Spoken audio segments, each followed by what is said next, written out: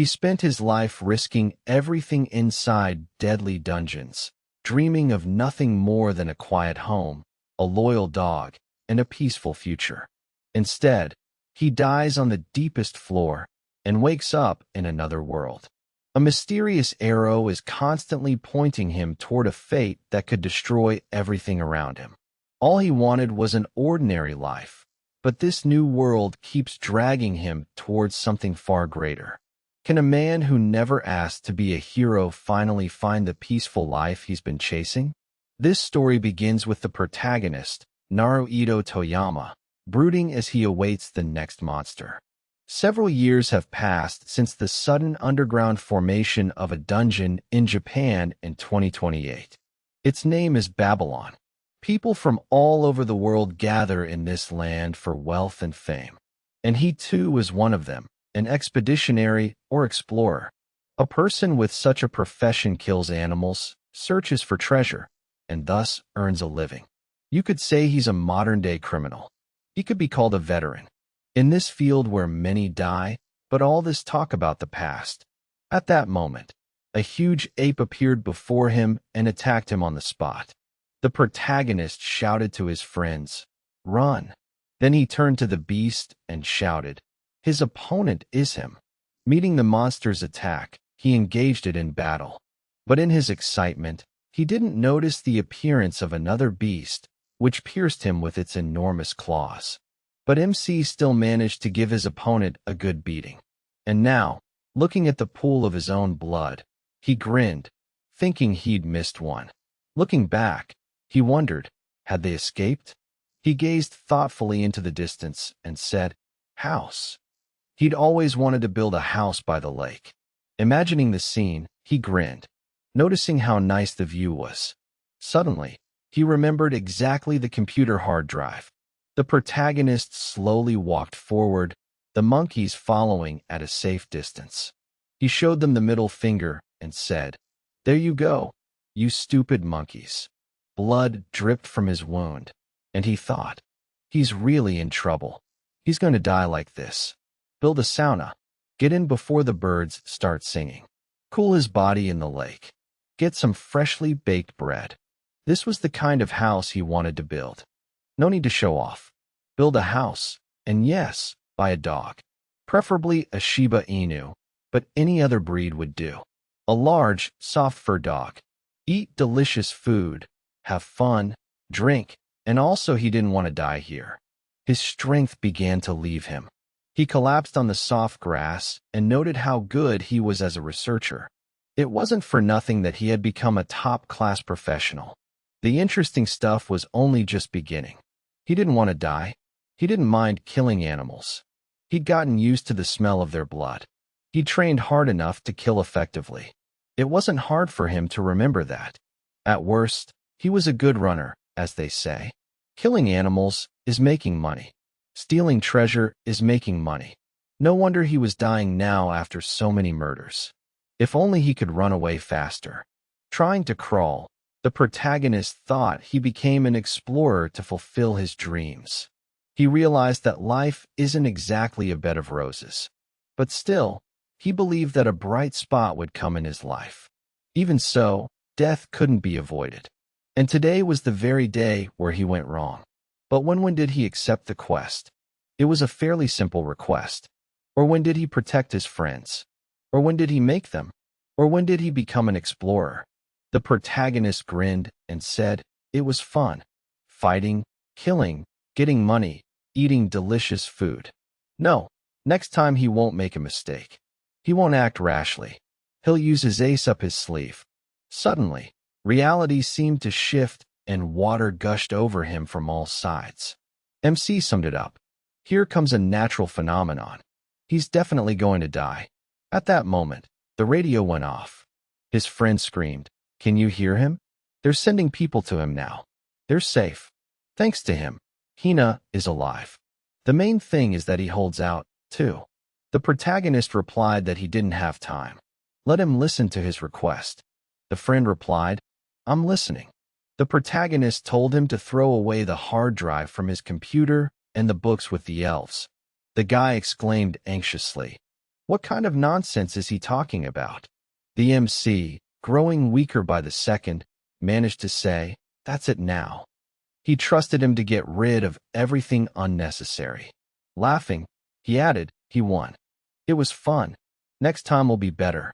He'll build a house and open his own store. He'll have more freedom. Money, food, a dog, a family." At this thought, he cursed and was swallowed by the water element. That's how everyone learned that top-class researcher Toyama died on the second floor of the dungeon due to a natural disaster. The support team failed to find his body. The next day, special forces were sent to find his body. No one knows where the protagonist is now. After some time, the protagonist, looking at the glowing beacons, thought in bewilderment, "What is this? He's definitely dead. Can he hear something?"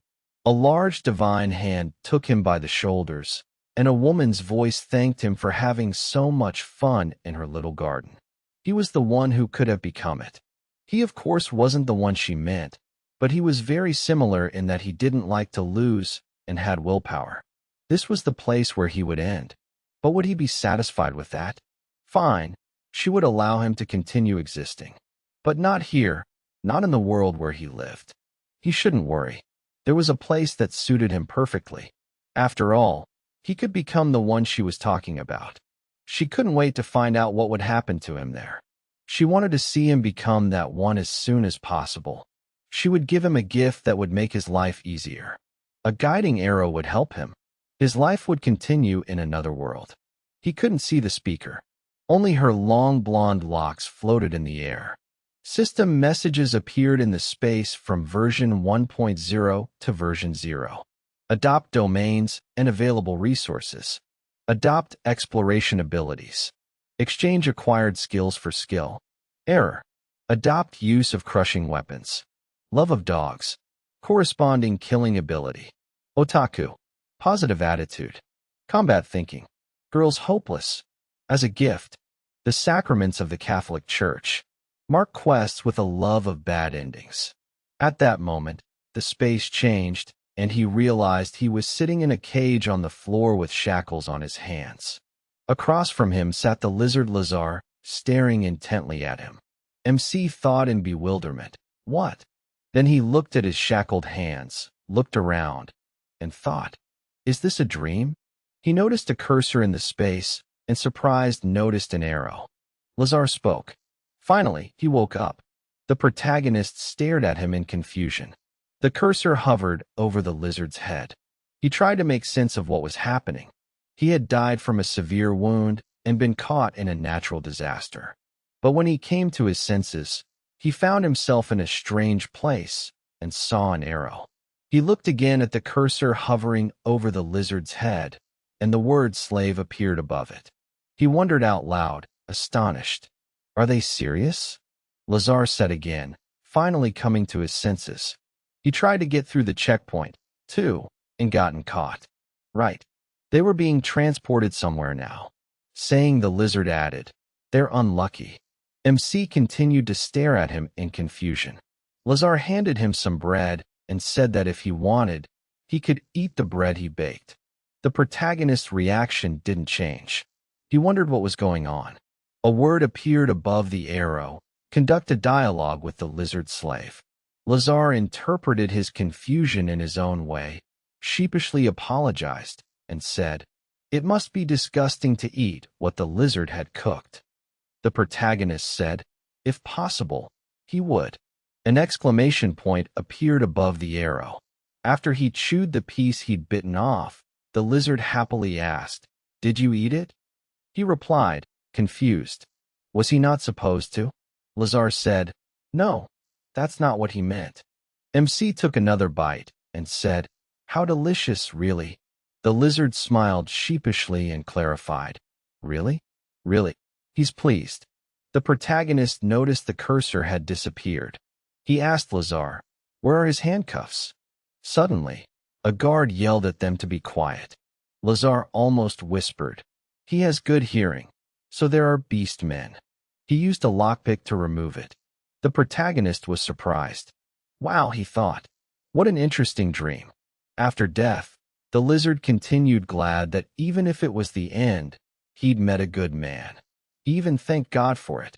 MC responded with confusion, but he was the good man, sharing his bread. Suddenly, the cart stopped. He asked in surprise, "Have they stopped?"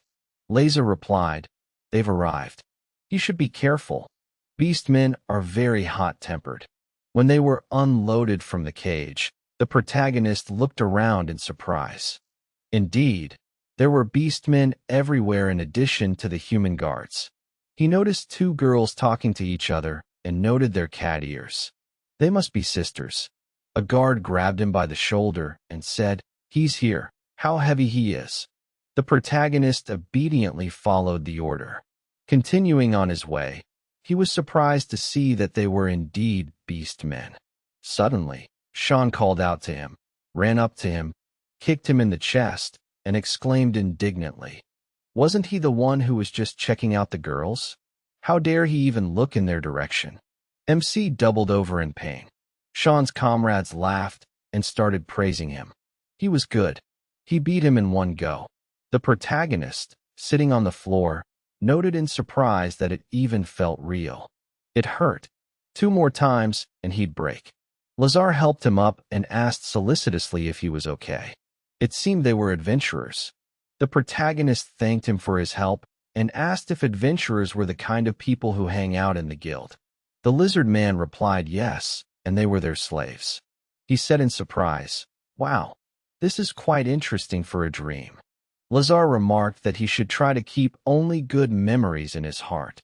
They had no right to even go near them, so he should be on his guard. Listening to the others' conversations, MC wondered in confusion. What kind of strange dream was this? Was he really dead? He thought he heard the beastmen's cry. Their luck had returned. It was on their side now. Sean started to bother another slave. He kicked him and rudely said, "Here. Otherwise, he'll kill him."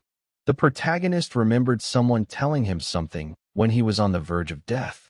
At that moment, he heard one of the adventurers rudely tell Lazar to move. The lizard was about to reply that he understood, but the adventurer slammed his fist into his head, sending Lazar flying a good distance and hitting the wall. The protagonist glared at the offender and thought, "Hey, another one." The adventurer shouted at the lizard to shut his mouth. The second adventurer noticed he was hiding something. With that, the lizard's bread was taken away. The adventurer remarked, "Wow, so he passed Commander Ron's test. It's a shame to turn him into trash. Did he want to chew it himself?" The lizard sheepishly replied, "No. If someone was hungry, then to feed them." The adventurer stepped on the pastry with his foot and mockingly exclaimed, "What could be worse than bread held by the lizard itself?" Lazar hung his head and said regretfully, "It's his bread, the one he made." His assailant mockingly repeated, "He made it? Did everyone hear him? He baked that bread himself. How disgusting." The adventurers and guards laughed. The MC approached the discarded bread, picked it up, and said, "It's a shame to throw it away." The lizard asked in surprise, "What?" The protagonist brushed the dust off the crust and began eating the bread. Everyone looked at him in amazement. He chewed as if nothing had happened, and said with a smile, "It was delicious." He looked at the lizard and asked, "Is there more?" Lazar, with tears in his eyes, replied, "No, that was the last one." The protagonist stood up and said, "Let him bake it. He'll pay him." The lizard called out to him in bewilderment, but the MC, without turning around, walked up to the adventurers and said, "This is the 3rd time. They're annoying him." The adventurers stared at him in confusion. Sean, confused, asked, "What the hell was he saying?" The protagonist, glaring at them, continued, "Those who throw away food are trash. They're the worst. Even if they step on bread, he's an explorer, so he exterminates beasts like them. He decided he wouldn't compromise his principles. He would live by them. He would do it even in his sleep." The beast man sarcastically asked, "What the hell is he mumbling about? Did he want to get punched in the face?" The protagonist winced, waved his hand, dispelling the smell, and mockingly replied, "He should take a shower." The enemy became truly enraged and shouted angrily, "Who the hell is he to behave like that?" MC activated his power, broke the chain on the shackles, and poking his fingers into the enemy's eyes, scornfully declared, "How cheap." The beast-man clutched his eyes and screamed in pain. He added, "Don't let go of your weapon during a fight." Picking up the axe from the floor, he concluded, "One down." He then swung, struck another adventurer, and said, "Second." After that, he approached Sean, grinned, and noted that he was the one who had struck him back then. Now he would get his revenge. Sean raised his sword to strike, but the protagonist intercepted his hand and then plunged the weapon into his body. Sean looked in bewilderment at the sword protruding from his chest. The protagonist grinned, "An eye for an eye. A solar plexus for a solar plexus." The enemy collapsed dead. The cursor reappeared with the inscription, "Objective completed. Defeat the adventurers." "The main objective, escape," he remarked. "What a convenient thing." Laser said he was shocked. MC asked, "Is he injured?" "It's time for them to hurry." The remaining beastmen, armed, formed a wall in front of them. Someone shouted, "Kill him immediately." The protagonist grinned and noticed. "Are they already aiming?" They were so fast. The lizard man called out to him anxiously. He replied that he had nothing to worry about. He wouldn't risk his life anymore. After these words, he activated the infusion, and instantly the space began to fill with a thick shroud. The adventurers were perplexed as to what it was. Even their sense of smell had worsened. Why had the fog appeared so suddenly? Even if it was Hell's Tower, it was only the first floor. One of the sisters, armed, told the other to stay close. Lazar looked around in confusion. MC said they needed to go while they could. He replied, "I understand." Retreating to a safe distance, the protagonist exclaimed joyfully. The plan had worked. They needed to run quickly. Mazar agreed and asked in surprise, "Did he see anything in that fog?" The protagonist replied, "Nothing, just the arrow. It's the game's marker. And by the way, it's very convenient." Suddenly, they seemed to slip and were carried downstream by a stream of water. The allies screamed in surprise. The speed was high. At this moment, Peggle bowed to Alice, who was sitting on the defeated monsters, turned to her, and said, "It's about time." Farron, the head maid, also bowed and announced that her armor was ready. Alice, jumping off the monsters, said, "It's boring. If this boredom is going to continue, she should pray to an angel for someone to appear to dispel her melancholy." Sometime later, MC petted the dog and said that he, like himself, has no home. The puppy yapped in response. He said, "If it's okay with you, I'll take it." He even called him by name. After this, the protagonist opened his eyes to Lazar's voice. The lizard man asked, "How is he? Is he even breathing? Does he recognize him? He'll have to excuse him, but he'd like him to wake up." The protagonist looked around, glanced at the nearby waterfall, and asked in confusion, "What is this place?" Lazar replied, "It's a strange place." He doesn't know. MC spoke in confusion, only to wake up again when he fell asleep. "What is this?" the lizard said. "He needs his help here," he asked. "With what?" Lazar pointed in one direction. When he looked in that direction, he saw a huge giant with one eye, an arrow above it, and an update message. "We need to defeat the giant." The monster growled menacingly. The protagonist remarked, "It looks like they won't be friends." Lazar asked, "A cyclops?" The enemy swung for a blow. The protagonist covered the lizard and said, "Watch out." After that, he laughed and said, "If he gets hit by him even once, he'll be finished." Lazar asked, perplexed. "What's so funny?" he replied. "Well, it's scary and interesting, isn't it?" With these words, he threw an axe at the monster. The Cyclops looked at him in surprise.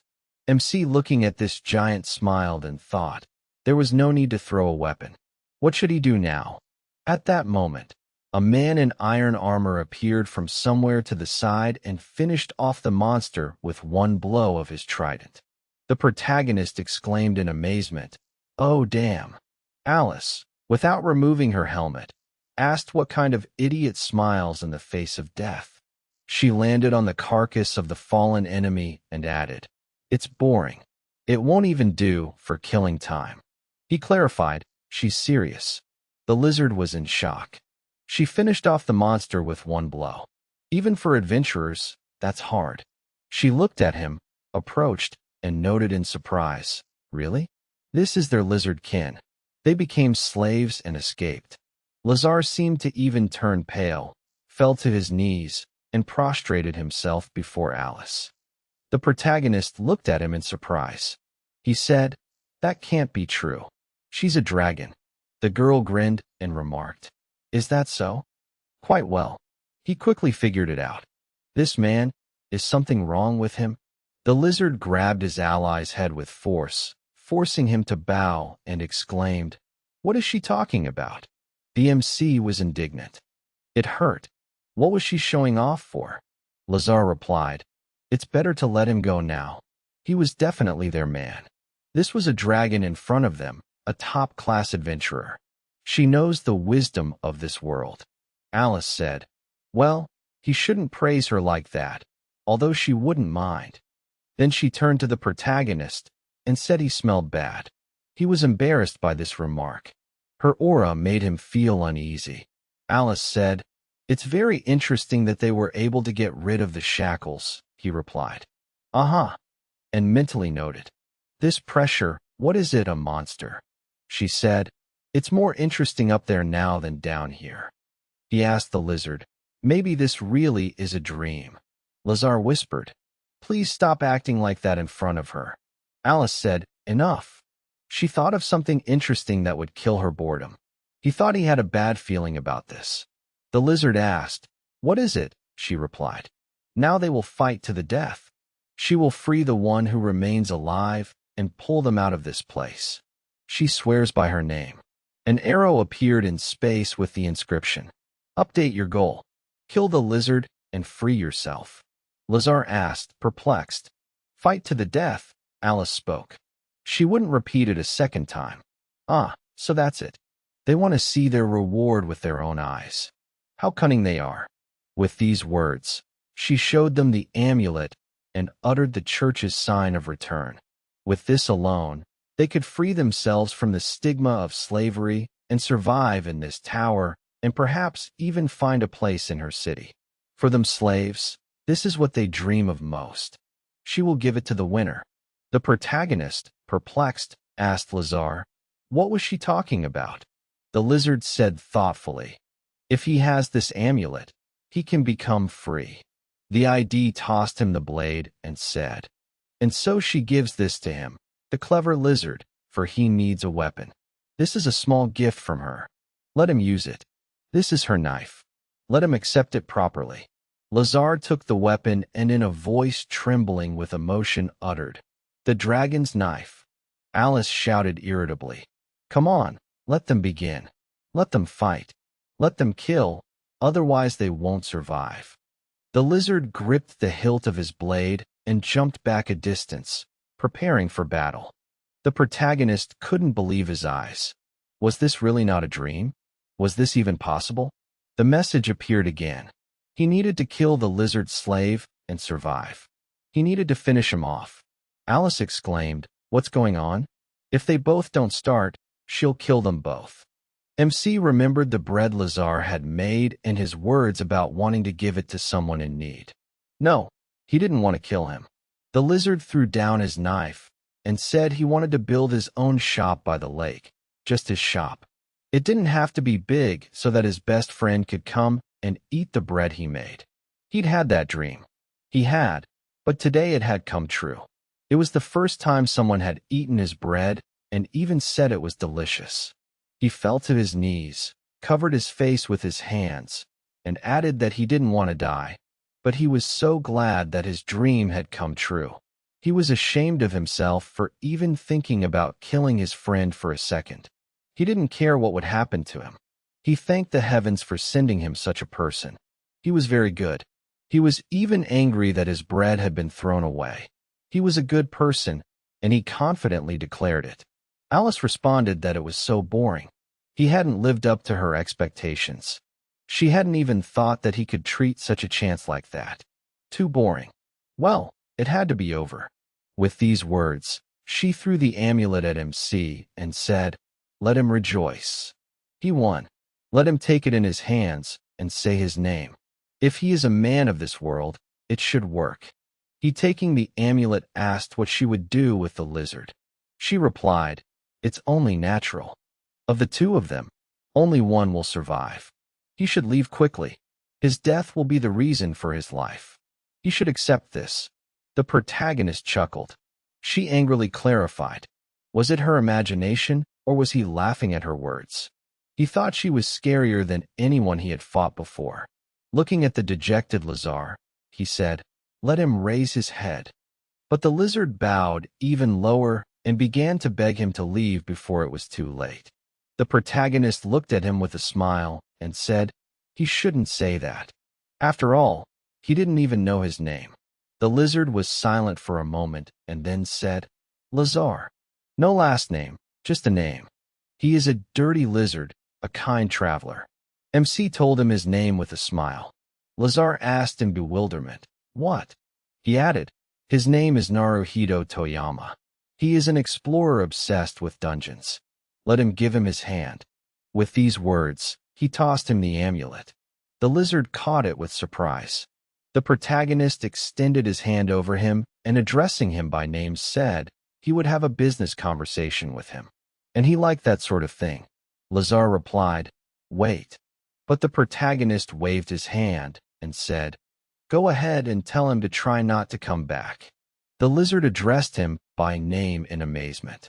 The MC turned to Alice and said, "Now he'll deal with her." With these words, he clutched the arrow in his hand and noticed it had been pointing incorrectly from the start. "The one who must die here is none other than this dragon lady." A message appeared in space. The main quest had been abandoned. The current course of events had been destroyed. An arrow appeared above Alice's head, and the system notified him of the emergence of a new hidden quest. Alice dismissively remarked that he, a slave, was very unpleasant to her. The arrow issued a new quest, hunting a dragon. He replied that she shouldn't worry. He would enhance this feeling just as he desired. The system notification appeared again, an update on the quest objective, destroying the dragon. Alice grinned and noted that she could praise him. Never before had she seen someone so confident in his abilities. He laughingly asked, "What's wrong?" Just recently, he'd been in high spirits. She looked very much like someone he knew. "The chief researcher?" She asked in confusion. Who is the chief? Although it didn't matter to her. "Let him be prepared for death because only one will survive," he retorted. "If anyone survives, it's definitely him." Alice laughed, and for a moment, she couldn't stop. With each passing second, her laughter grew more sinister. Finally, she said, "Enough." With these words, the girl activated her fire skill. A powerful conflagration erupted all around. The protagonist remarked, "Fire? No heat. What a problematic weapon. It would be a bit of a hassle." Alice grinned and said, "He's keeping his cool. That's just great. He's not letting her get bored." He steadfastly endured her magical attack and laughed. "Idiot. She's the victim." The protagonist activated his skill and thought, for a land that had dungeons in 2028, this is something that can mock the laws of physics and chemistry. All preparations are complete. "People called this phenomenon fine particles," he said aloud. "This is what changed the world. It's time to work on dispersal. Let the fine particles fill with blades." A thick haze formed in space enveloping Alice, he continued. Lucky she was standing on the windward side. The blades are spread out over a 50 m radius. He needs to disperse the fine particles of the blades into the air. And even with armor like hers, it won't be possible to defend herself, right? Alice screamed.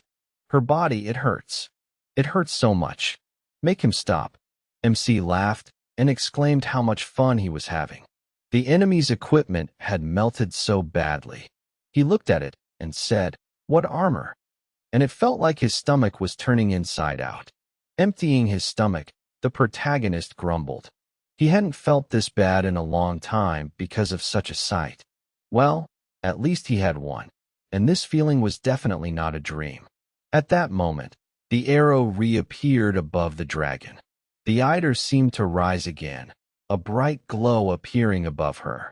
After that, an explosion was heard, and the silhouette of the dragon became clearly visible in its place. Returning to her previous form, she staggered and exhaled heavily. Her entire armor was riddled with holes. The protagonist noticed, hadn't he told her? He mixed fine blade particles with the air. Had she really forgotten about that?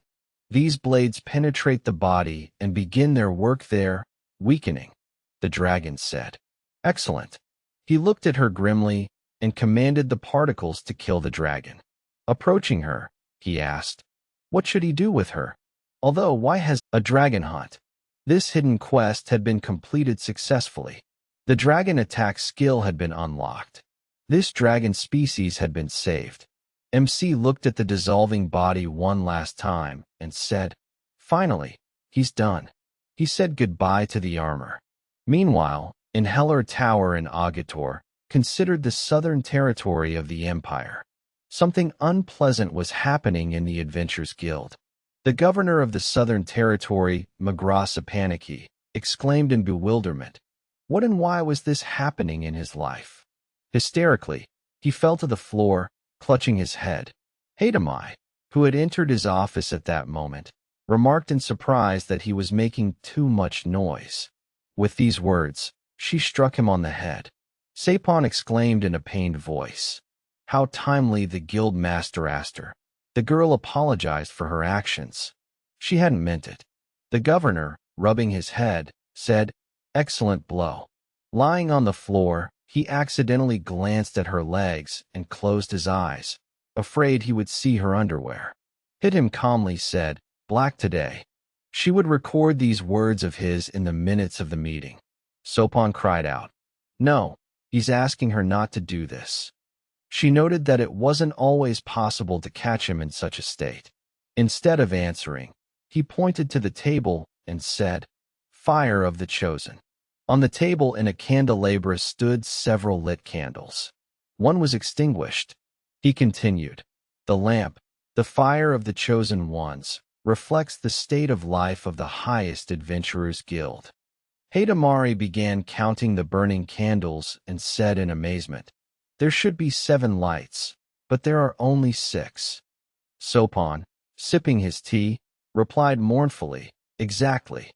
And he responded in kind. And now, from the very beginning, the steward said, embarrassed.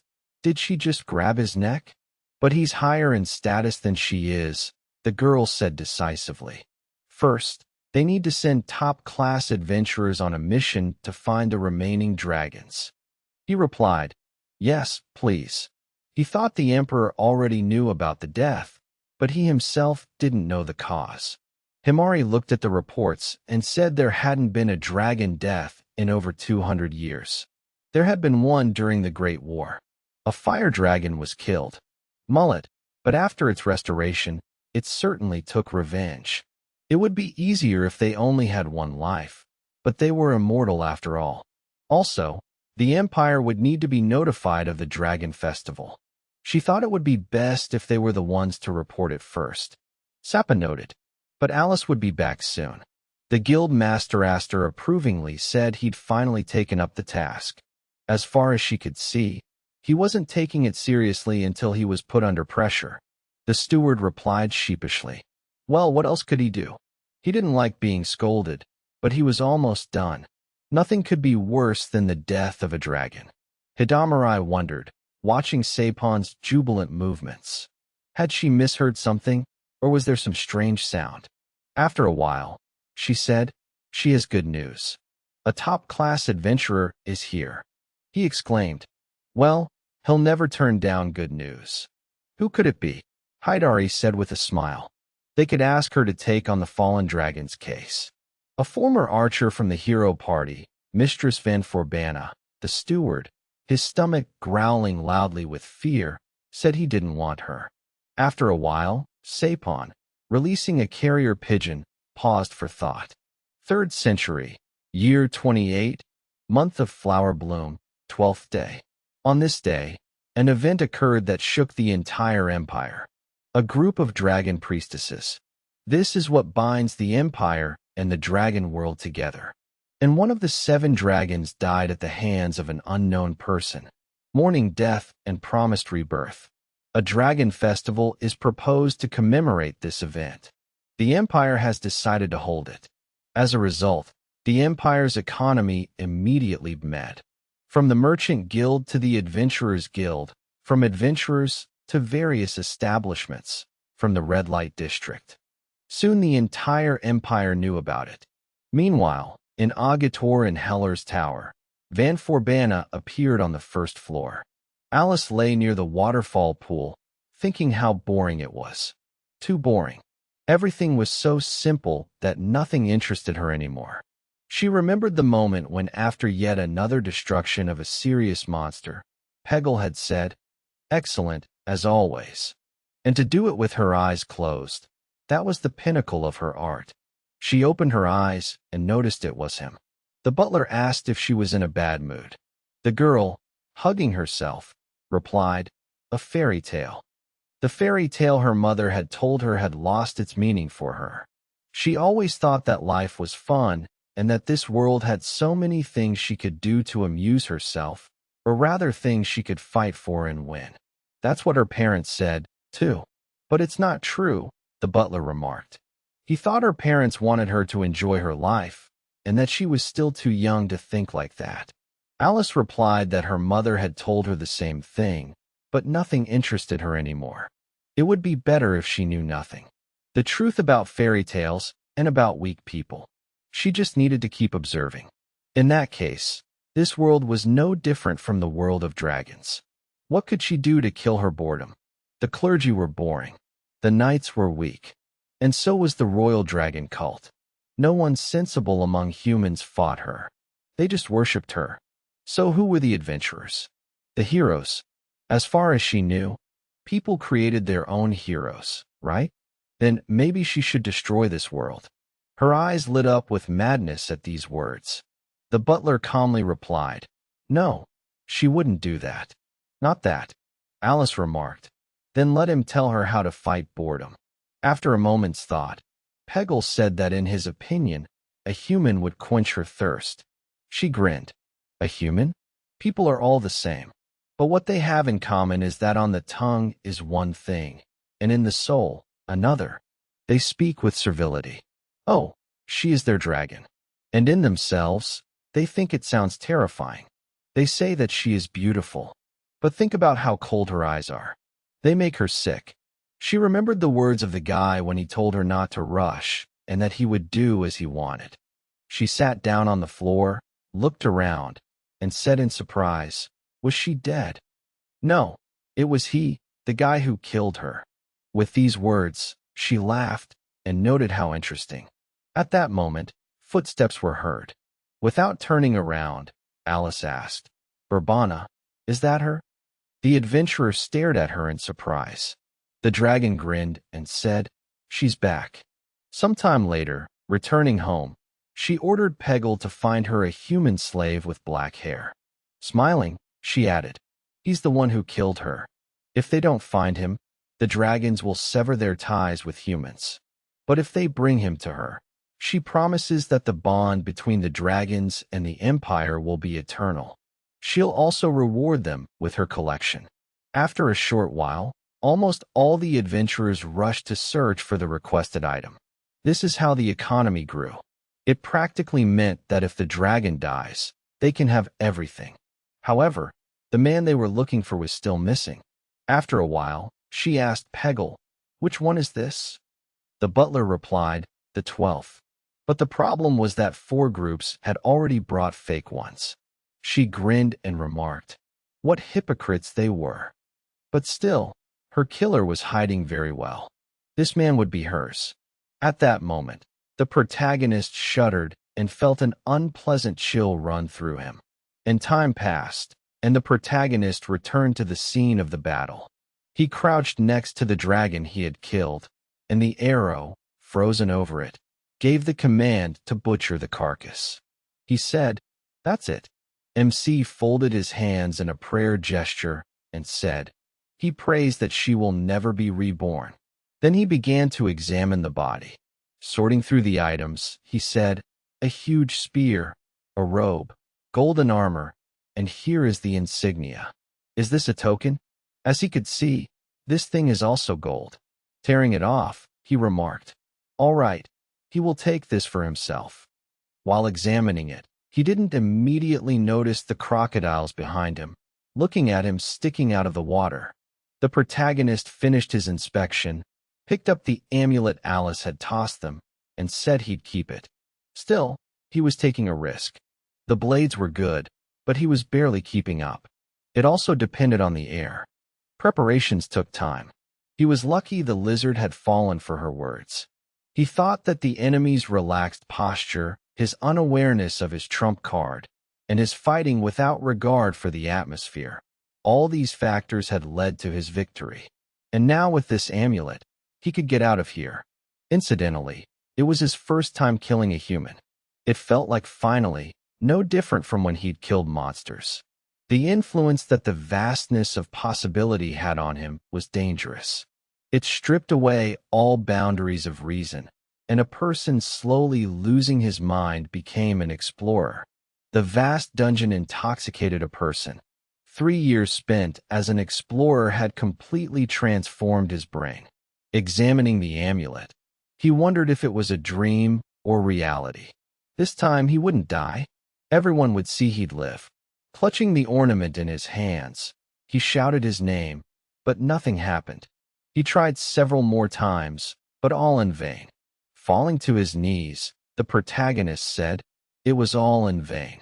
Maybe this thing just didn't work." Suddenly, he heard a gurgling sound. Turning around, he gasped. Enormous crocodiles were approaching him. He asked in confusion why they'd crawled out here. The monster suddenly opened its mouth and let out such a roar that the protagonist jumped up, exclaiming, "They're aiming right for him." And what were those sounds? It seemed they were drawn by the scent of blood. He shouted to them, "If they want meat, it's right here." With these words, he pointed to the dragon's body. The monster snorted and rushed at him. MC took off running, exclaiming, "He's finished. Do they prefer the living?" He urged himself on. He needed to run faster. There were so many of them. Having gained some distance from them, he activated his dispersal and blades. A thick, dense fog appeared around him. He cursed and said, "Now he can't see anything either. Where's his arrow?" The cursor appeared at that moment, displaying a message. The start of a side quest, or perhaps a joyful reunion. Further on, there were some signs marking their arrival. He exclaimed, "Hooray!" even though the signs were strange.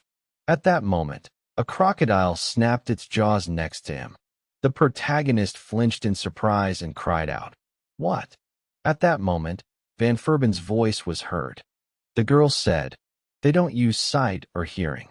It's their ability. Infrared heat radiation." He screamed, "Are they friends of snakes? Or are they snakes themselves?" He summoned his blades again. The adventurer asked him to stop and prompted him.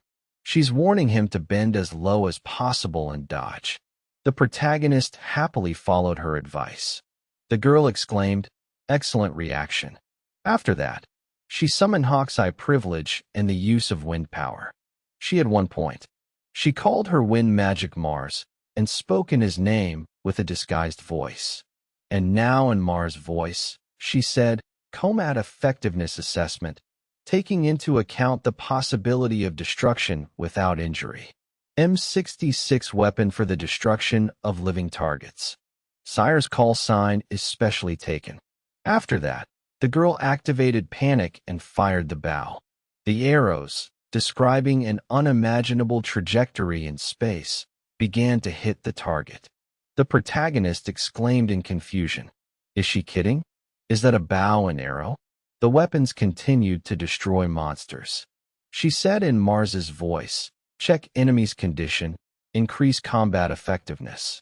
She shouldn't get so carried away, the girl remarked with a smile. She and he would have gotten along better. After that, she asked the protagonist if he was injured. He was very lucky. MC stared at her in bewilderment. Van Verbana extended her hand to him and asked in surprise. What? He asked. What the hell is going on? She noticed Mars' negative features. Black hair, brown eyes. After examining his appearance, could one say he was Japanese? The protagonist, dumbed, confirmed this. Mars drawled in his voice. Japanese then. The girl asked Mars in confusion. Why the negative? They were analyzing him now. Was he an acquaintance? Although let him wait. She herself, looking at him intently, she noted with a smile. So that's it. They hadn't seen each other in a long time. He asked in surprise, who is she? The girl replied with a smile. This is already the second time the Wind has met, but it's the first time they've met him. This tower is truly interesting. Let him forgive her for confusing him, and again it was a pleasure to meet him. He asked again, who is she? The girl told him her full name, Van Verbana Gilbestocks, and added that she was an ordinary traveler. MC tried to pronounce her name, but grimaced when he realized he couldn't. She laughed and remarked that it was unusual to see his face like that. The Wind didn't have many memories associated with people. Well, nothing could be done. He remained tensely silent. The girl said that he shouldn't be so careful. She asked him not to throw his blades around. After she told him his full name, he said in amazement, who exactly was she? Van Verbana said she's his future enemy. The protagonist thought she's cute, but he asked out loud, what was she talking about? The girl addressed herself as Mars and said that she wanted to talk to him. He could listen too, so please don't let him get angry. After that, she told the protagonist, it would be better not to stay here. There was a campsite nearby. Could she invite him? He asked. What if he answered that he would abstain? Van Verbana chuckled thoughtfully and noted. The girl said she never thought the day would come when she would drink tea with him like this. She couldn't even believe it. For a while, they simply drank tea in silence. Then MC said he wants to clarify again. He really is alive. Mars replied, that's right. He's definitely alive. Van Verbana noted, this isn't some hallucination caused by his brain. This is reality, just in a different world. This isn't Japan. A completely different place, a different world. It was unexpected for him, she realized. He exclaimed in surprise. So, he was reborn in another world. Wow. The same reincarnation that was popular in 2020. The girl noted with surprise. She didn't think he would be happy. The main character cried out enthusiastically. Oh my God, of course. She winced and said how loud he was. What a smile he had. He was a very interesting person and she thought he would like him. The unexpected news confused his thoughts. He replied, what do you mean? Strange. And who is this for? Him. No, let her tell him better. So he didn't die. The app, but was simply in another place. Those same beastmen adventurers, lizard men, Lazar, various animals, all sorts of creatures with wings and tails. All of this really exists in another world. The girl asked him to step back. He was definitely injured, although he wouldn't understand. He shouted triumphantly, it happened. Another world? This needs to be sorted out. Wow. Van Verbana addressed herself as if she were Mars and asked, really? Is this the otaku? He immediately turned his attention to her. Who said that? He was a bit into it as a kid. That's all. He shouldn't act rashly. The Wind is no friend to the bandits he spoke of. She simply remembered. He clarified what the adventurer replied. The reason why the Wind won and why it lost. But he and the slave laser. All this only meant one thing. After thinking for a moment, he shook his head and said, he doesn't understand anything. He knows little about her, but she knows too much about him. What? The girl sarcastically remarked. Does he mean to say he'll use force if she doesn't tell him how that expression suits him? The wind prefers it. The protagonist, looking at her from under his brows, said he'll ask one question. He thought he had an unpleasant premonition. He couldn't even imagine killing her. Maybe he shouldn't do it at all. He needed to change the subject. He asked, "She calls herself the wind. Wasn't that a bit too self-assured?" She answered rudely, so he'd shut his mouth. He cursed silently. After thinking about it, the girl said, "Ah, Mars. He and this guy are very similar." The protagonist looked at her tensely. She continued, this expression recalling a certain atmosphere. He asked in confusion, "What?" Van Verbana asked. "And why are his clothes so shabby? Where is the special uniform? He has bad taste." MC replied irritably. He didn't have any clothes to begin with. He woke up and he was wearing this. Why was she picking on him? The girl stretched, kneading her body, and remarked, "That's how it is. He won't be able to live in peace. She will let him out of this place right now." He objected. "No, he's fine here." He thought, how cute. She looked at him carefully and said, "Still, the wind doesn't like him." A thick fog appeared before her eyes. An adventurer with the power to take over the world. He should live for himself. She won't forget him. She thinks this way she'll make the right choice? He asked in confusion. What? Van Verbana continued, remembering that he'd be joining the guild later. And besides, he couldn't use that seal as an amulet. The protagonist responded, understanding what she meant. He thought the armored girl had said something similar. She said that if he was from this world, he could use it freely. She pointed out that yes, it wouldn't work with otaku abilities.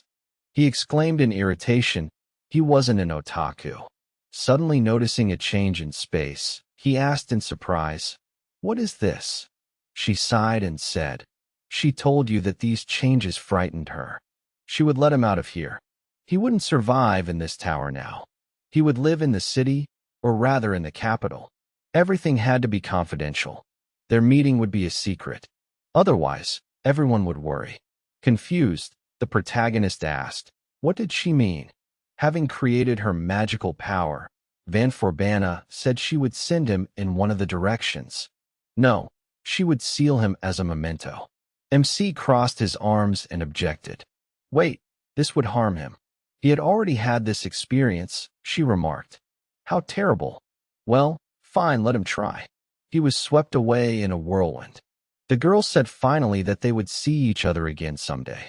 Then, most likely, it wouldn't be her who would be the wind. She would hope. Let him say hello to the guys and the guild, and also to those dragons. By the way, he should be careful with his anemia. It will be hard for him. After all, he is food for vampires and the threat of dragons. He cried out in bewilderment. Thread, the girl continued. Let him say hello to Lazar. It's a shame she won't be able to try his pastries and let him be on his guard with the crows. Well, until then, it will be difficult, but let him try to kill the wind as he wishes. Until then, or rather, no?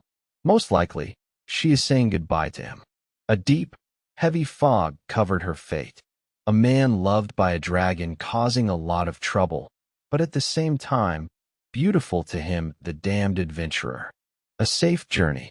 With these words, she waved her hand, and he was carried away by a whirlwind. She sadly told herself using Mars's words, don't pay attention. Has he already told you? He's a dangerous man. Back then, the wind had taken the entire world into its hands. And with such power, one could have reached a god. No, even an angel. But the wind couldn't resist him. This man has a very strong will. He won't stop until he achieves his goal.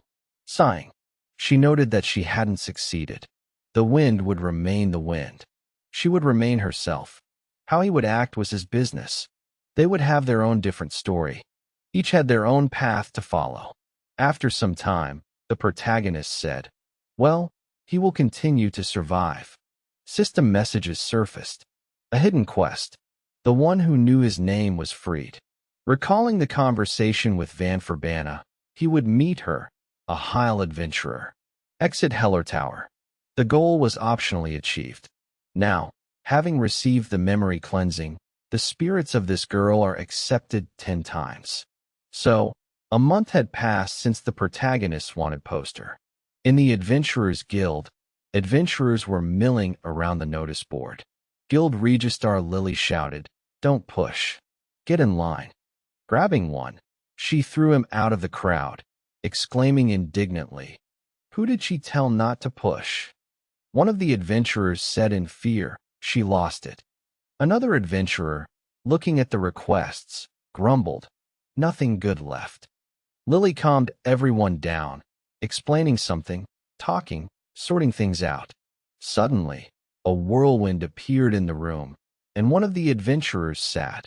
Request was snatched from his hand. He screamed, "His paper!" Another one remarked in bewilderment, "The wind! Whose skill is that?" Requests flew through the air. Lily held the headscarf on her head, and a slight panic ensued. The culprit of what was happening shouted. Damn elf agonist landed on the floor, looked around in confusion, and asked, "What the hell is this place? What is this, a bar?" Mimi, one of the sisters, the very ones Naruto saw as a slave, exclaimed in surprise when she saw him, a black-haired slave. Everyone present began discussing the very one the dragon was looking for. Could it really be him? The very one? Yes, it was him. He was the one who caused all that chaos. The slave the entire empire was looking for. He was worth 10,000 gold coins. He killed the dragon after all. Maybe they shouldn't touch him. He was a dud after all. One look at him would tell you. The protagonist shook his head in bewilderment and automatically noted that he was worth a lot, but 400 million would have been fine. The adventurers continued discussing him. He was dressed shabbily and wasn't at all scary. He didn't look strong. What should they do? One of the adventurers said he'd leave the guild. MC thought, "That's great, but what should they do next?" Suddenly, Mimi screamed, "Let them kill him. Because of him, her older sister died. She'll give money to whoever can do it. She just needs him dead, so please let them kill him." At that moment, Alice appeared in the guild, smiling as she said, "How interesting." Someone had dared to defy her orders, though the entire empire had heard her words. Right. It looked like they weren't human. She looked at Mimi and asked in an ominous voice, "Didn't she tell you to find him?" But she thought she heard someone yelp, a squeaky cat-like voice. "Come on, let her say something." Who was that? The beast woman fainted in fear. And not just her, but the other adventurers, too. Alice noticed right there. Turning to the protagonist, she said she was looking for him. He thought irritably her. The girl added, "Every night since that very day, the wound he inflicted, the fear he instills, the heart he pierced, itched so much inside her. Those were sad, lonely nights." MC answered in confusion. "What?" Alice said she wanted to talk to him about many things. Let him follow her. The protagonist activated his power with the blades and warned her not to come closer. Maybe she didn't notice, but she would understand now. She grinned and noted that he meant to say that she was already in the attack zone. She had already learned this lesson. What he was using on her now, he had already done in the past. He stared at her in surprise.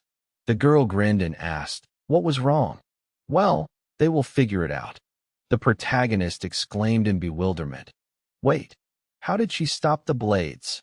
Alice laughed and said, "It's obvious because he killed her." "Did he do it in the past?" "It was a good experience, and he was an excellent hunter." He irritably remarked that he put so much into the final blow. She replied, "Yes, it worked." With these words, she showed him the scar from the wound on her chest. He asked, "Is she serious?"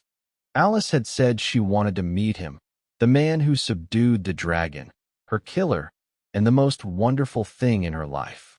MC asked perplexed, "What?" She laughed and replied, "People don't say that." "Fine then, she's come for him, for her man." After these words, she smiled carnivorously. The protagonist repeated, confused, "Her man." The girl chuckled and said, It wouldn't be good if he remained a slave. She clapped her hands and called Peggle. The butler appeared before her immediately and said, "He listens to his mistress." She gave him orders to double, no, triple the donation to the church for this period. She never thought things would turn out this way, and let him bring clothes for her man. The old man bowed to her and replied, "Yes." Then he whispered, "Is that him?" Alice replied, "Yes, the very slave who killed her from the inside with blades." The butler glared at him angrily and said, "Is that how her body was scarred by this man?" His gaze radiated such power that the protagonist cursed and barely kept his place. The girl placed her hands on the old man's shoulders and laughingly asked, "Did he see?" The boy had noticed his desire to Peggle noted. "Exactly, this is no ordinary slave." "And what was his name?" She remarked irritably. How could a female ask a male about this? He gasped in bewilderment and said that it was the first time he'd seen her like this. MC, looking at them, thought, "Two monsters, and the worst thing is this old man is dangerous." The butler looked at him again and said, "As far as he can see, he's been in this business for quite some time. He's used to fighting, spilling blood. Now he understands why he managed to kill the mistress." The protagonist responded angrily. "He's worse than a monster," Alice said enthusiastically. "Peel."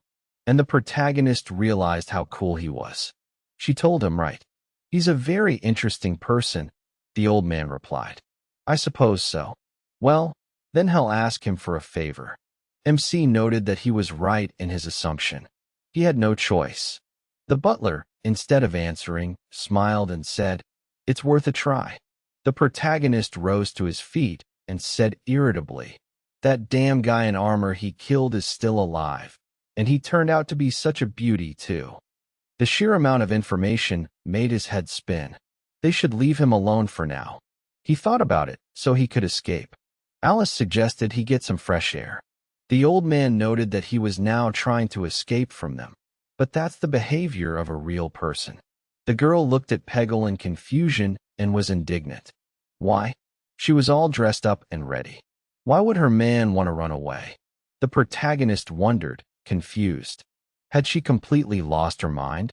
He asked out loud, more interested in something else right now. Why was she still alive? The butler sounded surprised. He clearly wasn't one of them. Alice said, "Dragons have 7 lives. Their duty to exist is to leave a strong seed, a progeny, with the one who defeated them in life.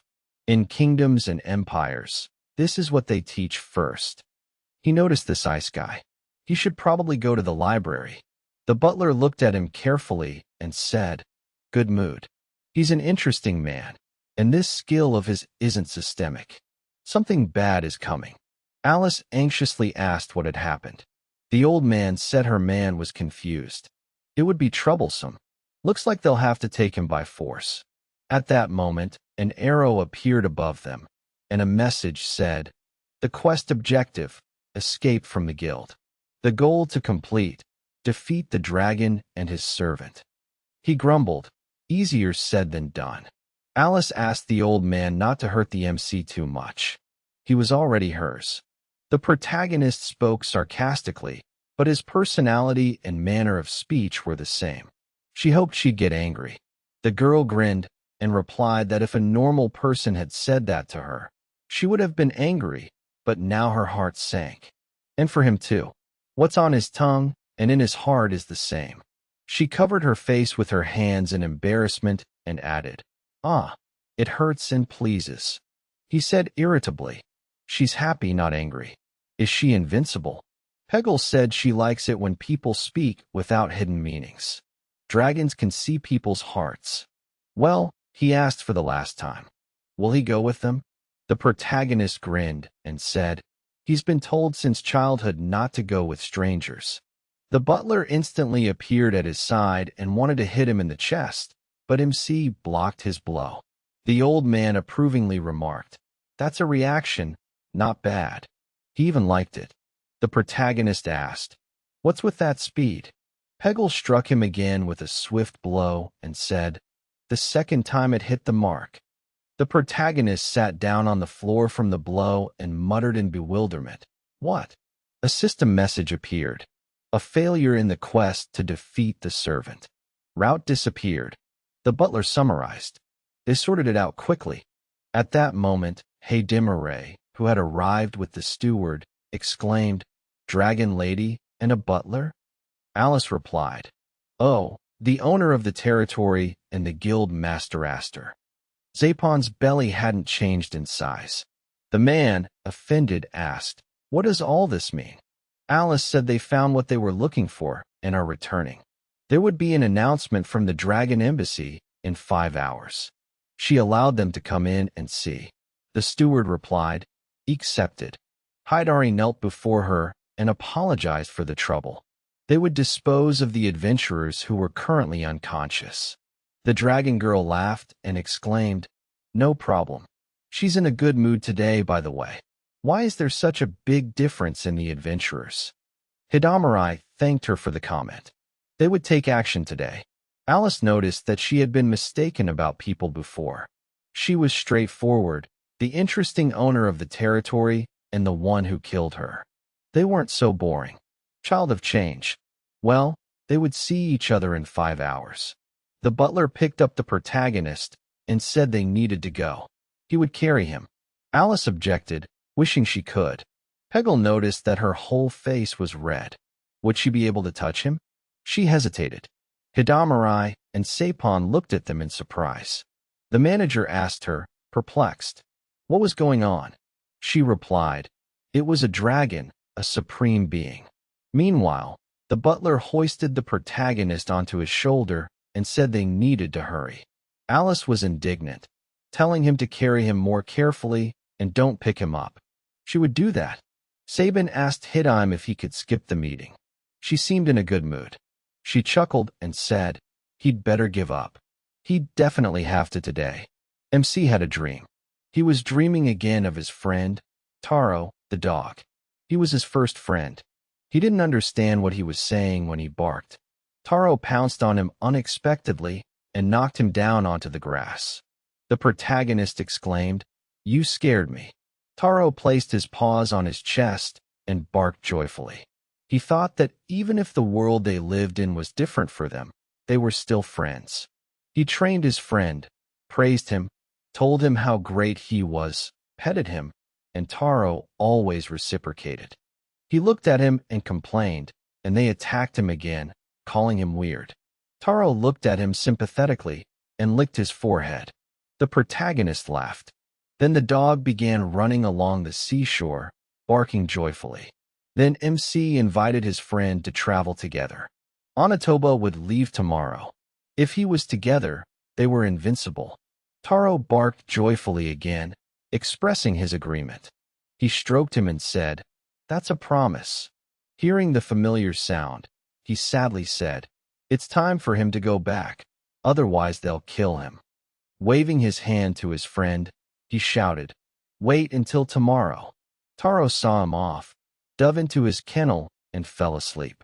Some hooligans came onto the territory. Seeing him, they exclaimed rudely, "Who is this?" He rushed at them with a menacing bark, defending his territory. They angrily shouted at him to get lost. They began to laugh at him for shaking. The hooligans kicked him and trampled his house. He was hurt, scared. His home was broken. The dog remembered the protagonist's words about his promise. After that, he grabbed one of the hooligans by the leg and began shaking his head from side to side. The bandit screamed angrily, "Get him!" He'd had him, and they decided to kill Taro. The hooligans grabbed him, exhausted by the scruff of his neck, and threw him into the sea, shouting, "Let him swim there." Then they shouted, "Oops, he's drowned." Taro finally mentally apologized to the protagonist for failing to protect their place. He'd probably be sad tomorrow if he didn't see him again. Pain and fear were nothing compared to his friend's sadness. It was a shame they'd never see each other again. In the white haze, Taro heard a voice. Someone said he's surprised. There, beyond the celestial plains, beyond the stars, he saw something unusual. There was something in him in the dog. After stroking the dog, someone chuckled in bewilderment and said, "Inat Ion, it suited him." This woman took everything from him, and he could become his successor. Taro thought he heard a voice. He heard the protagonist exclaim in surprise, "Taro!" The dog thought he'd finally come. The protagonist looked around, saw Taro's destroyed house, and asked, "Was he here?" The dog, hearing his voice, mentally apologized to him for failing to keep his promise, but there was something he could do. The MC asked the hooligans where he was. One of them pointed at the sea and said he was in their way, so they washed him away. The protagonist glared at them and said menacingly, "I'll kill you." Taro mentally addressed him and said, "Don't bother. He has no fangs or claws. Therefore, he will become this." Someone again addressed Taro as his successor and asked, did he know that these fangs and claws have a name? The dog rudely responded to the incomprehensible creature. "Shut your mouth," someone continued. He exceeded his expectations. Well, at least there was a name. This technique with claws and fangs is associated with the fog. It's called blades. Taro turned to his friend, the protagonist, again and said that he was watching him through the fog and someday he would save him so that he would no longer cry and so that he would get everything he wanted. He invited him to continue their adventure. MC stroked the dog's head and said his name. Opening his eyes, he sat up in bed, rubbed his forehead, and thought he hadn't had this dream in a long time. Looking around, he saw Alice sleeping soundly at the other end of the huge bed. She had turned to her mother in her sleep and said, "So that's it." The protagonist jumped up in bed, fell off it, and said, "Isn't this bed too big? Who did this anyway?" Looking around the room, he noticed in surprise, "No, everything here is so big, quite unusual." Waving to the sleeping Alice, he thanked her for the night's lodging and walked out into the hallway. He stopped, rubbed his forehead, and said in confusion, "So, what should he do now?" The butler wished him good morning. The protagonist jumped in surprise and exclaimed, "Where did he come from?" The old man calmly replied, "He'd been standing here the whole time. That's his job." MC, confused, exclaimed, "What?" Peggle said, "May I ask where he's going?" The protagonist hesitated, then said, "Come to think of it, nowhere." The butler sighed and remarked, "Oh, this youth. He suggested he go change, and also his shackles." Peggle activated his magic, and the shackles instantly shattered into pieces, freeing the protagonist's hands. The old man declared, "They're no longer needed, and it looks unreliable." MC, looking at his wrists in confusion, wondered in surprise how he'd removed them with his hand or something. The butler said, "Well, he's off to see the mistress." Then he turned to Farron and told her to take care of the guest. The maid, along with the other maids, bowed and replied, "Yes, sir." The girls grabbed the protagonist by the arms and told him to come with them. The butler went to wake Alice. After a while, Peggle, looking at him, said, "It seems their help wasn't needed." The protagonist, adjusting his tie, replied, "He's a community worker. It turns out there are still suits here." The butler asked, "Has he ever served anyone before?" The maids whispered in disappointment, "What a man he is. Now, that's a man the mistress would recognize, and they so wanted to take care of him." The old man said he had many questions for him. However, they didn't have time. When he stopped at the huge doors, he said, "This is the Dragon Hall, a sacred place where important meetings are held. Everyone is already there." The MC nervously clarified, "This is the boss's room." The old man, opening the doors, was surprised. The boss? He shouldn't be so nervous. When the protagonist entered the hall, he was stunned by the size, luxury, and splendor. In the enormous room, on a beautiful pedestal, stood a throne on which Alice sat. Below in the spectator seats, many people were sitting. The dragon girl, looking at him, said in a languid voice, "He has arrived, her man." Well, she asked him to come to the center. Let him sit down. Spinomoro, the guild master of the merchants. Guild noticed in surprise looking at him. Black hair and brown eyes. Unusual, Lady Angel.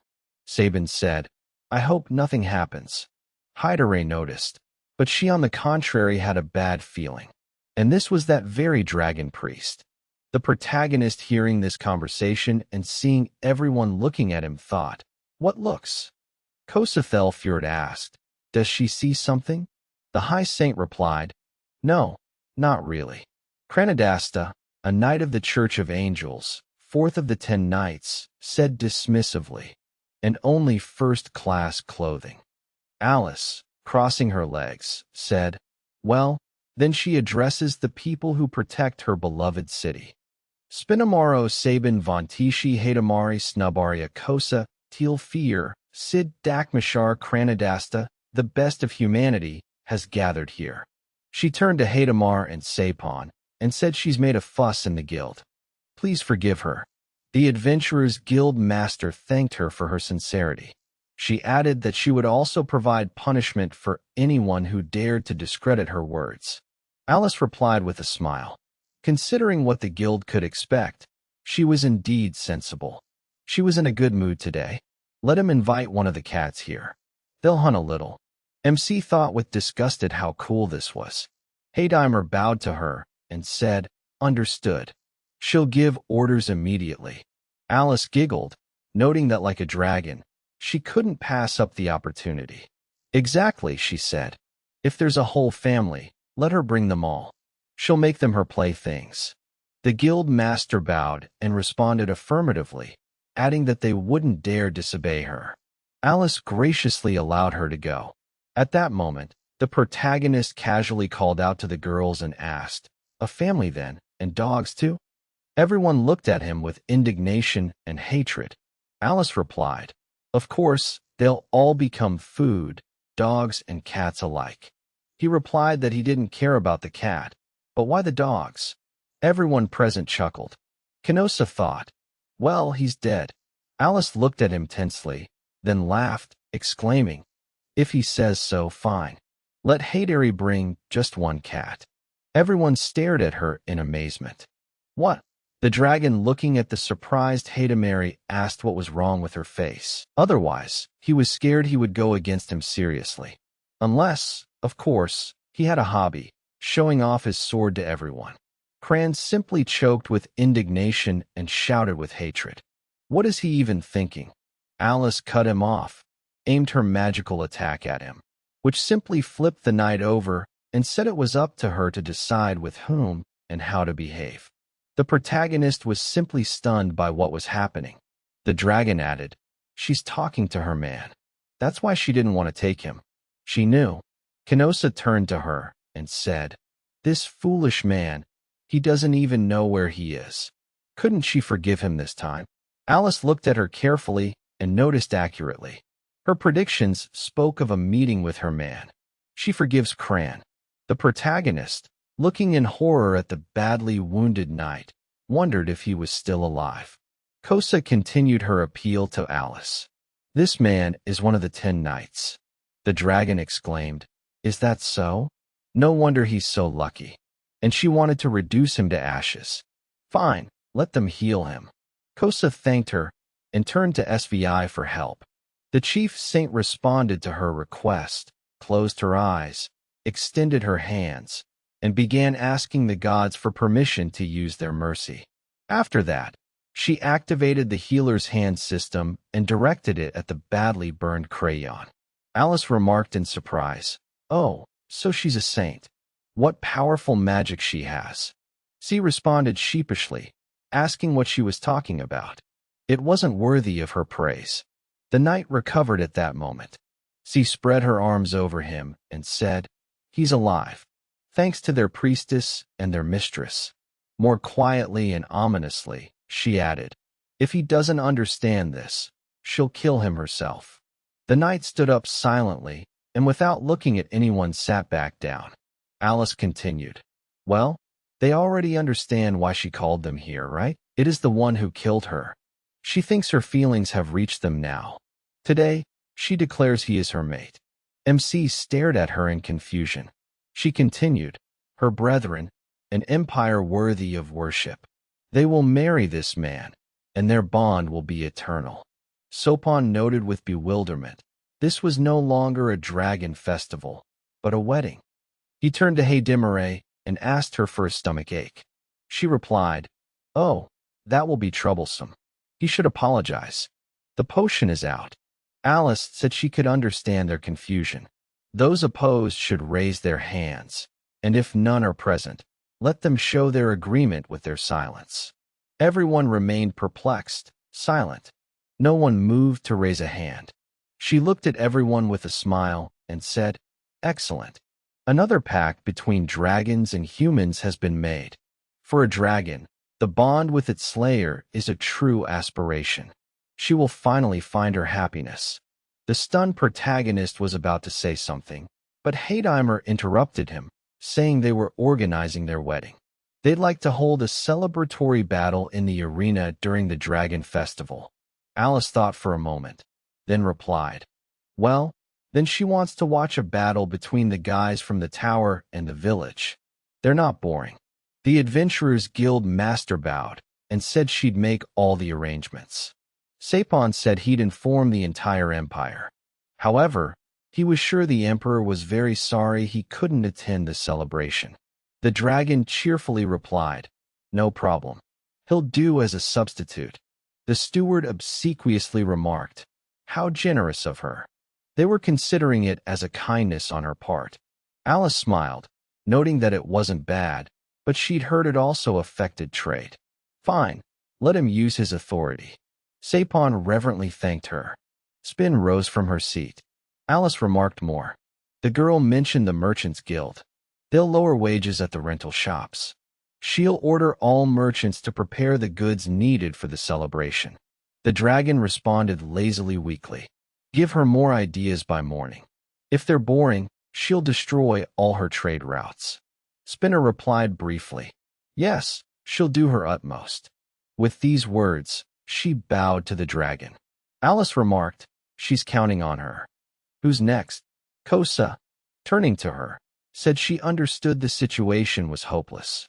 Even if she were wringing that knight's neck, but still, if only there were a punishment commensurate with the deed and her responsibility. Alice remarked, "So she thinks she should kill her." She admired her bravery. She forgave her everything, relying on her prophecy and courage. Kenosa declared she's glad they have such a priestess. Alice asked, by the way, what she thought of the festival. The girl replied that they would set the table, lower the price of angel powder, and also rehearse a song with the choir in which they would sing her praises.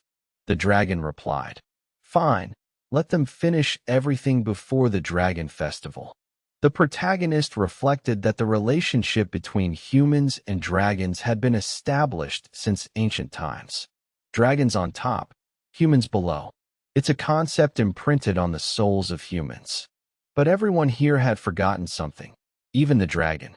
Everyone had forgotten the most banal thing, that marriage requires the consent of both parties. Alice spread her arms and joyfully exclaimed, finally free from the boring cave. She'd been waiting for this for 100 years. What a wonderful day today. She has the best of the best, MC said decisively. He said he won't marry. No, he wants to remain single for a while longer. Everyone was stunned by his words. Alice thought about it. Dragons are isolated creatures. Higher ones impossible for humans to touch. They live by different laws.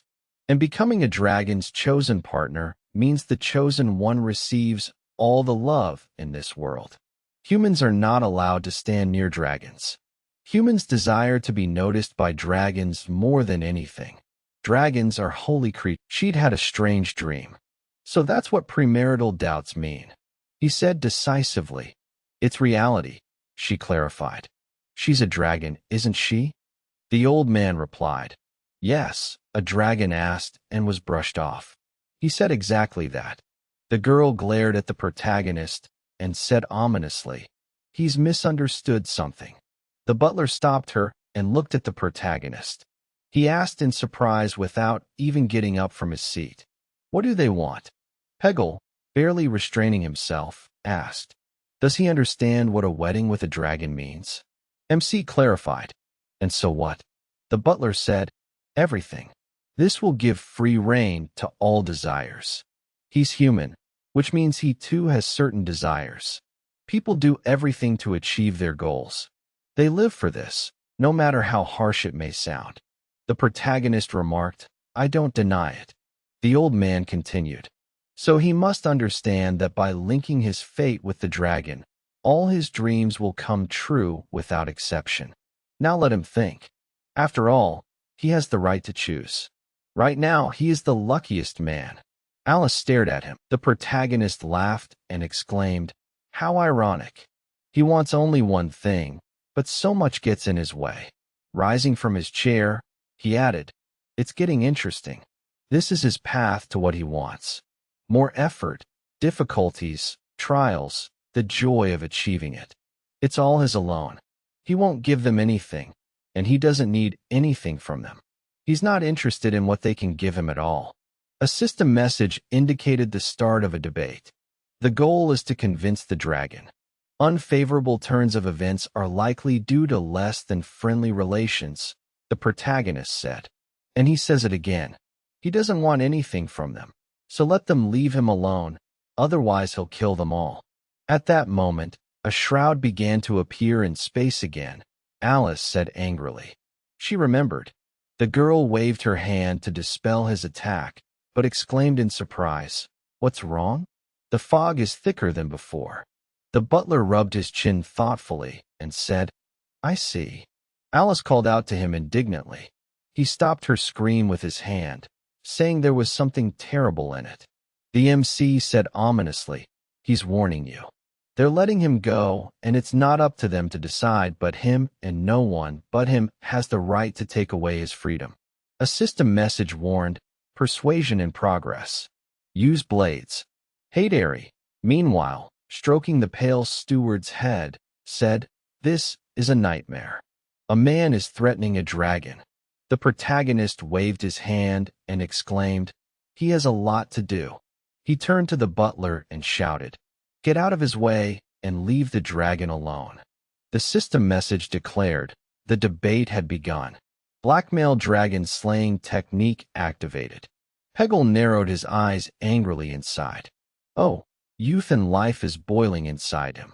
The protagonist repeated, get him out of his way. He has no hobby of bullying old people.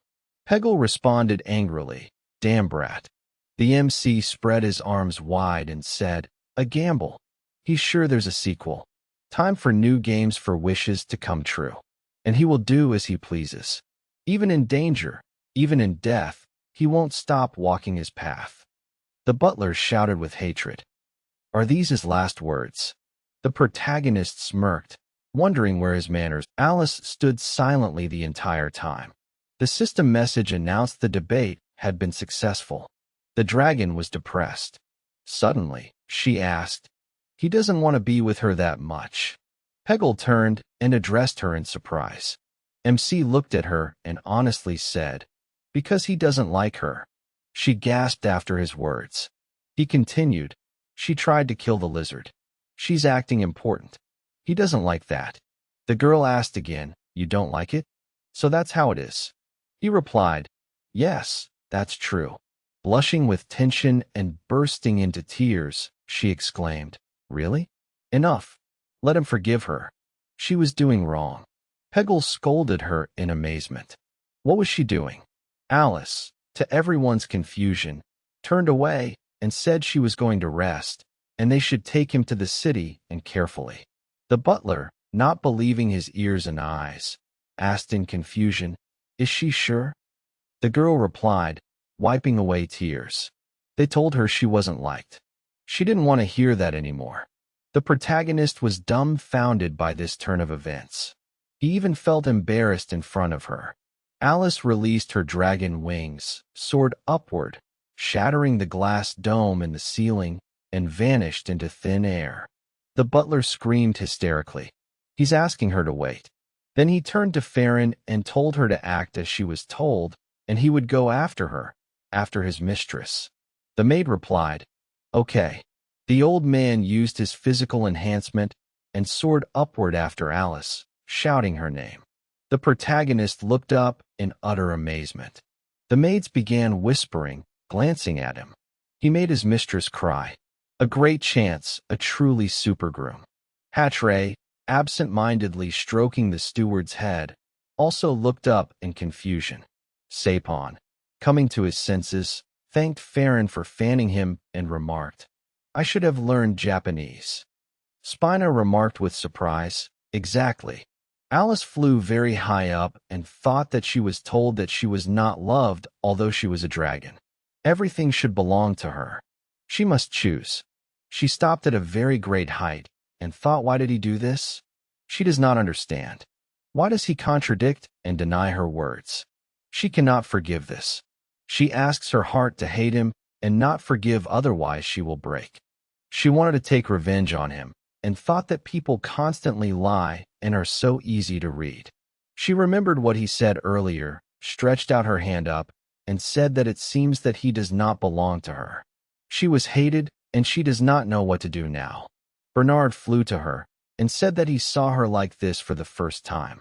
They have to go back. She cannot run away from him. She refused and said that she realized that she angered him. She does not want to feel this anymore. Even though she is a dragon, she does not understand because she can only hold on to everything she wants by force. He called the lady and said that even without the bonds of marriage, there is a way to understand each other's souls. She is the closest to people of all the dragons. She met her killer and has mixed feelings. However, she will go through this stage, grow up, and find the answer to her question. She must not let him go. He is her killer, and he must not be let go under any circumstances. Alice lowered her head and said that she could not do this. She began to cry and said that she had just been told that they hated her. He came up to her, gently lifted her head, and said that she should raise her head. Did she really think so? How is it that a dragon cannot resist one person? Where is her pride? She became very angry about this and loudly asked the old man, how dare he look at her like that? Who is he anyway? He smiled and said that she was a little girl who hid in a corner because of just one rude word from a man. That's who she was. She swung her hand and thought that she would definitely kill him. She's the oldest and most powerful creature that cannot be read either by movements or by the mind. There is no one stronger than her. She struck, aiming for his head, but he stopped her at the last moment and said that she was too slow. He broke her hand, squeezing it. Let go, and she loudly insulted him and asked how he dared raise a hand against his mistress. Bernard said that his mistress was not one to give up so easily. Is she sure of her decision? He does not know how long she will have to try, but he will repeat these words again and again. It is time for her to grow up. He extended his hand and said that the time had come to choose. Will she choose loneliness like the other dragons, or a different path? She held his hand, loudly asked him to be silent, and said that he hated her, and it was not a lie. He must stop. She stops being herself. She doesn't need these terrible feelings. If this continues, he went to her and said that even if she says so, these sufferings and hardships are purely her feelings. She must accept this as a part of herself, like her arrogance, greed, and nobility. She must answer him. What does she want to do with the Dragon Slayer? What does she desire?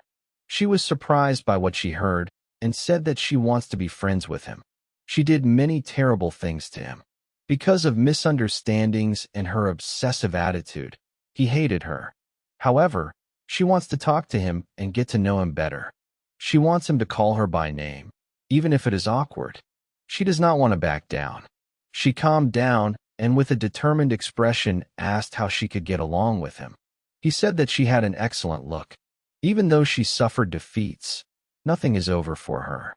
Also, to achieve what she wants, she needs to do only one thing. She must get up and move forward. This is her first test, or rather her first adventure. She must pull herself together, grow up, and learn. No matter what difficulties she faces, she must move forward. However, if she still wants to gather all the dragons together, she must never lie to herself. Then, she must kill this dragon slayer. Only by following this path can she heal her emptiness and get rid of her boredom. Alice's hand quickly recovered, and he said that this is why people go on adventures, and she is a dragon who is so close to people. She simply must see all this beauty. What landscapes does she dream of seeing along the way? Well, it's time for them to go back. She said that she was a little worried. Bernard said that there was no need to worry, he would support her in this adventure. Even if he had to put his life on the line, he would protect her.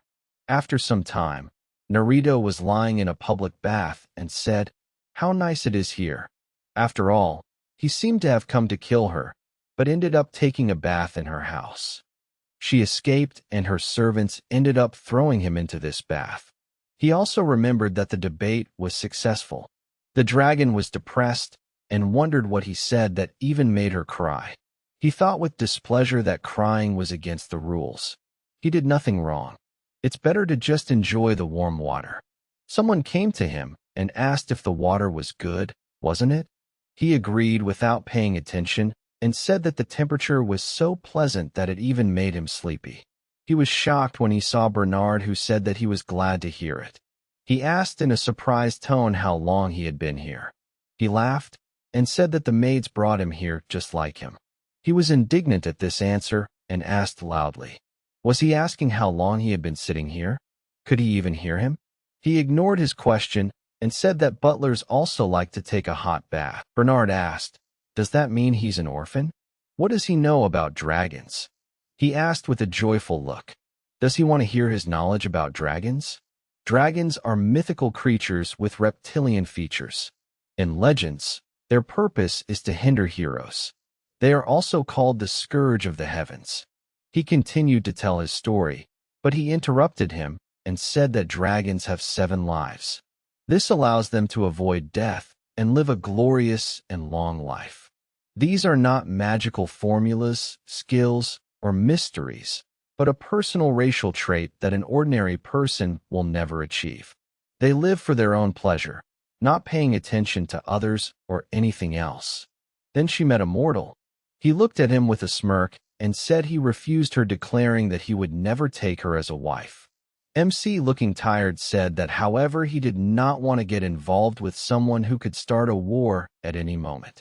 Suddenly, he stood up, called him, bowed, and said that he apologized for his earlier rude treatment. He dared to threaten, attacked him. Old age completely clouded his eyes. Therefore, he will accept any punishment. He was very worried about this and loudly asked him to raise his head. He said with a satisfied smile that he was so generous towards him. However, he had one request of him. He grabbed his hands, and he screamed loudly in pain and loudly asked to let him go. He said loudly that he was grateful that he had forgiven him and allowed him to express his request. He asked to give the young lady another chance. He was not obliged to marry her, but asked at least to become her friend. He had served the lady for over 100 years and had never before seen her show even an ounce of interest in a living being. This was simply an incredible rarity. This means that the mistress is finally growing up, and he doesn't want everything to end like this before it even begins. He asked him to calm down with a confused look and said that it seemed like everything was serious.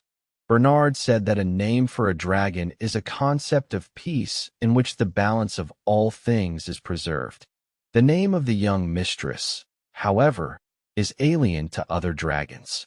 The desire to transform something into another state through the collection of love, a heart that tirelessly searches for something, a collector, the balance that the mistress controls.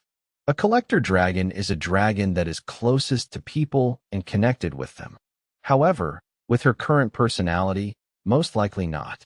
She may ultimately choose loneliness, which is unacceptable for her. She needs someone who will put her in her place, guide her on the right path, tell her how to behave, make her grow, and only he can do that. Naruto asked, however, why can't he become such a figure for her? He said that he was only a servant and could not constantly contradict her. However, He was a human, and he would be able to show her how important it was for her to have a connection with people. Besides, he was not the easiest person. He refused to fulfill his desires, declaring that all adversity and his path belonged to him. This is exactly the kind of man a mistress needs. He said with displeasure that his mistress was ready to arrange fights to the death for fun. Bernard was worried about this, agreed, and said that dragons were cruel by nature. However, he was confident that a kind young man like him could change her. Wait, his words were already akin to an excuse. He thought it was understandable. She was doing everything to dispel her boredom. She reminded him of himself in childhood. He turned away from him and said that it seemed rude to ask him for such a thing. The protagonist said that, to be honest, he did not do very well either. After all, he himself once killed her and almost killed her now. You could say that he was also to blame. He saw his reaction and loudly asked him not to cry. He said that he impressed him to the depths of his soul. He grabbed him by the shoulders, began to shake him hard, and asked loudly, "He is not deceiving him, is he? He means that he will give the young mistress a chance." He said in a worried tone that it was true, but maybe he should stop shaking him. Before running away at great speed, he said loudly that then he would leave them alone. He still had a chance to improve. Alice stood behind him and said that this old man was one of the strongest servants. He could easily disappear into the shadows and run away at super speed.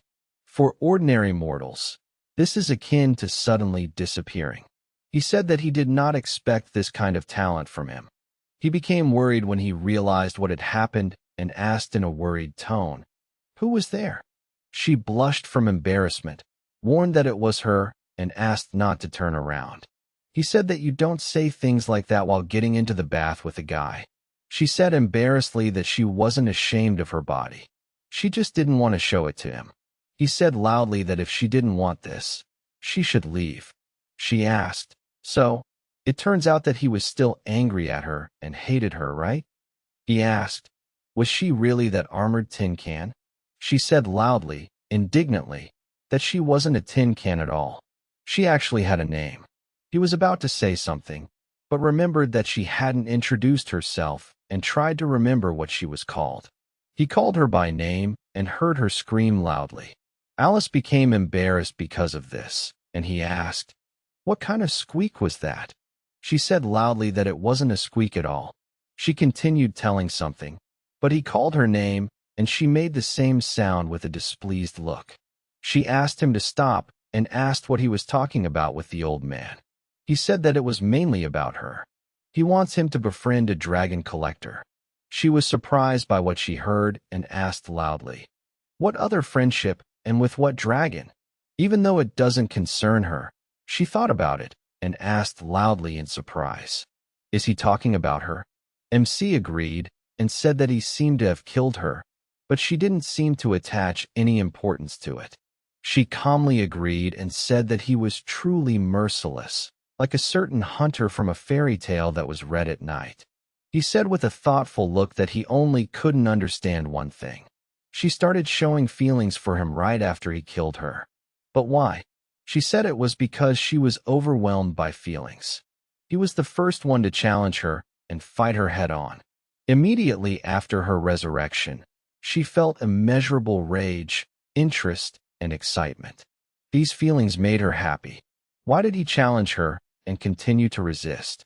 These questions filled her head, and this gave birth to an overwhelming desire to know everything about him. These were her desires, but she was already completely confused. She wanted to get him all, not being afraid to use her power and influence. However, in the end, she was afraid that he might simply hate her. He thought that he was the same. If he had not met them, he could have become like her. Alice said that she knew. It sounded strange, like she was some kind of crazy. He thought that if they were in his place, they would have acted exactly the same. He said that this was not so. These feelings were normal. Wanting to be needed by someone. The desire to be surrounded by friends. There is nothing wrong with that. He extended his hand to her, introduced himself, and said that his hobbies were reading books, playing games, and relaxing in nature.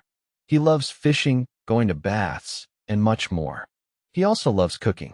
He dreams of building a house by the lake. She was confused about this and asked what he was doing.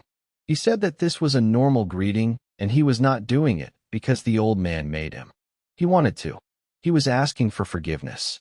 He would not marry her, but he could be friends with her. His hand began to shake, and he thought that he should behave properly. Why was he even talking like some girl?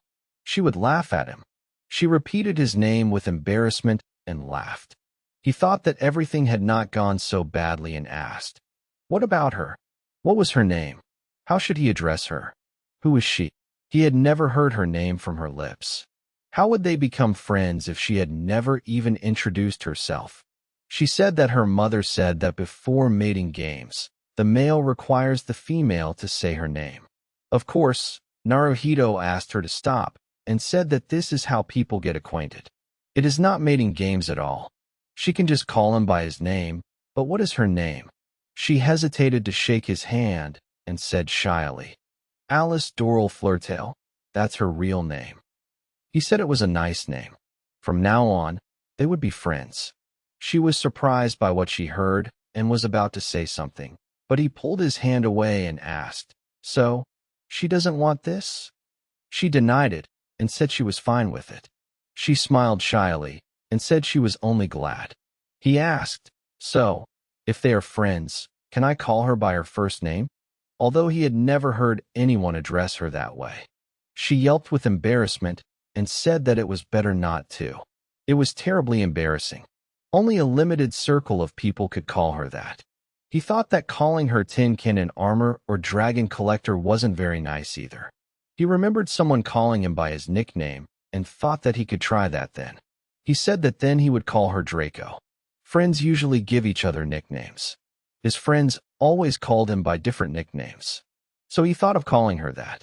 She happily agreed and said that it sounded nice he could call her that. She was happy with this, and he thought, did she seem happy? She happily wondered if she could get so close to him that they thinking about this, she was all aglow. He looked at her with a confused look and said that she literally heated the water with her body. After some time they were sitting in the hall, and he with a displeased expression on his face said that it felt like he had been boiled like a lobster. Bernard with a satisfied look said that the lady had not been so feverish with happiness for a long time. Alice, embarrassed, said that she had behaved so immaturely. As an apology, they prepared him a delicious meal. They brought him dishes, and he said that he could eat without embarrassment. After all, such a festive event had happened today. The protagonist tried it, and was surprised to find it delicious. She said with a happy expression that headmaid Farron only prepared the most exquisite dishes. He said the meat was incredibly juicy, and he wondered how she made that sauce. She quickly approached him, called him a dear friend, and said he had excellent taste. Few people in this mansion truly appreciated her cooking. She was very happy that he liked her dish. Special spices were used for the preparation, which could only be found in the capital. He asked if it was incredibly expensive. She agreed and said that by selling a couple of jars of such spices, the merchant was able to build himself a luxurious house. When she asked about the inflated prices and rarity, the merchant said that shipping by sea was to blame. Merchants have to fight monsters to save the cargo. He asked worriedly, was there really no other way to deliver the spices? He thought that they had a huge bath, a toilet, and delicious food. Something was wrong. Bernard called him a dear friend and asked if he couldn't help but notice his education. Still, where was he from? He said with a thoughtful look that he was born in another world and was summoned to this one. They do transfer people from another world here as a result of some ritual, right? Alice called his name, and he leaned towards her and said that they received a report from the guild where her dear friend was previously registered. Before becoming an adventurer, he received a strong blow to the head while being a slave. Baron called her dear friend with regret and said that he had to go through so much. He wondered. I wonder what he meant by summoning him from another world. He should be careful with his words, otherwise they would think he had gone crazy. She asked, More importantly, where does he want to go now? He said that he didn't know where he needed to go, but he was looking for someone. There was something in his things. Bernard brought it and asked, "Is this what he was talking about?" MC looked at it and said that it was the necklace of return and the token that he took from Draco. He gave one to Lazar after he killed her. She laughed and said that he received it as a reward for killing her. But how did he get out of there? He said that it would be a rather strange story. After defeating her, he met a strange woman. Before he realized it, dragons will keep their promise no matter what.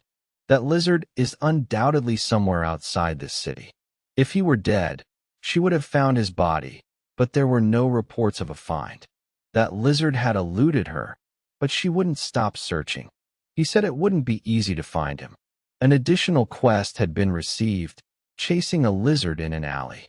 The goal was to explore the location, the city of Agato, the slums. He read it, and said with a smile that it seemed they could handle it. He finished eating, thanked her for the food, and said it was delicious. He was grateful to them for the hearty meal and the warm bath. She asked if he was leaving already. Naruto said she shouldn't be so sad. If he needed help, he would come see her again. She asked if that was really true. He said he wouldn't lie to his friends. She believed him, and he asked if he needed to change and if she could give him his clothes back. She snapped her fingers and called the old man. After that, Farron brought his suit and said that the clothes belonged to the survivors of the second tier, like an adventurer group. She bought these clothes from a merchant with whom she had discussed raising the tax. He looked at it with admiration, and Alice said that when she was trying to find him, she discovered these clothes. How did he like it? Bernard said that he admitted that these clothes were quite unusual. The people from the workshop begged him to give them this suit for research. She agreed and said that she would also share treasures with these dwarfs. She snapped her fingers, called Farron, and she agreed to it. She very quickly began to run around him, put on the suit, and said that the preparations were complete. His clothes would stand out too much, so he should take this cloak with him.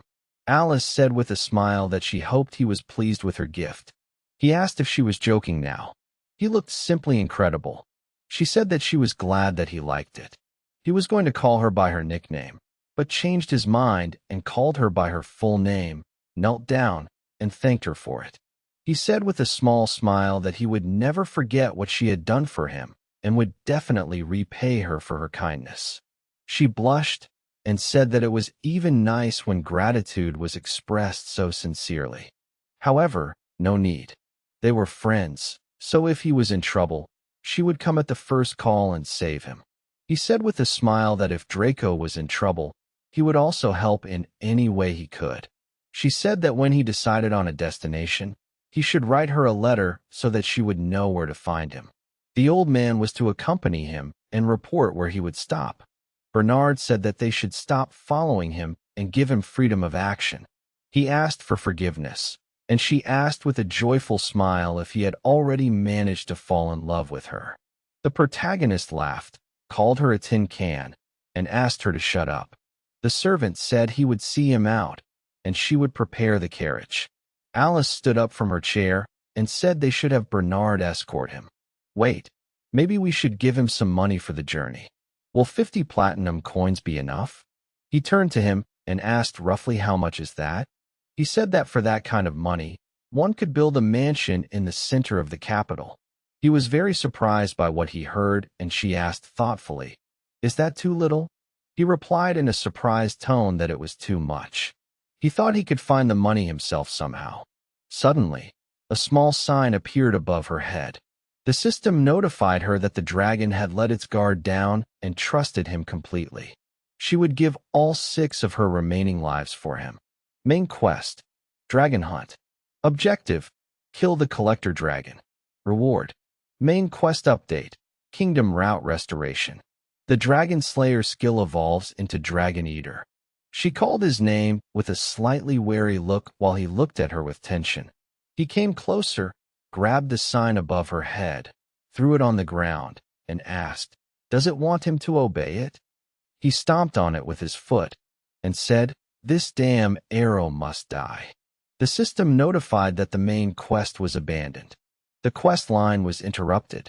Sometime later, he was riding in a carriage with Bernard and said that he looked incredibly pleased. He said with a smile that for the first time in many years, he saw the lady so pleased.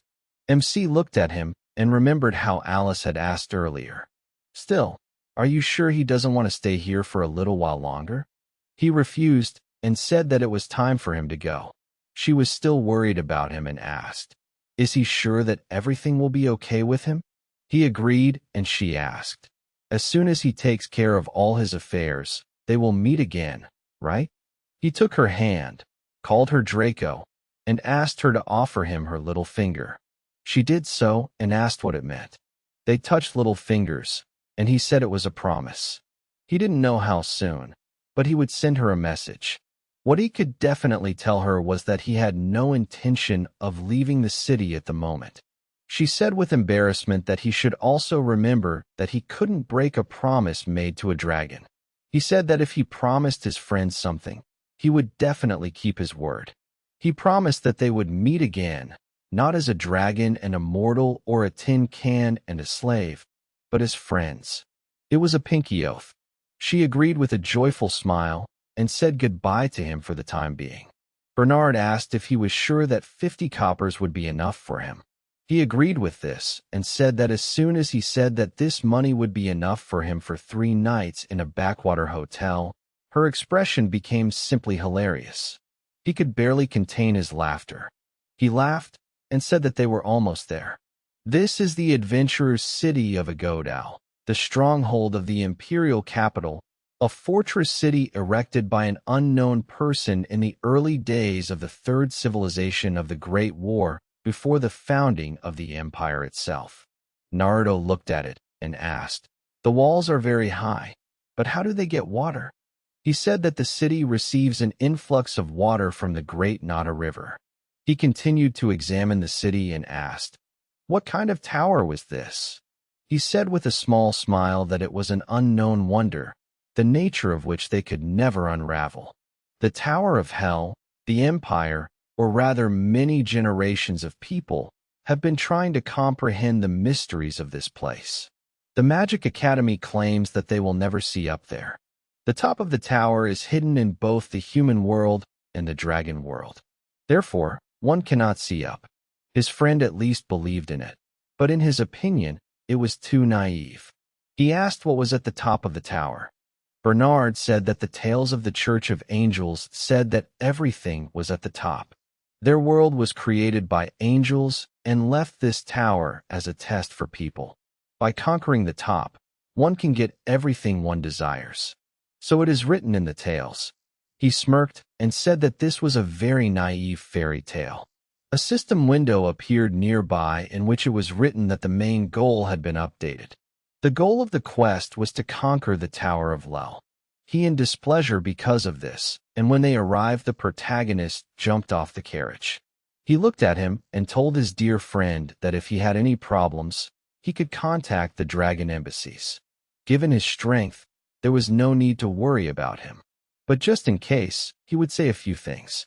The fortress city is a huge place and is home to many different people and races, so he needs to be on his guard.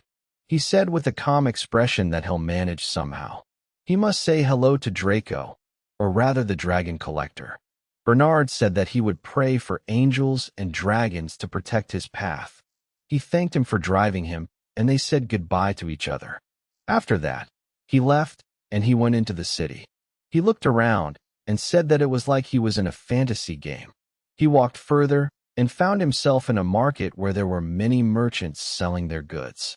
He smiled and said that it felt like after the tutorial he had ended up in the starting location. He boarded the fountain and said that so he had a lot of things to do, but first he needed to find his friend. He ordered the arrow to find him, and the system announced that they were chasing a lizard in the slums. The goal of the mission was to find Lazar in the city of adventurers. It started moving, and he thought that it usually didn't let him down. If this thing wasn't destroyed, he would use this power to the fullest. A child crashed into him, quickly ran on, and asked for forgiveness. The system announced that a side mission had been received. The goal was to catch a pickpocket. He started looking for his wallet, and a man standing next to him said that he was very unlucky. Children from the slums begged from everyone here. He should be more careful next time. He realized what had happened, turned around, and loudly said that it was his money. He ran after the arrow, pointing to the pickpocket, and loudly demanded that he stop and return the money. He chased him for a long time, and in a serious tone loudly said that if he stopped now, he would save a couple of his teeth. He looked at him and wondered if he was really an adventurer. At the same time, another child in the city was looking at a bird, and Lazar sitting next to him said that it was quite noisy today. They should get back soon. They waved at him, and the older child thanked him and said goodbye. He also waved at them, came out of the ruins of the building, and thanked someone. This is where it all began. MC's first day in the open world. Continuing to follow his desires, starting his amazing adventure. He began to catch up with the pickpocket and loudly said that he wouldn't leave him alone. However, he used the acro speed skill and escaped unexpectedly quickly for him. He climbed onto the roof of a neighboring building, apologized and said that, however, he also needed to eat something. He turned to him and asked loudly in a displeased tone, "Is he kidding me?" At the same time, a girl named C was sitting on a high wall and watching him from a very long distance. Before that, she remembered how earlier she had come to Kenosa's office, who with a joyful expression on her face, had said that it was a lovely, charming platinum coin. It seemed so small, but how much happiness it could bring. However, how tired she was, squeezed like a lemon. She clutched her head and loudly said that the dragon collector had been killed and the wedding had not even taken place. Why was it necessary to choose this black-haired fox-eyed Herod as a husband? However, the Dragon Council had paid her generously. Who was she to judge a woman for her choice? Let her play with him for a while and be done with it. A priestess approached her, called her over, and asked if she was putting so much effort into fulfilling her mission. Maybe she should rest. She looked at her robe with a small smile and said that she was certainly a good girl. She had come up with a robe with slits for the ears. She was a little confused by this and asked if she was even listening to her. The church is certainly strong, but their power is not absolute. It can lose everything at any moment. That is why she will do whatever it takes. Fulfill any order. All this for her beloved and beautiful money. However, what does it mean to follow your desires? Why does she let him do whatever comes into his head? S stood nearby and thought that the bishop was especially noisy today. Kosa turned sharply to her, called loudly, and said that she must keep an eye on the dragon slayer, and if he gets into trouble, she must save him. You can consider this her gratitude for the money she received. At the moment, she sat on the wall and thought that what a difficult person she was. It seems he can deal with the pickpocket on his own. At the same time, Naruto followed the arrow and the pickpocket was caught by several bandits who said that if he wanted to pass, he had to pay. They knew he had it. He loudly asked to be let go, but they hit him hard several times, pinned him to the ground, and said they would have to charge him extra for his disobedience. They took the stolen wallet from him and said that he seemed quite rich. Then they would take everything. As a precaution, they should break his bones. However, his face resembles a girl's.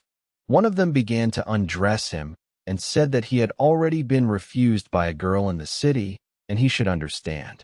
He loudly asked to be let go, but the bandit didn't listen, kicked him, and loudly ordered him to be quiet. They were very surprised when they heard very loud sounds. The bandit turned around and noticed that his comrade had been thrown into a bush. The remaining bandits were very surprised when they saw the protagonist walking towards them. He looked at the bandit with his wallet with a frightening grin and said that it was his money. He quickly ran up to it, threw it up, and loudly said that this money belonged to him. He went to the last bandit, who said in a frightened tone that the raven himself was standing behind them. He should think twice before attacking. He didn't have time to finish because he didn't listen and hit him on the head with his fist. He was a little worried because they weren't moving and asked if he had overdone it. They were breathing in there, weren't they? He was sure they would be okay. He took his wallet from them, and the pickpocket said that he should do it already. If he intended to punish him for theft, he should just do it quickly. I wish he had that kind of strength too. He was confused by this, and thought that now he felt somehow bad since he thought that he would make fun of the weak. He came up to him, sat down next to him, and calmly asked how old he was at least. He said with a worried look that he was 11 years old. Is he going to break as many bones as he is old?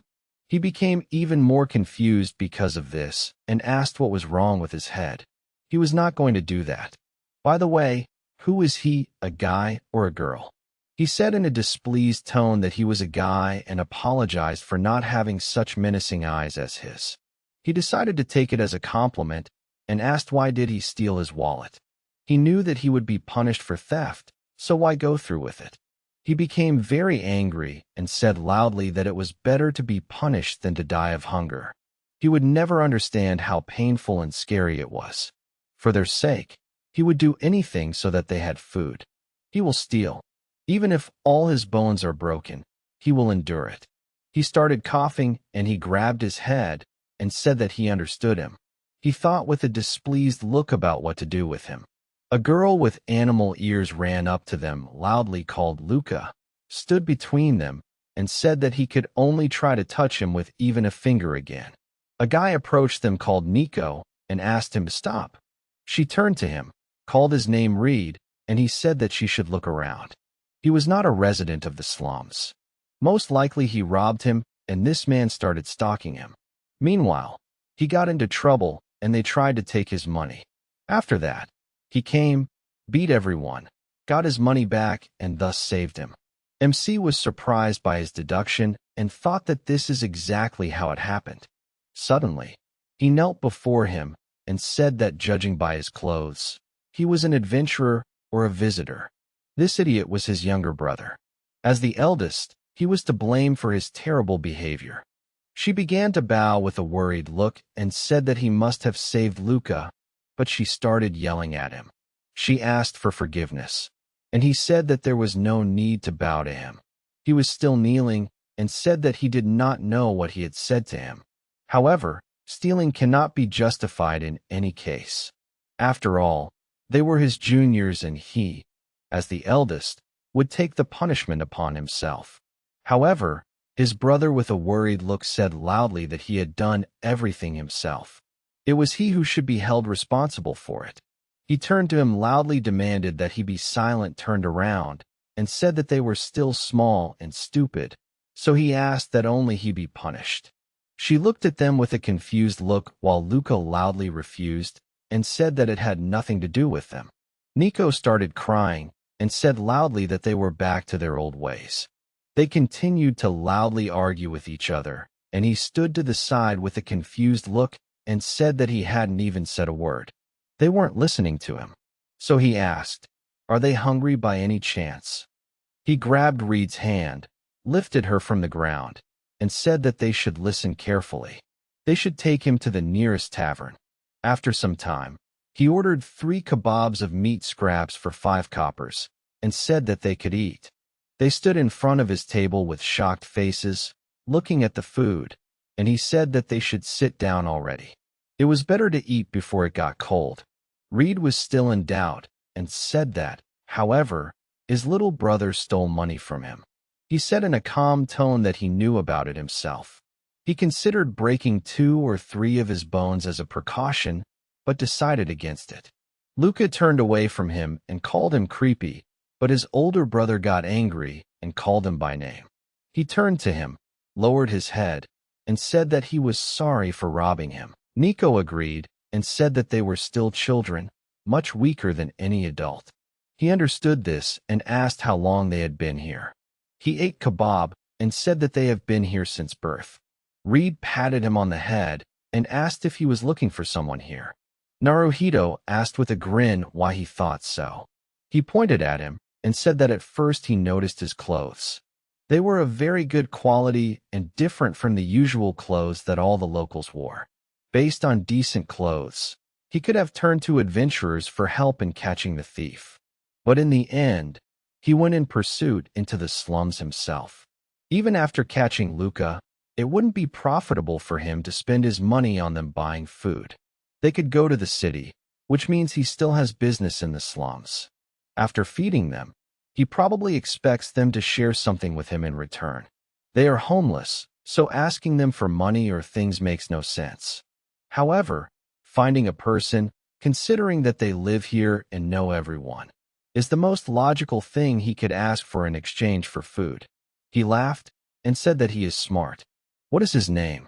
Reed introduced himself and said that he was the eldest of the children taking care of all the children in the slums. The protagonist said that it was thanks to him that all the orphans could survive here. Luca asked if that was too rude. He said in a displeased tone that it was not for him to teach him manners. He was scared because of his intonation and he thought that it seemed like he hadn't said anything out of the ordinary, but he was reacting that way. He had wonderful intuition. He took out his wallet and said that he was right. He was looking for someone. He put a bag of money on the table and said that it was an advance. If they completed his task, they would get more. Nico called him over with a joyful look and said that this was a big task. The first time in a long time they were given work. He asked doubtfully, was he absolutely sure? His younger brother stole money from him after all. He pointed at him and asked, he's in charge, right? He doesn't think he's brave enough to steal money from him. He pointed his finger at Luke and said in a frightening tone that if he did something like that again, not only he, but all his loved ones would pay for it. Reed, with a slightly confused smile, said that as far as he could see, he was not one of those good-natured people who just throw money around. Then why would he get involved with people like them? He calmly said that when making deals, it is important to understand who you are working with, and that is the right thing to do. They see him as a duck who can lay them golden eggs. He sees them as ragamuffins, ready to do anything to make money. He needs to find a person, and they need easy money, and he is ready to pay them. So, how much will they agree to? He loudly asked him to wait, and said, so that they set his price. He did not have time to finish because MC said that this was a wrong judgment. An important rule in trade is that it is the seller who sets their prices. They should value their work themselves, and not others should put their price tags on it. He thought about it with a serious expression and said that their price was 5 coppers, and there was no guarantee of finding the one he was looking for. He shook his hand with a smile, agreed, and said that he could consider the contract signed. He said with surprise that this was the first time he had set his own price for a job. Nico approached him and said in a cheerful tone that they would receive a whole 5 coppers. He said that he apologized for interrupting them, but they should get back to the essence of the order. They were to find a humanoid lizard. He asked, was he talking about lizard men? He said that it didn't matter which one was correct. The main thing was that they understood him. Reed thought about it and said that about a month ago there was talk of a lizard men settling in their slums. He hadn't personally crossed paths with him. However, he is quite famous. So much so that a raven is looking for him. This caught Naruhito's attention, and he said that it was the name of a criminal guild. They mainly accept orders for robberies, murders, and kidnappings. He looked dissatisfied and wondered what he had gotten himself into if a criminal guild was looking for him. He said that adventurers and warriors of the angelic church were also looking for him. According to rumors, he helped a guy kill a dragon. He wondered if they were looking for him because of him. The guy who had met Lazar earlier approached them and said that he didn't expect to meet them. They turned to them and named Paolo and Shuro. Nico approached them and asked why he came here. He was surprised and said that she smelled of food. She said that if he wanted, she could share, but there was little left. Reed approached him and said that this wouldn't do. He should eat his portion. He ate, went up to the protagonist, bowed, and thanked him for the meat. He raised his head and said with a smile that he had managed to eavesdrop on their conversation. He must be looking for Mr. Laser. He was surprised by what he heard. and the system notified that the additional goal of befriending the orphans from the slums had been achieved. The side quest had been updated. The orphan route had been chosen. The fate of the orphans would soon change. Paolo said that he could show them where he lived. He approached him, sat down opposite him, and asked, "So, he knows where he finds it? Okay, they can show him the way." Reed bowed to him and apologized in a worried tone. He led them to a ruined building and said that they had arrived. Nico looked around and asked if he had been here before. He looked around and said that it was a house next to a sewer canal. He could easily hide from pursuit if necessary. That was smart. Luca, looking worried, said that they could go check if he was there. He stepped forward and said that there was no need. I think he was there. They completed their job, and that's where their paths diverged. They wanted to say something, but Reed agreed to it, took the money from him, and said that if he needed help, he could find him and they would help. They started saying goodbye to him, and he agreed, waved his hand, and thought that there was no point in contacting them anymore. He entered the destroyed building, and the system notified that the task had been updated, find traces of Lazar. He began to examine the room, and thought that the coals were still warm, which meant the fire had gone out recently. He felt something strange and used magic around him. He found him hiding with a knife in his hand, and asked how he dispelled his shadow. MC called his name and asked, "Isn't that him?" They hadn't seen each other since the battle with Draco. He put the knife away with a surprised expression and said that this couldn't be. He grabbed him by the shoulders, started shaking him hard, and asked loudly, "Isn't that really him and still alive?" He said loudly that he would not live long if he shook him like that. He and the old man had a habit of shaking him until he was dizzy. Laser apologized and asked if he had a lot to tell him, but maybe they could talk in a different setting. He said he had just the perfect place in mind for such a thing. After some time, they came to the square where he told them what happened, and he asked them to wait and asked if he took the dragon's life. Met a strange elf with silver hair and a muscular old man. He had so many questions and few answers. He was going to ask about Draco, but Naruto said that Alice gets embarrassed when a stranger calls her by name. He said in a confused tone that as soon as he escaped, he took the dragon's life and even made her his friend. He apologizes. It's just that common sense has clearly abandoned him. Even if his story sounds like a fairy tale, he believes it. He is glad to meet him again. Maybe he shouldn't have hidden so hard. He said with a smile that even Draco praised him for his ability to hide. By the way, he had been hiding for a whole month. Lazar was surprised by this and said that it felt like only a couple of days had passed. He had heard that time is distorted inside the Hle Tower. This is due to the fact that travelers find objects and relics of past wars. This tower is a special place for this country. The protagonist said that there are a lot of treasures there. It's not for nothing that this city is called the City of Adventurers. He asked, after all, there's little common sense in this situation, right? He agreed and said that he would remind him that he is from another world in the first place. What common sense is there? He said that to be honest, it's not that important. He's a good guy and the one who extended a helping hand to him. Everything else doesn't matter. That's why he shouldn't mess with him. He was confused by this and asked why he was suddenly saying such things. He said that it was because he was a dirty thief and a lizard man. He said in a calm tone that he didn't care at all. He sighed and asked if it was a boring story, but could he listen to it? Having received consent, he said that the country where he came from was called Shadow Fawn. Whether he knew it or not, the lizard men were a race that arose from the mistakes of the past. All of humanity despised them. They had no home. No one even wanted to hire them. However, in a country where a civil war was raging and the whole situation was unstable, he was useful, a gift or a curse. But he also possessed the power bestowed upon him by the villainous Angel Floria. She loved him and he used his powers, taking on various terrible jobs, only confirming the stereotypes about his race. But he does not intend to justify himself because this is the path he chose himself. He is just a dirty thief who made a living by causing others suffering. MC laughed at what he heard, apologized, and said he just felt like he was too honest to be a villain. By that logic, causing suffering to others is no different from a villain. He made money by ending lives to achieve what he wanted.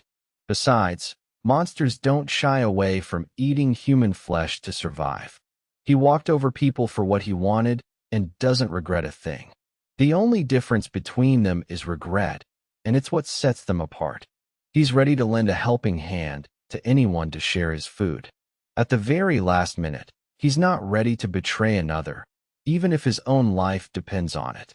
Even if the whole world howls about how bad he is, he knows who he really is. Lazar was taken aback by his words and said he wanted to build his own house by the lake. That's what he dreamed of when they were both facing death. Naruto said that if you think about it, they were very lucky. Few people shared his desires, much less shared such secrets with him. He survived and now intends to fulfill this dream. He agreed to this, and he said that the people to whom he caused so much suffering would never forgive him. He said with a smile that he, however, could forgive him. He covered his face with his hand and said that he would bring him nothing but misfortune. He chuckled and said that in fact he brought 3 times as many problems. He said that besides this, a raven was haunting him. The protagonist asked if there was really something scary about him. We're not talking about them now. They're talking about dreams, not birds. He should listen. Is this raven scarier than the dragon? He was confused by this question, thought about it, started laughing, and said that indeed he was right. After a skirmish with the dragon himself, the raven was like a child's bedtime story for him. He asked with a confused look why he started laughing. Lazar said with a smile that it was just his train of thought that was hilarious. He even felt like crying, but he was still glad that fate had brought them together. He shook his hand and said that it was true. He wanted to open his own store by the lake. Their desires were really similar, and he also wanted to achieve this.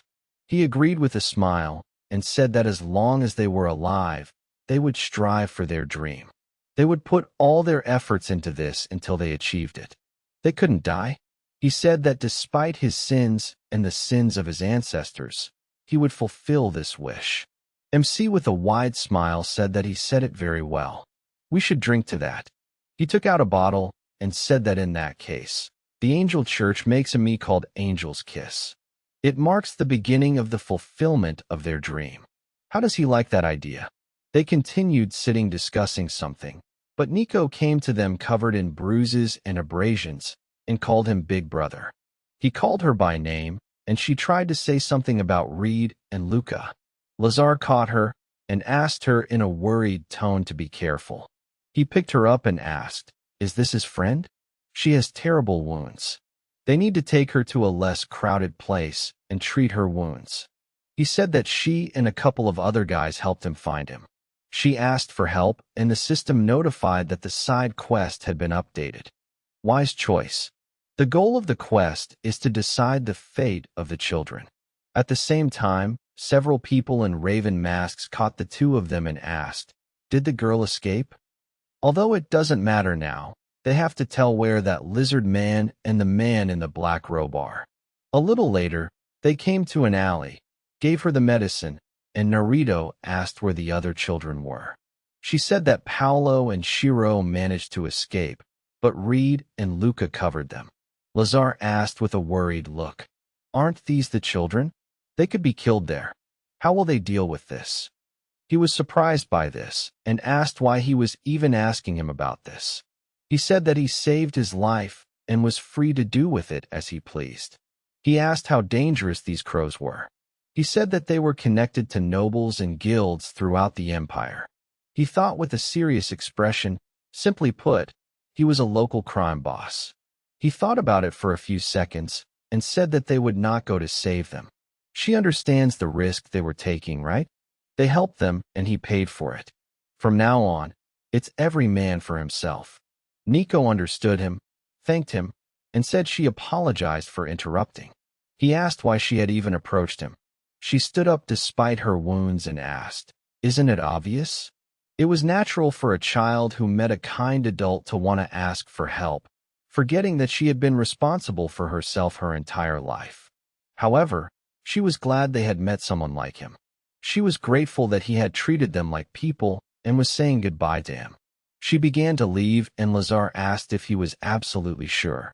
He was tense about what was happening and wondered why she had thanked him. He looked at her, and a system window appeared, stating that he had received a side quest, a wise choice, and the fate of other people's children. If he wanted to leave the slums safely, he should refuse to help the children.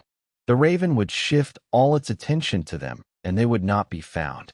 If he wanted to continue living a peaceful life in the city of adventurers, he should avoid any contact with the crows. They would spare no one who stood in their way. He thought with a serious expression that there was no point in helping them.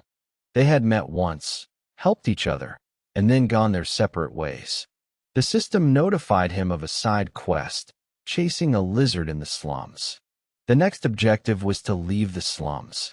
He recalled everything that had happened and thought that the wisest course of action would be to simply leave.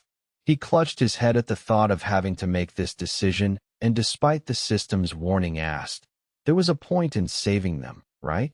Lazar asked what he thought about it.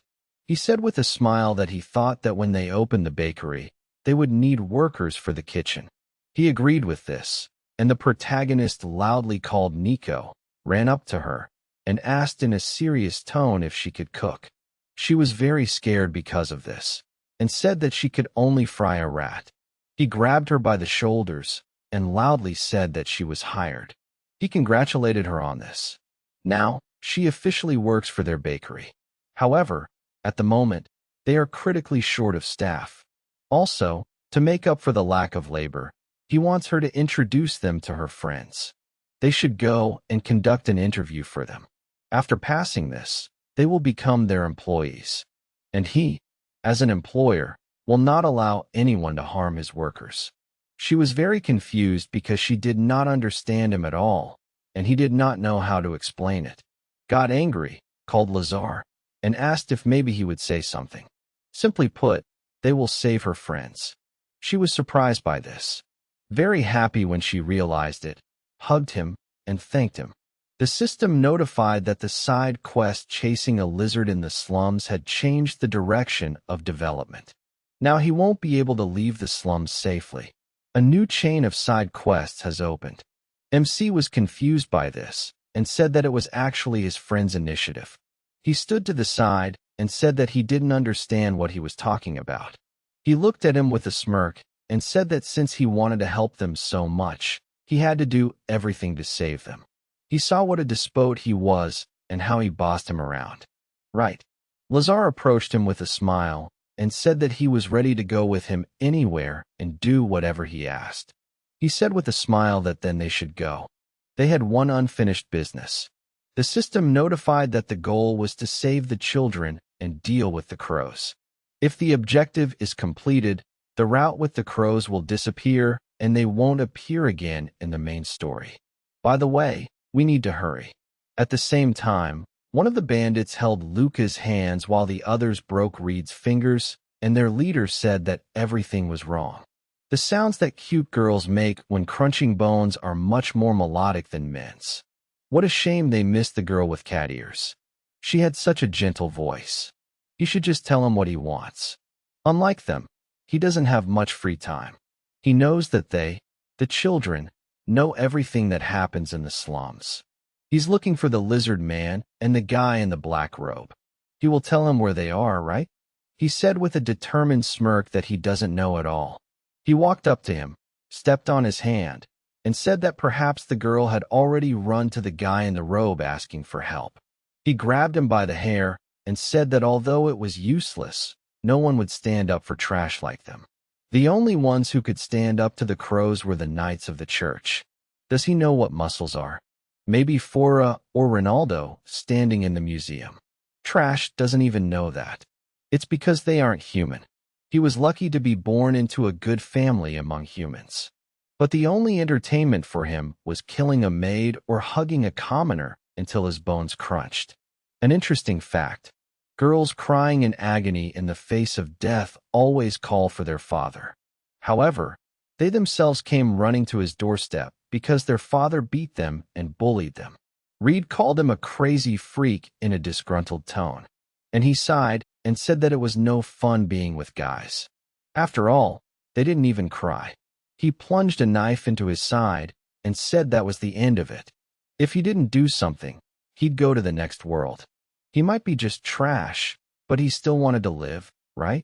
Luca ran up to his brother with a worried look, called his name, and he said they could come to an agreement. They would tell him where the guy in the robe and the lizard men were, and he would save his life. Reed begged him not to do it, but when the bandits started threatening him, Luca loudly declared that he would tell them everything. They must be in an abandoned mansion in the old district next to a sewer canal. The bandit kicked him in the stomach and said he didn't like the answer. -5 points. He was very worried about this and said that he swears. They took the man in the robe there and parted. Now he doesn't know where they are. The bandit said that although it's the old area near the sewers, they didn't look there. What will they do with these two? They will die anyway. He doesn't see the point in wasting time on them. He asked them with a worried look to wait, and said that they had an agreement after all. They promised to cure him after all. The main bandit started laughing loudly, and said that they should look at his naive face. He should trust people less. They will tell him anything just to get what they want. They need to get to work. The others laughed, looking at them, and asked how much longer this tragedy will last. He should finally die. He feels that something interesting will happen. The bandit said that he bet 1 silver coin that the child will get angry and attack him. The other said he was betting 1 big silver coin that he would cry and do nothing. How boring they were. He bet 2 silver coins that he would fly into a rage.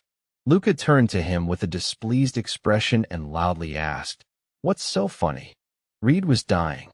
They started laughing even harder, and he asked, "Does anyone care?" This is one of the joys of his job, watching people like them die right before your eyes. However, he was already getting pretty tired of it. He tried to stop the bleeding and wondered why they were laughing, why they were having so much fun. He held his hand and wondered why this always happened to them. They just wanted to live. The bandits said it was time to end the show before it became completely boring. What else can you expect from children? Reed patted him on the head, asked him to stop, and said that the angels would not hear his prayers. The raven walked away from them and asked, "What can you expect from trash who, even on the verge of losing a loved one, can't fly into a rage?" Suddenly, a thick fog appeared in the square, and the children were enveloped in a shadow and transported somewhere. The bandit noticed this and loudly asked, "Where did that trash go?" Naruhito stood in the fog, smiling broadly, and said that the stage was set. He ordered the blade to cut them and began killing everyone around him, but only wounded one of the bandits. He fell to the ground, saw his silhouette in the fog, and MC came to him and asked, still alive, how strong he was. He killed him with magic, came closer, and said that although everything worked out thanks to Lazar, he thought he was too used to using that thing. Still, one should be left alive because he wanted to know how many people were involved. He approached the bandit, turned him over on his back, apologized, and said that he looked better than the others and was dressed more respectably. He found a letter on him, opened it, and asked what he had found. He didn't understand what was written. Maybe Lazar would understand what was written here. A raven approached him from behind, pointed a crossbow at him, and said that he should raise his hands. He raised his hands with a surprised expression, turned to him, and he asked with a smirk, what was wrong with his face? Did he really think he killed him? He asked. Did he put his double in his place? He demanded that he return the letter, and he immediately threw it at his feet. He picked it up, called him a good boy, and asked if he had managed to read anything. He calmly said that he couldn't read. The raven said that he had heard that he used to be a slave, so it wasn't even surprising. How should he deal with him? The protagonist looked at him intently and thought he was sure that he had dissected a guy with the same face as his. Then why was he alive? He asked if he really rose from the dead. He continued to point the crossbow at him and asked if he had killed a whole crowd of people. And then he was smart enough to ask how he escaped death. He should think for himself whether he would answer at least one of his questions. Now he had to tell him where the lizard was. The boss asked to bring him alive. This caught his attention, and he thought that he would like to know more about them. The raven called him strange and said that he was strong, healthy, but with air in his head. However, he seemed to have everything. So why stand up for some rabble and create unnecessary problems for himself? Does he even understand the risk he takes by crossing the path of the ravens? He calmly asked to enlighten him, and he asked if he wanted him to tell. Is it his hobby to play the hero? Is life not precious at all? Good. Because of him, he lost the entertainment of listening to charming screams. He will be obliged to compensate for that. He listened to him, chuckled, and said that this was, after all, his own adventure. It was pretty bad in an adventure, leaving behind the kids who helped him. He asked, what the hell was he even saying? He was about to call them trash, about to say something. But he smirked and asked, does he even understand value? A commander who abandoned his subordinates, turning them into cannon fodder. Unlike him, he couldn't afford to lose his workers. He envied such short-sighted idiots. He said in a displeased tone that anyone who dared to make such sarcastic remarks died very quickly. He provoked him and thought that he had a small crossbow in his hands. This crossbow works well at both long and close range. It is within the reach of the blade, but its ability to immortality is unnerving. Before shooting him, the raven said that if he died, he would have no problems. At the moment of the shot, he quickly ran towards him and the bolt pierced his hand. He quickly ran towards him, threw a knife, and hit him. He was confused by what happened, and he ran close enough and punched him in the chin. He smirked, pulled the knife out of his body, and said that he would get it back. He was about to ask something in a surprised tone, but he said with a smirk that he had come up with an interesting thing and decided to try it on him.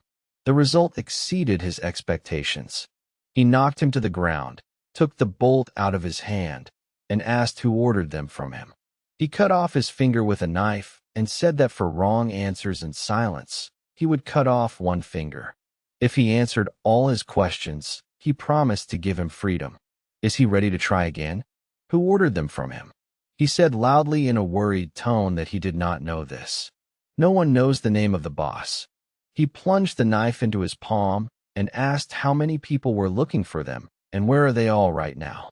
He said in a worried tone that he alone took on this order. The whole organization was hunting for this lizard, but only he caught his trail and did not tell anyone where he was and who he was hanging out with.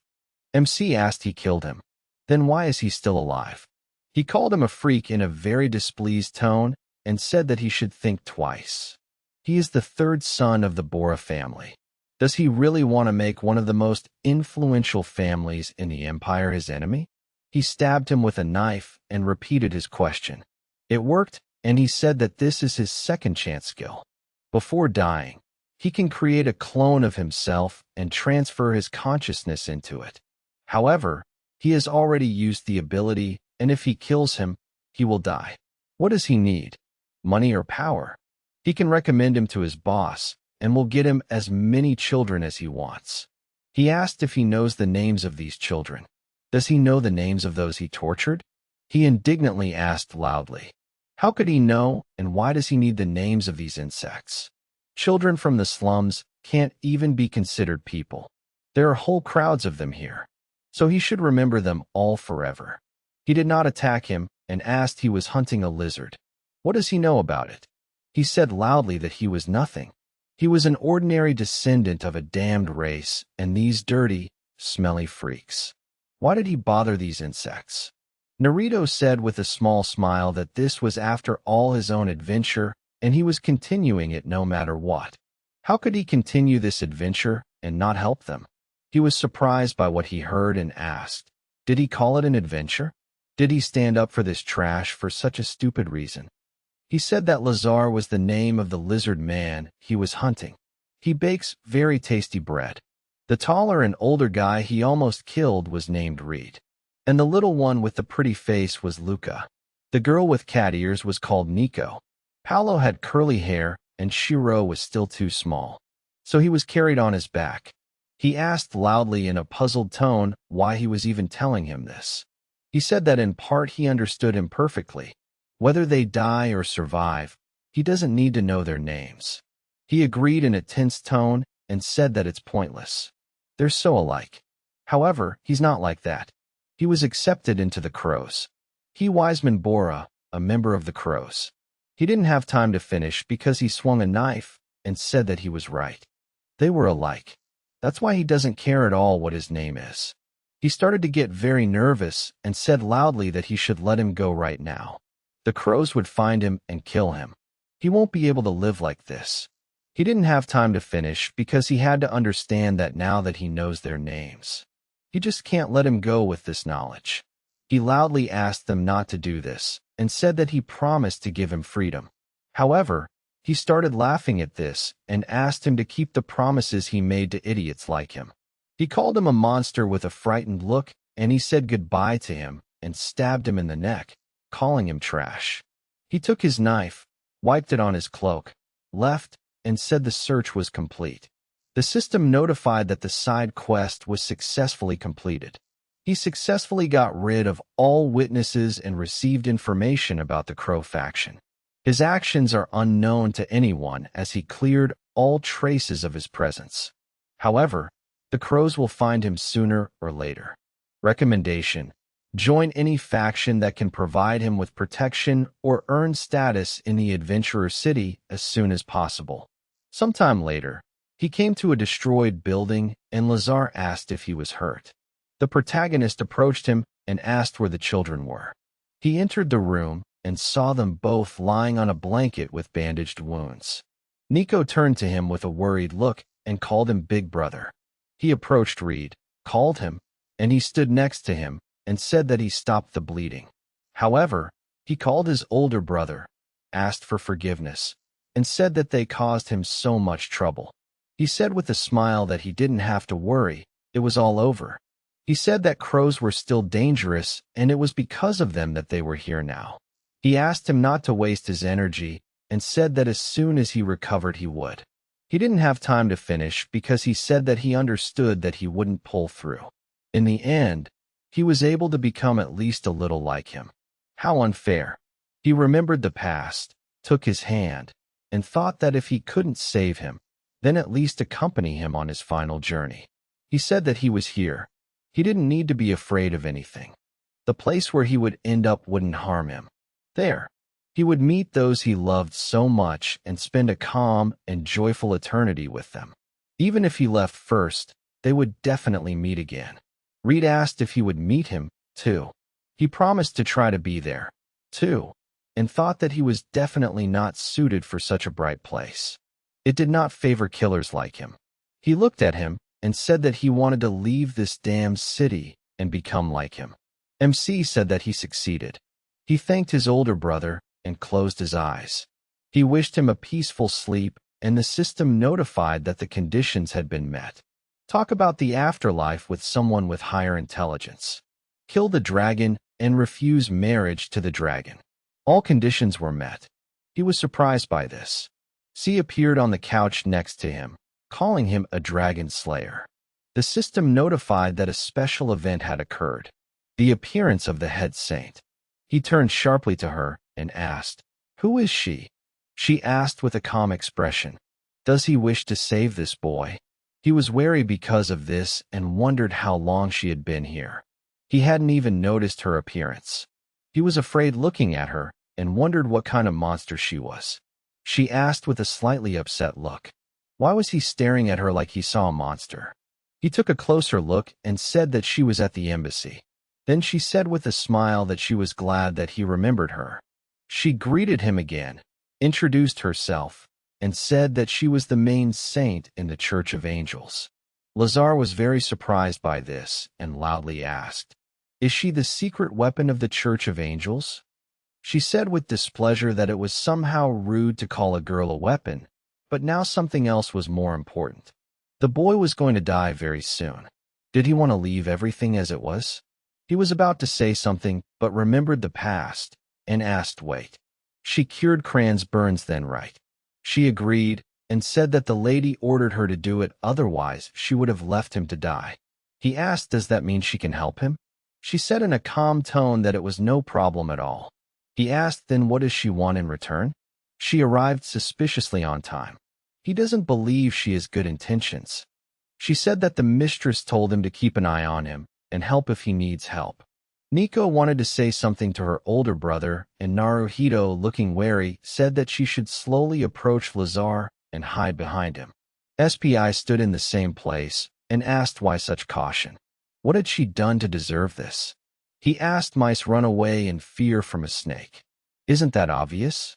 She said it was a very interesting allegory, a good description of the danger from the mistress.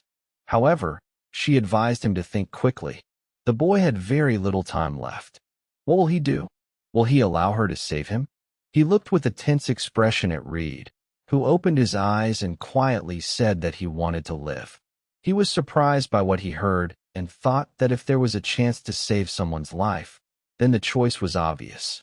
He approached her, knelt down, asked her to save him, and said that he knew what she was capable of and was ready to pay any price if only she would pull him from the clutches of death.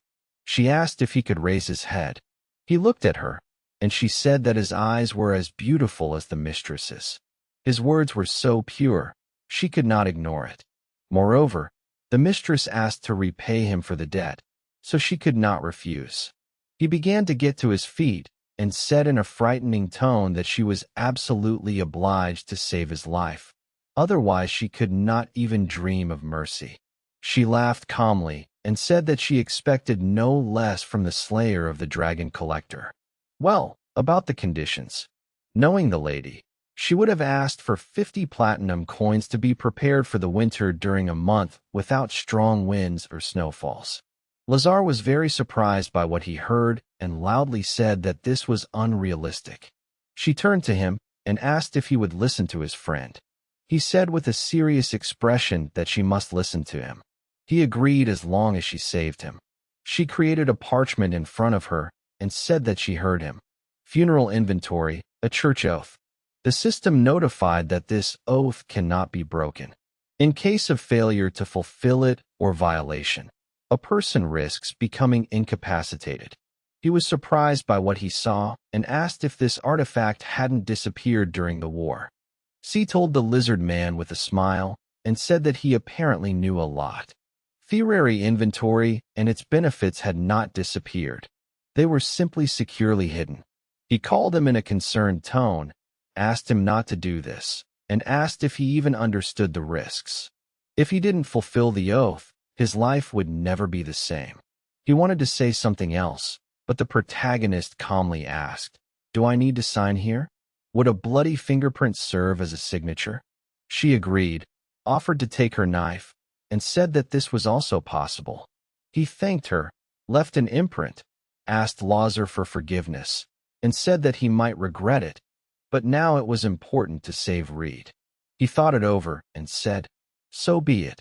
He loudly called out to the Holy Lady and said that, however, he had heard that the church oath could be signed by 2 people. He took the knife, pierced his finger, and said loudly that among them, the lizard man, if a friend decided to buy a one-way ticket, then they would go with him to the end. He left his imprint and asked, "She doesn't mind, right?" He called him an idiot with a displeased expression, and he said that he heard that from an idiot, so I asked with a smile. A lizard man would be willing to go to the bottom for strangers. That's an amazing rarity. So, a dragon slayer and a native of the Shadow Fan Kingdom signed a church oath. The chief holy maiden declares that this oath has become absolute in the name of angels. He said that it would be better for her not to talk, but to heal him quickly. She agreed and began to use healing magic, which immediately attracted their attention. Reed began to come to his senses, sat up, and asked if the pain had gone away. Nico was very happy about this, hugged him, and loudly called his name. Lazar approached him, and asked if anything was bothering him. He denied it, and C said that he was lucky to be back in the world of the living. He should thank the Dragon Slayer. He called his older brother and was about to ask something, but he patted him on the head and said that everything was fine. She called the Dragon Slayer and said that because he showed her something beautiful. She healed her hand, and this boy is very interesting. They both must remember the oath they made. When they get the money, they must take it to the headquarters of the Church of Angels. She disappeared from the building, and they were surprised by what happened. MC fell to the floor and asked what kind of monster it was. Laser grabbed his head and said that she was one of the strongest in the Church of Angels. He met her in person for the first time. He heard that in terms of combat power, she is equal to an entire battalion of holy knights. He said with a worried look, "Draco, old man, now this too." He sighed and said with a grin that, however, he is just as much a threat on par with them. The system notified that the side quest with the Slum Kids route was complete. Reward list. Lazar joined the group because he had completed the Slum Kids route 100%. None of them died, and now he can use them for his own purposes. He earned the Crowler achievement. He unlocked a new blade ability and the hidden quest chain, Fog and Sleep. After completing this quest chain, he will meet someone who will help him unlock the Blad's hidden powers. After some time, Kenosa asked if everything was okay with C. She was very worried and thought that she wasn't stupid. She knew what this could lead to. She could handle it. Everything would be fine with her. She could handle it. She was a holy virgin after all, but she so rarely interacts with people more than she should. Maybe she was okay after all. Kosa was even more shocked by this, and she said with a satisfied smile that for his services he promised to bring 50 platinum coins by winter.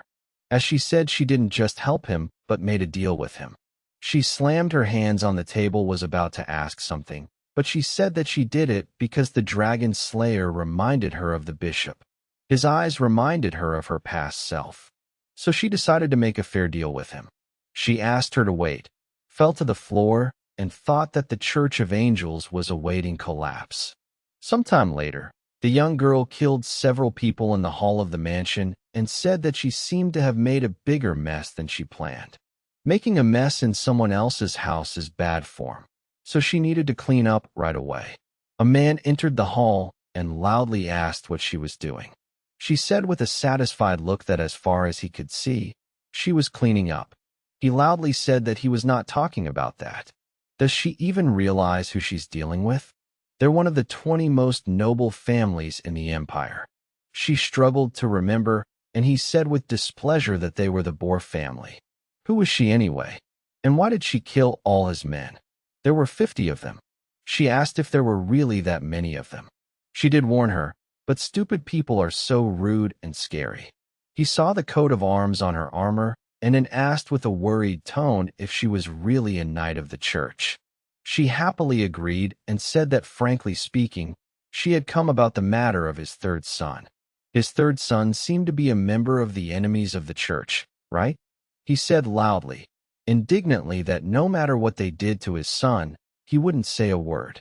And besides, he didn't need to. She said, what touching family loyalty. She didn't expect him to be capable of such feelings. He asked with a worried tone, their target is the Raven, right? She waved her sword and said that destroying the enemies of the church is the job of a knight. He asked loudly in a worried tone, then why kill them? It's not in their interests. She asked in surprise. He still doesn't understand. She came to kill them all. It's as obvious as day. She raised a Church of Angels. This is justice, and anyone who strays from the righteous path is subject to death. Crows are evil, those who support them and their vicious families. They are all subject to purge. He loudly asked her to wait and asked if the church was seriously deciding to go against the nobility. He, a nobleman and a distant relative of His Imperial Majesty, even has rights to the throne. She asked with a puzzled look, did he say rights to the throne? He said that his eldest son had just married. The middle one was in the process of being engaged, and the youngest was only 9 years old. She calmly said that it was such a pity. He asked loudly if she even knew what was happening to the orphans in this city. He said with a sly grin that even though she was a knight, she was still a young girl, which meant he didn't have time to finish his thought because she pointed a sword at his face and said that, however, he shouldn't worry. She killed her eldest son, who liked to take girls apart. She killed her middle son, who loved to abuse the bodies of little girls. She also killed her youngest son, who enjoyed taking apart and putting back together the corpses of small animals like a mosaic. They were all already in the afterlife, and he would go after them all together under the wing of an angel. He was shocked by what he heard, and she killed him with one blow and said goodbye to him. With a joyful expression on her face, she loudly said that she had done a good deed, brought justice, and that today had not been lived in vain. She had an idea. With the help of justice, she could still find out everything about the crows. A girl came to her called Stoa and said that it worked. She was finished, but it seemed she had overdone it a bit. She turned to her joyfully called Clay and asked if she had managed to meet those she was looking for. She sighed with displeasure and said that it would have been better if she had not. There are a lot of lost souls in the garden of this estate. They say the Boar family regularly killed the maids. She asked what they told her. She said that everything matched the information from the archbishop. Wiseman Bora, the third son of the family, one of the ravens. The souls of the recently killed girls saw his tattoo. Sto said with a displeased look that there was nothing but filth around that they had to clean out. How disgusting. She agreed with this and asked what they would do with the Bora family. She was about to say something else, but she said that there was no one left there. They tried to escape, so she killed them all. Although, of course, she first checked through justice to see if they could really be considered evil. Clea said in a confused tone that, however, there were children there. She did not understand what the problem was, and she said that she was asking for forgiveness for always having to do this for them. She did not understand this and said that in any case, now only the third son remained in the name of the church's justice. They are the sword of the powerless, so they must diligently do their job.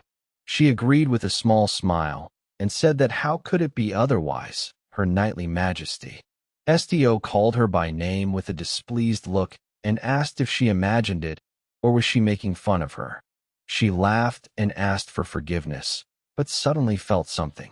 She turned around and said that the souls were rejoicing. She began to use magic and said that she should see it too. She used the pale spear skill on her, and they saw several spirits who said that wise men had died. They laughed joyfully, and she looked at them and said that they helped them learn the truth about him. But now they were free. They said that he knew torment before death. Finally, he got what he deserved. The one who should thank the man with black hair for killing him should be the one. They disappeared, and Clea said that these souls were no longer burdened by anything on this earth. Their souls left this world, setting out on their new paths. She was happy for them. They had suffered enough. Sto said that meant there were others hunting the raven besides them. She called her name, and a knight ran up to them with a report loudly announcing that the Order's secret police had confirmed a massacre in the slums. The bodies were collected, and several black feather tattoos were found on them. They asked if Wiseman Bora's body was among them. He confirmed it, and she said that they should continue sending spies to gather information about the surrounding area. Someone had dared to steal the church knight's loot, and they must find out who this insolent person was. She looked at her and asked if she wanted to get involved in this. She agreed and said that she had already decided everything. They are after all the swords of the Church of Angels. They have only one role. Those who managed to find them earlier are dangerous individuals. They cannot be left unpunished. If they manage to find them, they will need to be interrogated. If they serve justice, that's fine. They'll disperse peacefully. However, if they can't answer their questions, they won't be righteous. And if they turn out to be evil, well, they must continue their admirable mission. Clea said with a smile that she had said everything correctly, The church's precious soared the first night of Stura. I wonder who it was. They know for sure that it was a man with black hair. After some time, Naruto and the others came to the ruins and asked, "Are they seriously living here?" Nico said that Paolo and Shiro must not have returned yet. Luca called his brother and said that everything that happened to him was his fault. Reed put on his cap and asked with a smile, "It's all covered in blood and dust, but it's precious to him, right? They only do trouble for their elders, so they should repay them with kindness." He agreed to this and asked, "But why were they here?" He said, "It happened while he was sleeping." He began to recount to him what had happened and remembered how earlier when they were healed, he called him brother and together with Nico loudly thanked him. He was surprised by the way he called him, and he said that this was how he showed him respect. He would never forget how he saved them. She began to cry and said that when she heard that he would help them, she could finally breathe a sigh of relief. He was confused by this and said that she should not cry. He turned around and said that he should see how they behaved. Lazar, smiling, said that this was the result of his influence. He said that in general he wanted to hire them again. He said in a decisive tone that if they needed to work for him, they would agree to any job. They would not demand any money for it. He hit him on the head with his palm, called him a fool, and said that, as the great bald man said, work without pay is nonsense. His conditions, a full-time position, and for now, various odd jobs. Later, some special assignments, 5 working days, salary at the end of the month, and in advance, bonuses twice a year. Are they interested in this? Reed loudly agreed and said that such work is incredibly hard to find in the slums. The protagonist apologized and said that however he did not intend to stay here. He did not advise them to do the same.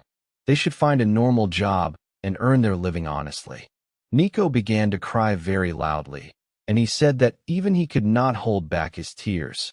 If this was a dream before his death, then he was begging the angels for it not to end. He became very worried about this, turned around, and asked what it was. Lazar laughed and said what a terrible person he was for making the children cry. Luca woke up, asked them to be quiet, called out to him loudly, and asked if he was okay.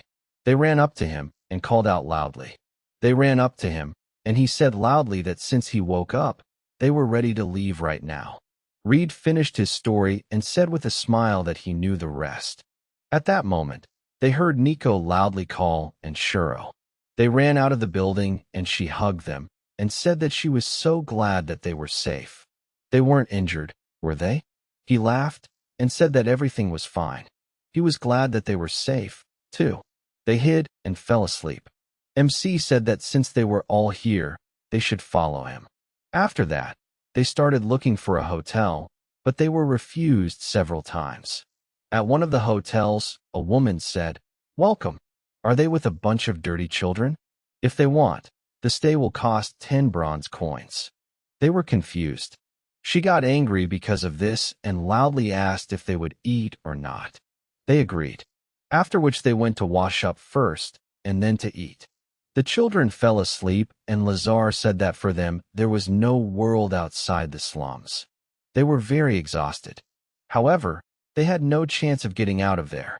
But now they had a strange guy who would protect them. Naruto said that they would still work hard for him. He said with a smile that this did not cancel his protection. He gave them work and a chance to see a new world. Worked a real miracle for them. He remembered how earlier he called Taro and said that they were going on an adventure with him. They would help everyone along the way. He asked with a small smile. It's more fun this way. Right now they should discuss what they would do next. He took out a bottle of alcohol, agreed to discuss it, and asked, however, if he would drink with him first.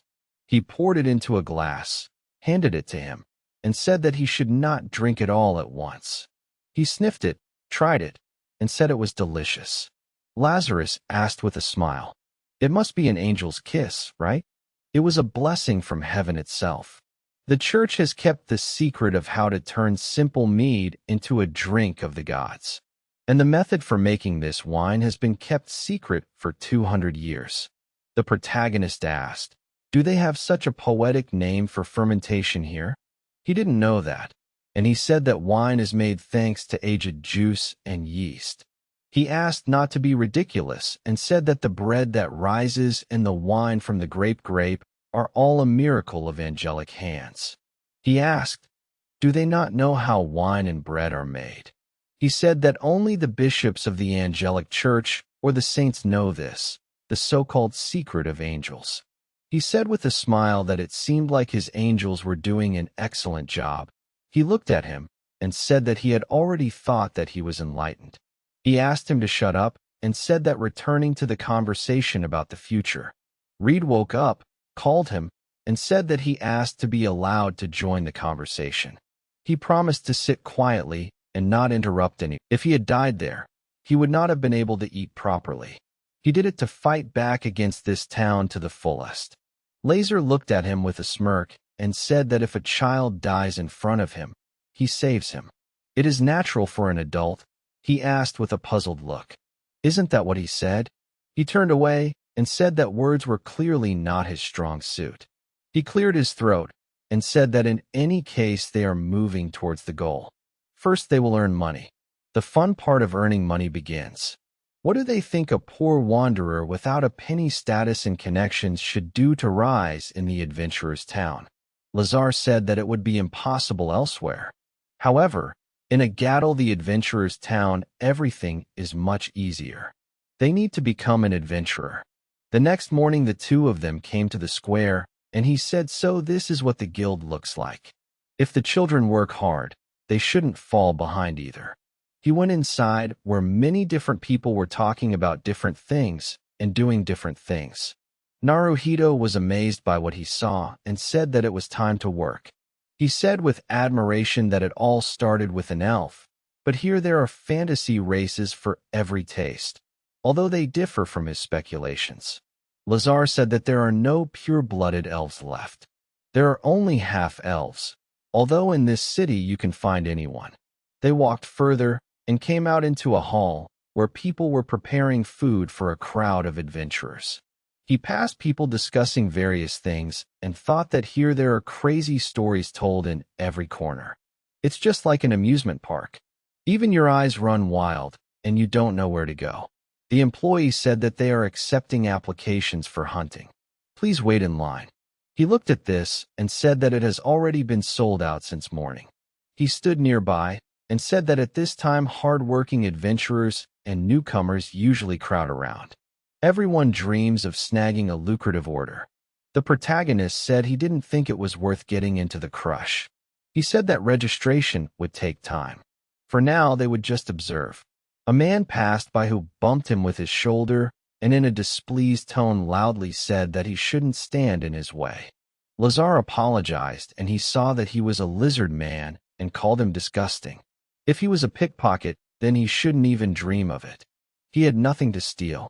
He spat on the floor next to him, and he with a worried look apologized again and said that he didn't mean to cause them inconvenience. He offered to leave, but he grabbed his shoulder and told the man that it wasn't he who bumped into him. It was his fault. As far as he can see, he can't see anything further than his stomach. Right. The man was very angry about this, but he stood between them and said that his companion apologized for his rudeness. He didn't listen to him, punched him in the stomach, and said in a displeased tone that he should shut up. He had just insulted him, hadn't he? He ignored him, helped him up, and asked if he was okay. He agreed, and the man said that if they didn't want problems, they should get out of there. The adventurers nearby looked at them and said that Zil was bothering someone again. He was a lizard, after all. Maybe they could take him as a slave for some extra money, but he shouldn't get carried away like last time. Otherwise, he wouldn't want to clean up the corpses. He felt sorry for the guy. He came from the wilderness, but here he was attacked once, and his girlfriend was taken away. It was his own fault. That was the law among adventurers. Lazar said that they should leave. The noise was attracting unnecessary attention. MC stepped forward, apologized, and said he couldn't do that. Zil looked at him with a displeased expression and said he didn't understand him. He called him fat and asked if he was deaf, too. He thought his drunken, stinking body had long since betrayed the monster in him. He was a piece of misproportioned meat with a belly like a pregnant toad, skinny legs that couldn't run or fight. All he was good for was punching with his belly like a sack. He said with a smirk that he could kill him. The man asked what he was muttering under his breath. Had he completely lost his mind? He said with a smirk that he was deaf, blind, and also brainless, and he had the whole package. He extended his hand to him and loudly said that he was going to kill him now. He easily dodged his grab and kicked him between the legs. He fell to the floor from the blow, and he said that more was not expected from a beer keg. He thought that he was a monkey with a talent for aggression. He stinks like Kurion and is also dull as an axe. The world will be cleaner without him. He put his foot on his head and asked since he shouted that he would kill him. Did that mean he was ready to part with his life too? Lazar ran up to him, grabbed him by the shoulder, and asked him to stop. Nero himself was a little surprised by this and thought, does he really now easily decide who lives? He smirked and said that it didn't really matter. What's the point of changing that? However, Van Verbana approached him from behind, aimed her bow, and said that it was time for him to stop. She advises him not to twitch black-haired youth. He asked, who else is she? She said that today she is in charge of the dungeon. Something like an overseer for such hot-blooded idiots like them. She also really wished he wouldn't make her work more. He called his name again, asked him to calm down, and he raised his hands to show he had stopped. She continued aiming at him and said that a disgusting wind was blowing from him. Thick, bloody, but at the same time scorchingly warm. A strange, unnatural whirlwind, as if good and evil had mixed into a single sting mass. He asked in a calm tone if he reeked of blood. Should she blame him? Her own hands were probably not very clean. Lazar was about to call him by name, but she said he shouldn't move. A beloved child enveloped in the wind of the villain, Floria. Sadly, he frightened her no less. People around looked at her, called her a silver scythe, and said that he was seeing her in person for the first time. After all, she always spends time in the dungeon. By the way, did that guy have a fight with Zil? Wait, the black-haired one. Isn't he with the dragon collector? She lowered her bow and said it was getting noisy in here. Could he slowly turn towards her? He agreed, turned to her, and said her name in surprise. She said with a smile. As a former marksman from the hero group, she, the protagonist, interrupted her, loudly called her by her full name, and said that so she was here too. Suddenly, the system notified that a hidden quest had been activated, knowing her name. The quest conditions were fulfilled. Meet and preserve the memory of her name, and then meet the Tower Raider. The relationship with the Tower Raider deteriorated from friendliness to hostility.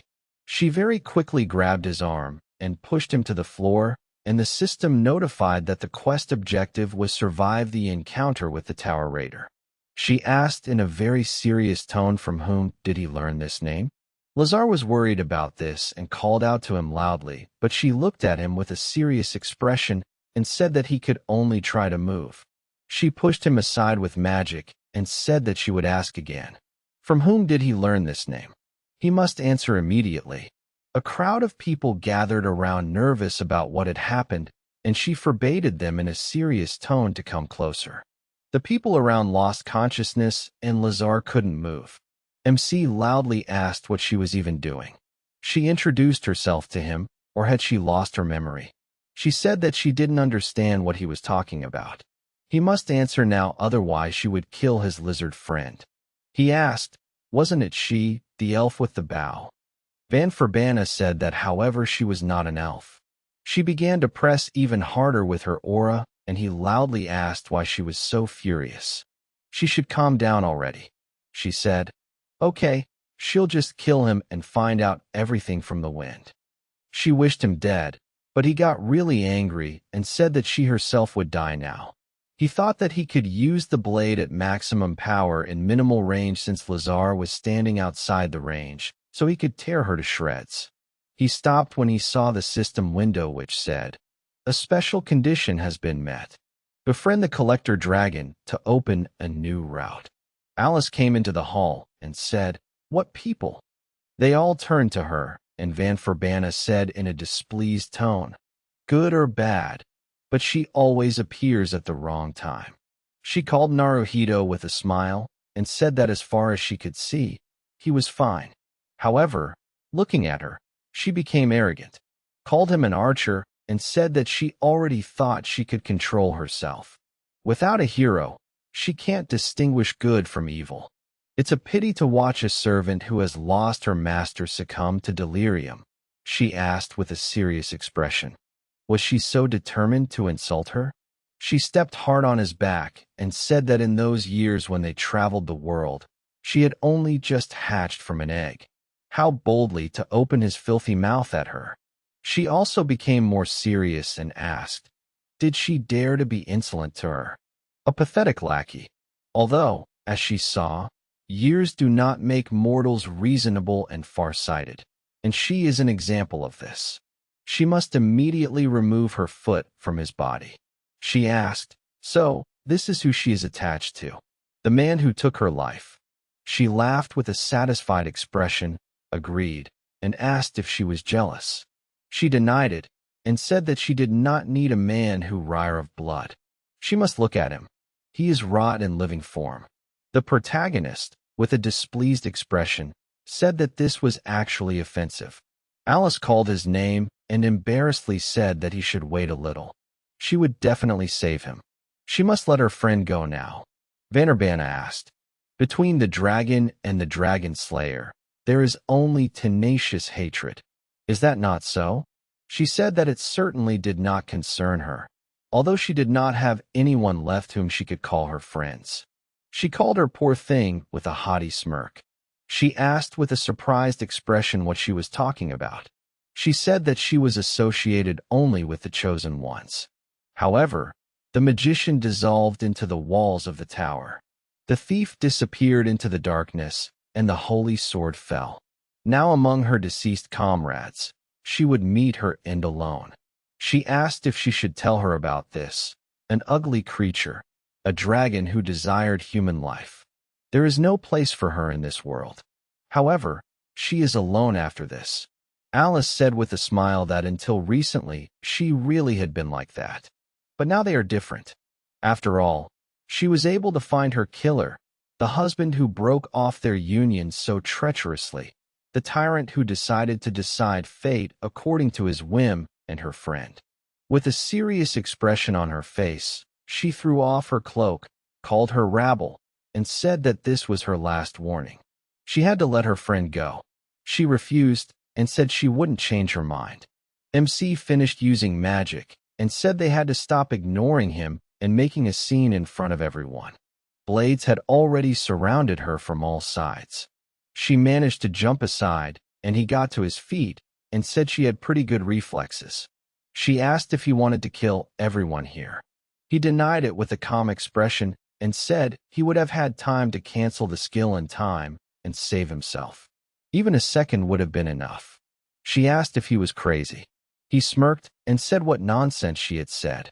He had passed tests for mental disorders, so he was absolutely normal. Alice called his name with a displeased expression, and he called her Draco and said that she had survived in the end. She sighed with displeasure and said she refused to comment on it. He apologized for dragging her into this, and she said that only a dragon slayer was allowed to stand near her. Van Verbana looked at them with a very displeased expression on her face and said that they were annoying. Someone rolled around in the hall and shouted loudly. This attracted their attention, but she looked at them intently and wished a good day to the Margrave. Sapon, with a displeased expression on his face, said, "What a difficult day today." Alice, with a frightening look, said that as he saw she was busy, so he should leave here. She looked at them too and said that it was not safe here. Could he please leave for a moment? Naruto looked at him and asked, "He is supposedly the manager of this territory, right?" He looked at him with a very worried expression and mentally said that he was asking him to stop them. This cannot continue. Hidari came to them, and said that she addressed them with the deepest respect. She looked at them with a serious expression and said, "Noble guardian of the great empire," Dragon Collector also addressed to her. A venerable member of the hero's party. Vannerbana looked at her with a serious expression and asked did she dare to interfere. She was worried while talking to them, and said that if her words offended them, she was ready to take responsibility for it. However, she was the guild master and it was her duty to protect adventurers. Right now, they were in her territory, and she would not want them drag adventurers into their feuds. She bowed to them, and Alice yawned, and said that although she was a dragon, she was also a tower-rank adventurer. She also calmed down, and said that the ban on duels within the guild walls was a special clause of the charter added exclusively for holders of tower rank. The protagonist thought that they had all calmed down. Sapon looked at him with a displeased expression and thought that he had asked him to calm them down. He ignored it and asked if they should perhaps end their argument for today. She turned to him and asked if he was serious. She had tried to kill him after all. He said that he was no better himself. He wanted to kill everyone here. Besides, sometimes it was cool for a dragon to do this old man a favor. He turned and said that if his words had offended her, he apologized.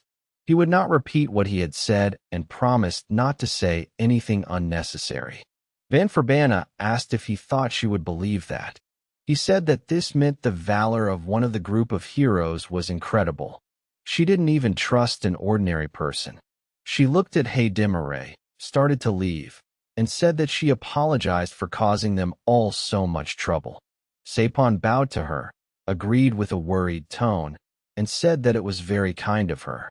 She called her a hero and said that she was grateful to her for her discretion. She approached him and asked this black-haired man, "What is his name?" He introduced himself, and she passed by and said, "Welcome to the city of adventurers."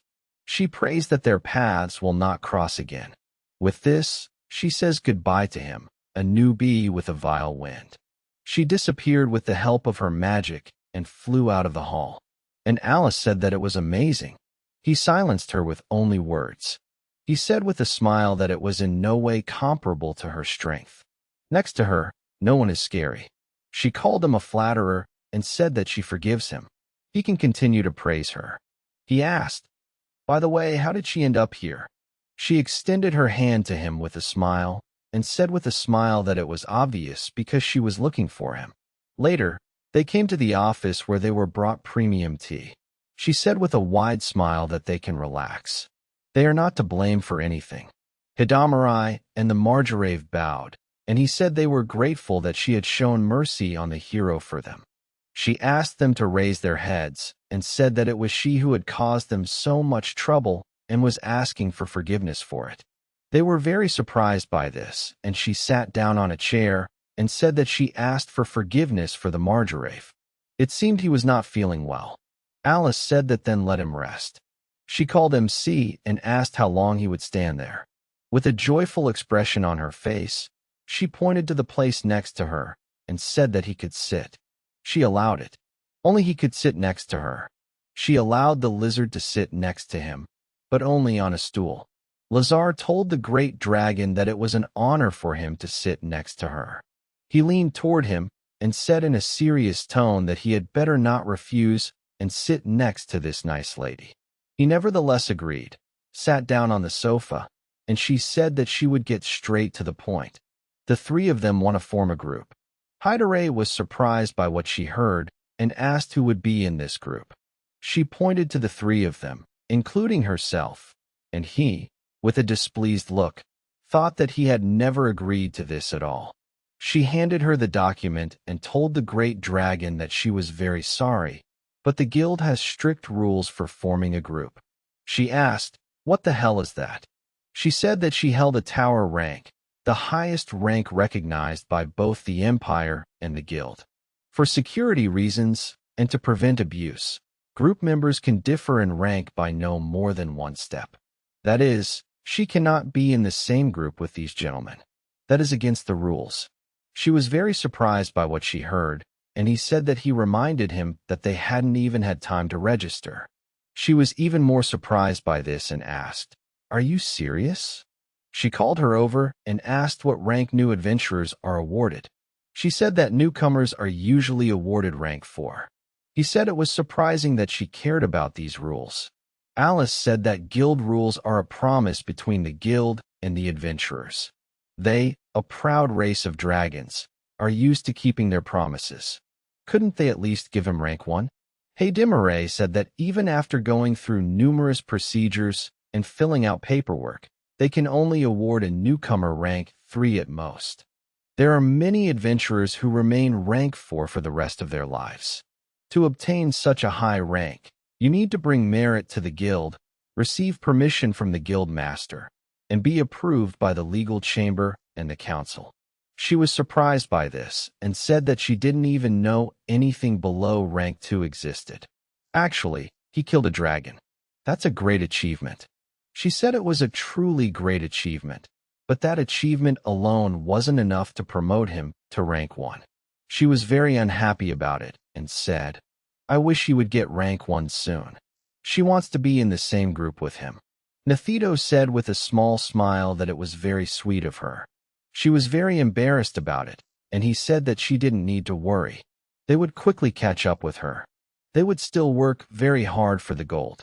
By the way, the higher the rank, the more expensive the orders would be. Hidamarai agreed and said that the difficulty would also be appropriate. He thought about it, turned around, and asked how she even knew that he intended to become an adventurer.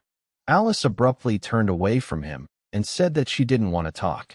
She blushed from worry and said that it was as if she had been following him, so she would refrain from answering. He asked so she had been following him. Her silence was the answer, and everyone around her would confirm it. She said loudly that he hadn't mentioned his destination in the letter, which was why she was worried. He said they hadn't said goodbye long ago. She said, loudly embarrassed, that she had arrived in the city, bought a house here, and then let him forget about it. Hamari watched them from the side and wondered if this was really the great dragon collector. Now she looked more like an ordinary girl. If the Margraves saw this, he wouldn't believe his eyes. Naruhito said that in general, he would try to raise his rank faster. She said indignantly that he was obliged to do it as soon as possible. She sniffed him, and he looked confused and asked why she was sniffing him. He had showered and washed his clothes recently. Did he really still stink? She gritted her teeth in anger and said that it was the stench of angels. He started sniffing his clothes with a puzzled expression, and she asked. So he met with church representatives. He remembered this and said that he had recently met a girl with a scroll. A lot had happened, and they needed the little saint's help. They had made a sacred blood oath with her, and that was all. She was furious at what she heard, laughed loudly, and asked. She allowed him to live as he wanted, but danced to the tune of angels, those gold-hungry hens, the Holy Virgin, the knights of the church, the bishop. Who did they think they were offering an oath to her killer? What was the condition of the oath? He said, the life of one guy in exchange for him bringing 50 platinum coins to the church by winter. She asked with a serious expression. He can earn it himself, right? He said with a smile that, like her, he does not break promises. She suddenly became kinder and said that this was good. He should prove his words with action. He would have to crush these feathered creatures to smithereens. He snapped his fingers and called Farron. She immediately emerged from the portal and said that she had already sent her familiar to the Church of Angels. Alice said that she would have to report everything that was happening there. She agreed and said that apparently the bishop was right now foaming at the mouth, performing a strange dance and shouting something. She said with an evil smile that it looked like she would have to remind him who she had crossed. The protagonist, called Draco, extended his hand to her and said that he was grateful that she stood up for him. She was confused by this and asked what was wrong with him. He asked if he could shake her hand, right? She agreed with a smile, shook his hand, and he said with surprise that she was squeezing too hard. She laughed with a happy expression and said that she would go. She still had a lot of things to do. He must work hard as an adventurer. He said goodbye, and she called hi to Marie and said that she should keep an eye on these idiots and tell the Margrave that they would see each other again soon. She said goodbye to her, and the two of them left through the portal. She said with a slightly confused look that it might be too late, but welcome to the Adventurers Guild. A little later, they received their adventurer cards, and the worker, with a friendly smile, said that she congratulated them on registering with the Adventurers Guild. Now she will briefly explain the work system. They have reached rank 4. The first type of work, they take a commission, after which they contact the client, who gives them a special token. Returning to the guild, they exchange this token for money at the reception desk. The second is quite simple. They can take hunting commissions and bring various ingredients to the guild. Skins, meat, organs. The payment will be proportionate to the price of the ingredients. If they want to go hunting, the guild can lend them weapons for a while. They must go to that room to get weapons. MC went to the right room, approached the worker, said hello, and said that they were told they could get weapons here. He pointed towards the weapon racks and said that they could choose whatever they liked. He came up, started looking around, picked up a mace, and started swinging it, showing it to Lazar. He looked at it and asked why he didn't take a sword. He looked at the weapon in his hand and asked why he needed to go through all this trouble. It was enough to just hit something with it. He warned the worker that he would take it, and they went to the exit, saying that it could be hidden perfectly. They went outside. People started looking at them, and he said that he had come up with something, but first they needed to cover themselves to attract less attention. First they would hunt and establish connections with merchants. It depends on the guild for the supply of monster materials. Right. Adventurers also obtain these materials. He walked alongside and asked so they would take it into circulation. Naruto said that any merchant benefits from having a reliable adventurer who consistently supplies the necessary materials.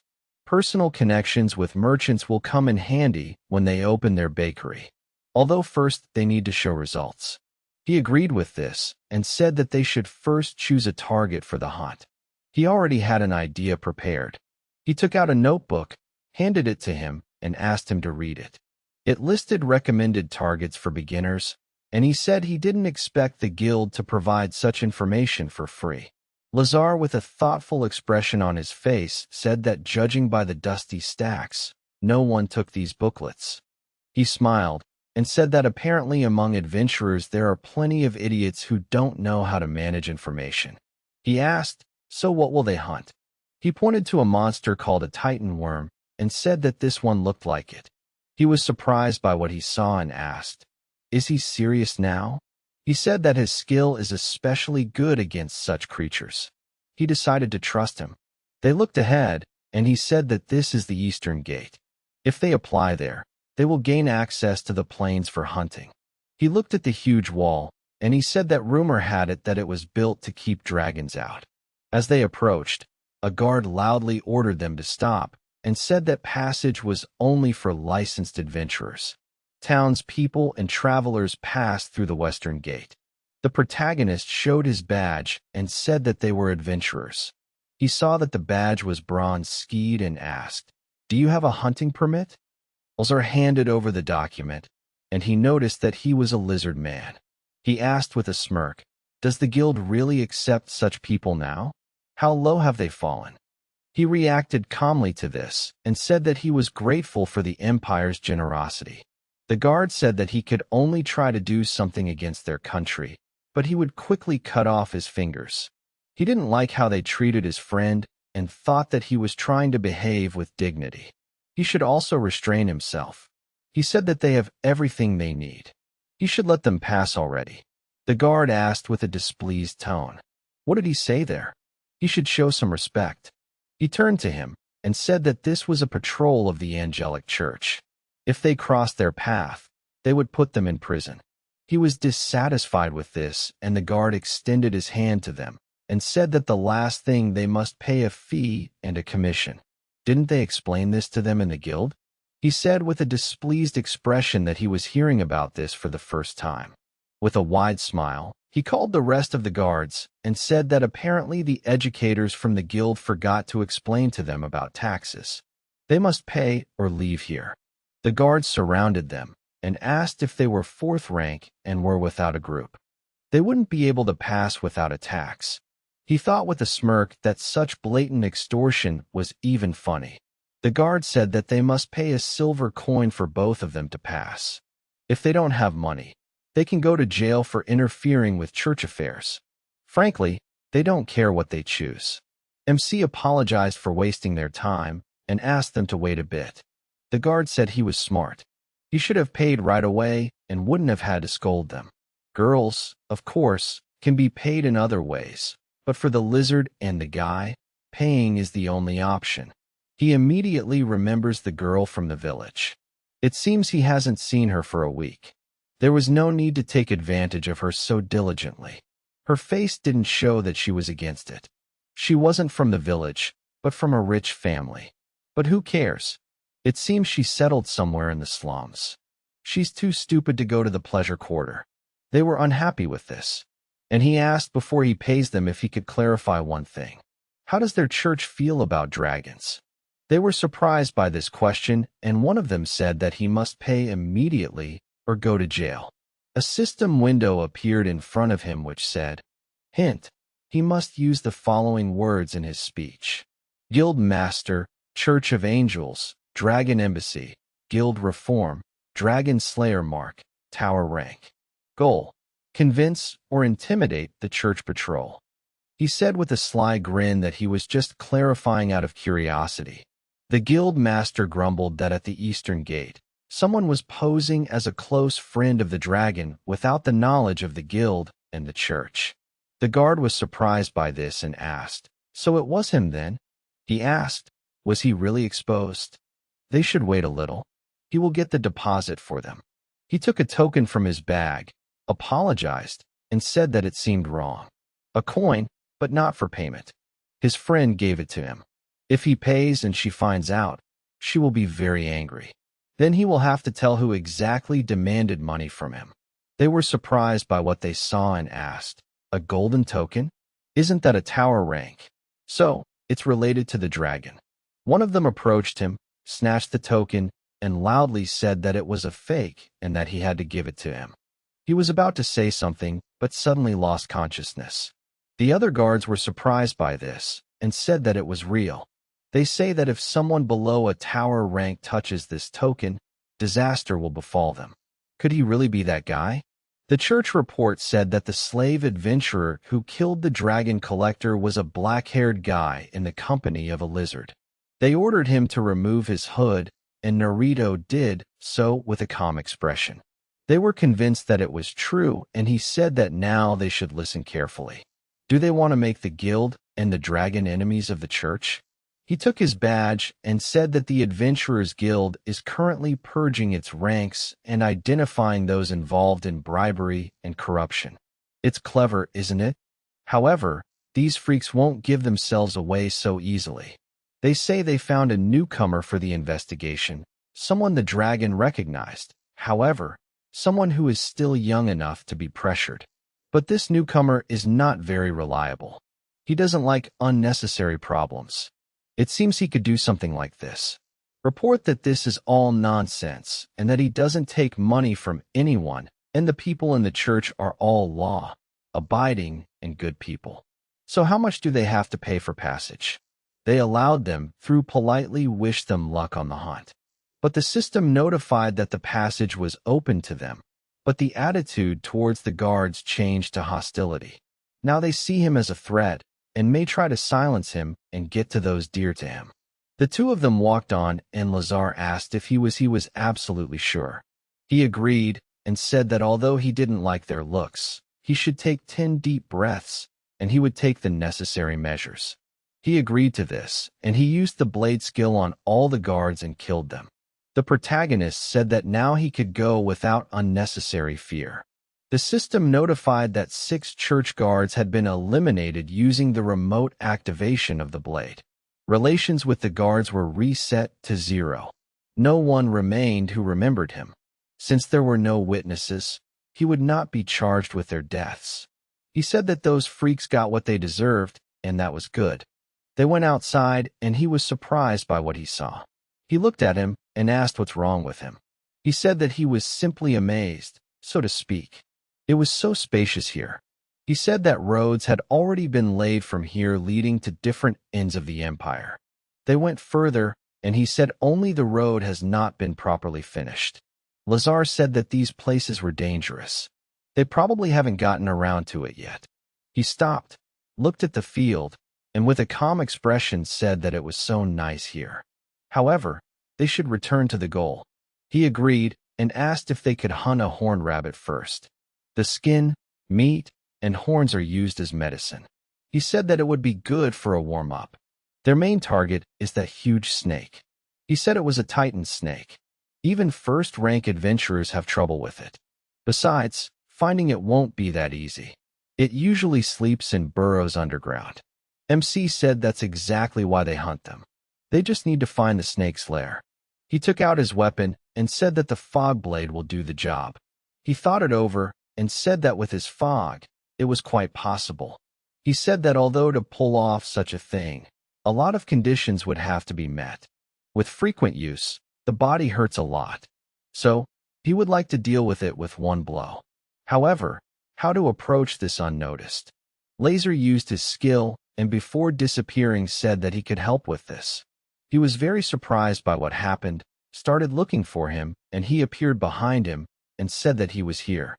He was very surprised by what happened and loudly asked how he did it.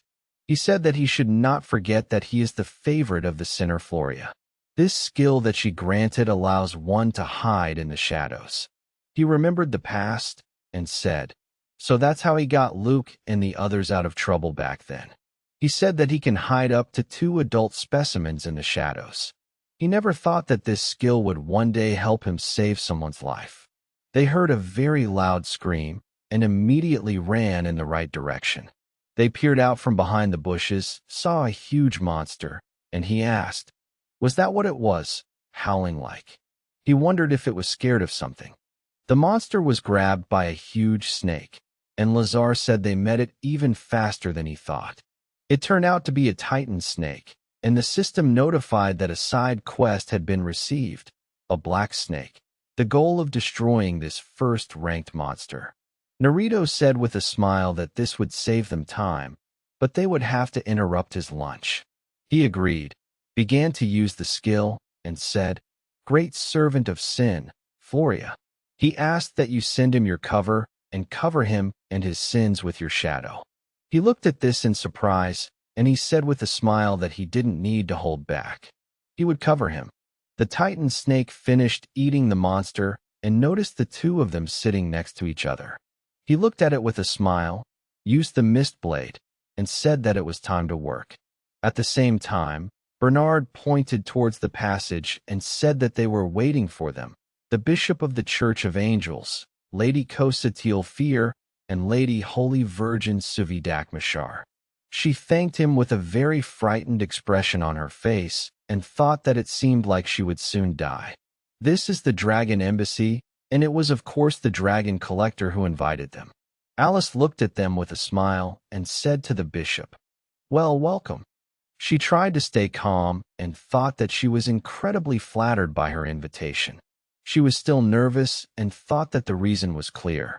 They had incurred the dragon's wrath, and the only thing she could do now was beg for mercy with all her soul and body.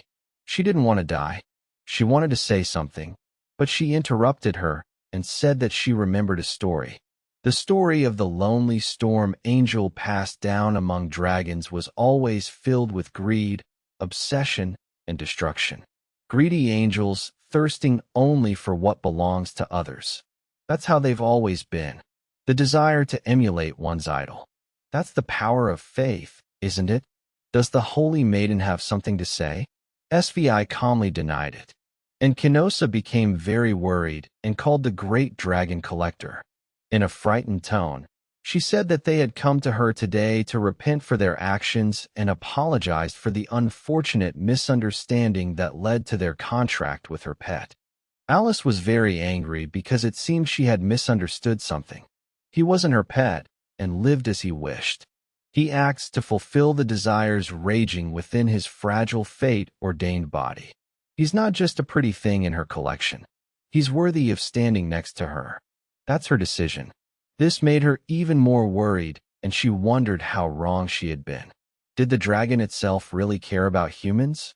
She said in a serious tone that living freely according to one's inner desires was her friend's image. She would not allow anyone but herself to touch his path. Even she restrained herself. However, they, the children of angels, had placed shackles on him, an impure collar on the dragon's friend. Do they want to anger her?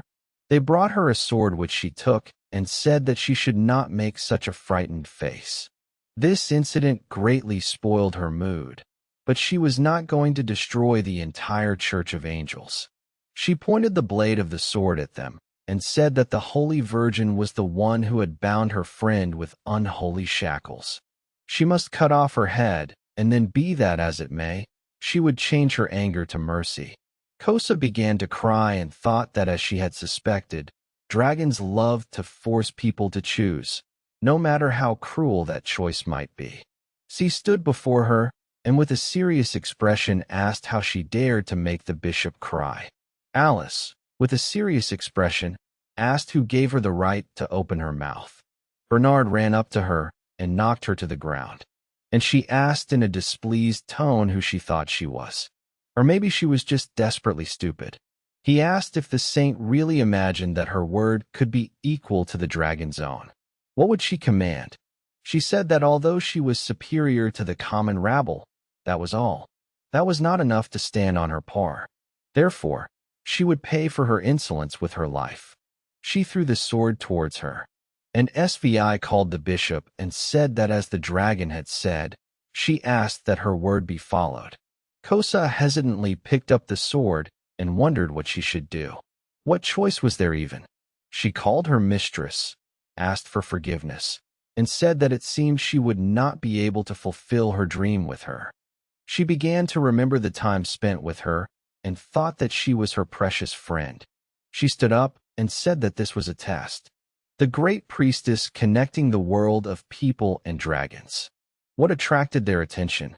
This is the test of the dragon slayer. Alice looked at her with a displeased expression and asked, "What kind of nonsense is this? She should not experience this and measure it. Do they worms have the right to touch what gives her pleasure?" She spread her arms to the side and said loudly. She understood everything correctly. She begs for forgiveness. She asks to allow them to beg for mercy. In their foolishness, they committed this offense because of their love for her. Because of their weak, foolish, ignorant human love for her, the great dragon. She calmed down a little and allowed her to continue. She said that just as she was interested in that creature, they too turned their hearts to her. She thought that was why she was asking not to be forced to cut a friend's head. She said loudly that beyond the human lands there was a pillar of peace, a great life surpassing even transcendental beings. They thirsted for her. They weak humans were enchanted by her. She listened to her carefully and thought that she sensed no lie in her words. Kosa said it was jealousy. They were envious of the dragon slayer who had managed to capture her attention.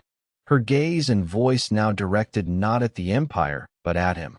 That was why they had committed this foolishness, in the hope that if they approached her killer, her gaze would fall on them too. However, even her wrath was a priceless gift for them. She said that then she would fulfill her wish and put an end to this. SVI, looking worried, called out to the bishop, who quietly asked her to be quiet. She took a deep breath and said that the dragon slayer wasn't all that great either. These words angered her greatly, and she said that 50 platinum coins. Indeed, for an ordinary person, this is a sum that would be impossible to earn in a lifetime. However, the dragon slayer, being human, never transcended humanity. He remained a man who slew dragons, a rebellious creature. And yet he made such an unfair deal by human standards. She stood up, called out to her, and said that she must tell them why she decided to make a deal with this man. She said that because he was noble, his gaze fixed on the end of a human life, living it out in peace, was similar to her, the bishop. So she helped him. She took an oath so that there would be no debts left. She was about to say something else, but Kosa interrupted him and said that this deed was an act of love. The angel church recognizes the power of the dragon slayer. They want to see what his path will be, his appearance and existence. They accept it. It is a great honor precisely because the dragon does not believe in his powers. It is precisely because the dragon protects him that they manage to attract her attention. If they are destined to fall from this, they will be grateful. She can dispose of this life as she wishes. Let the man who lives under her protection, the dragon slayer, be illuminated by radiance. Alice thought about this, called Bernard, and asked what he thought about it. He apologized and said that with your permission, it was a complete defeat. Executing them now would only confirm that her words were true. She asked if he meant that he was under her protection. He agreed and said that he also meant that she believed in the powers of her friend. Moreover, they will go down in history as those who managed to attract the dragon's attention and fell for the love of her. She thought about it and said she had changed her mind. The way they will atone for their offense against her killer will be other than at the cost of their lives. Kosa restrained her joy and agreed to this, and she said with a smile that there is, however, one condition. From now on, any unrest he causes in this city and country will be her concern. She did not quite understand her, and she said that he is a foreign entity. He creates ripples on the surface of the lake, destroys the established order. At the same time, he moves forward what has frozen. She has thought a lot, but he does not like it when she interferes too much. However, she wants to help. Therefore, the Church of Angels. From now on, they will patronize this adventurer. It is not necessary to do this openly. As long as the deal binds them, they must observe it. This time, she would turn a blind eye to their insolence. Kenosa said with a smile that her words were immensely merciful. In fact, she was incredibly happy about this and thought it was a victory that they had managed to survive, protect him, and resolve the mess he would cause. She was ready to do whatever she asked. A portal appeared next to her, and Farron told the lady that a message had been received from scouts. The master was in trouble. She laughed and asked, "Has this already happened?" "Well, money-hungry holy maiden, it's time to get to work." At the same time, the Titan serpent began to attack them, but Lazar used magic, teleported the protagonist to himself, and got him stuck in the ground. He looked at the monster with a smile before using a skill, and said with a smile how cruel his abilities were. He used the skill and killed the monster, and he stood nearby, and said that he didn't even think that the two of them could really handle it. He came closer and asked, "It seems that the eyes of this monster are selling for a lot of money, right?" He looked at the notebook and said, "What is written here? The rest of the materials are also selling for good money. What will they do?" He said that one will have to stay on guard, and the second one will go get a cart or a pack horse. However, someone called them. They turned around, and the guy asked how their precious mood was. He looked at them, realized that they were adventurers, and asked what they needed. He asked them not to strain themselves so much, looked around, and noticed the corpse of a Titan snake next to them. He came closer, put his elbow on his shoulder, and said that this is a monster that even first-class adventurers have to tinker with. MC removed his hand from himself and asked if they don't need anything. "They can go," he asked. "He's a newbie, right? He's not going to show respect to his elders." He said that he was unlucky because he can't stand hierarchy, especially when the elders are also rude. The adventurer said that they should clarify just in case. Does he even understand the situation? If they don't want to get hurt, then they should leave the loot and leave. It's a useful experience, isn't it? Life isn't that sweet. It's better to listen to your elders. Members of his group came to them, asked for forgiveness, and said that they should try harder next time. They could at least complain to the guards. It won't do any good. After all, they are their friends. Also, calling for help is useless. They've already checked. There's no one around. With a calm expression on his face, he called Lazar and asked if he heard what they were saying. He calmly said that it's even better this way. The work will be easier. He used his magic and teleported them to different places. Naruto crawled out behind the archer and stabbed her in the back. He knocked her to the ground and dealt another blow. He crawled out from behind another adventurer and quickly stabbed her in the throat with a knife. The adventurer was scared by this and started to run away, and he picked up a bow and said that they were well equipped. He took it in his hands, began to aim, fired, and hit the adventurer in the leg. However, he was aiming for the stomach and said that this thing was difficult to shoot. The wounded adventurer was horrified by this and asked what was wrong with these people. They hadn't even laid a finger on them yet, and besides, they attacked a woman. Naruhito, looking confused, agreed and said that in any case, it was either a man or a woman. Lazar called him by name and asked what they would do. He said that it seemed like they did this all the time and didn't want them to bother him again or hold a grudge. He suggested killing them all, and the adventurers were surprised by this, started running in different directions, and loudly asked, "Have you lost your mind?" They haven't done anything yet. He said they pointed guns at them and tried to steal their loot. That's enough to be considered robbers. Even by adventurer law, taking someone else's loot is a serious crime punishable by death. He killed the adventurers, except for one with a bow, threw away the weapon, and asked, "But that's strange, right? Compared to other crimes, does he get most annoyed by those who steal, resell, or extort?" The wounded adventurer started crawling away and begged him to stop. The two of them walked toward him, and the protagonist took the sword, asked for forgiveness, and said that if he were stronger, maybe he could neutralize them without killing them. If he were a little braver, maybe he could leave them alive. However, he's not like that. He's weak, so he can't neutralize the enemy without killing him. He remembered the children and said with a serious expression that he was a coward. Therefore, if he leaves him alive, he will be terribly afraid that he will take revenge. He was surprised by this, knelt down, and said loudly that he would not do such a thing. So he asked to let him go. He had a family. He could not die in such a place. He looked at him with a cold gaze and said that one does not interfere with the other. He cannot be left alive. He swung his sword and said that he was too late. However, he did not have time to strike because someone quickly ran towards them and loudly asked them to stop. Stopped in front of them, and he asked in a confused tone, "What was that?" She said loudly that she swears by the wings of an angel.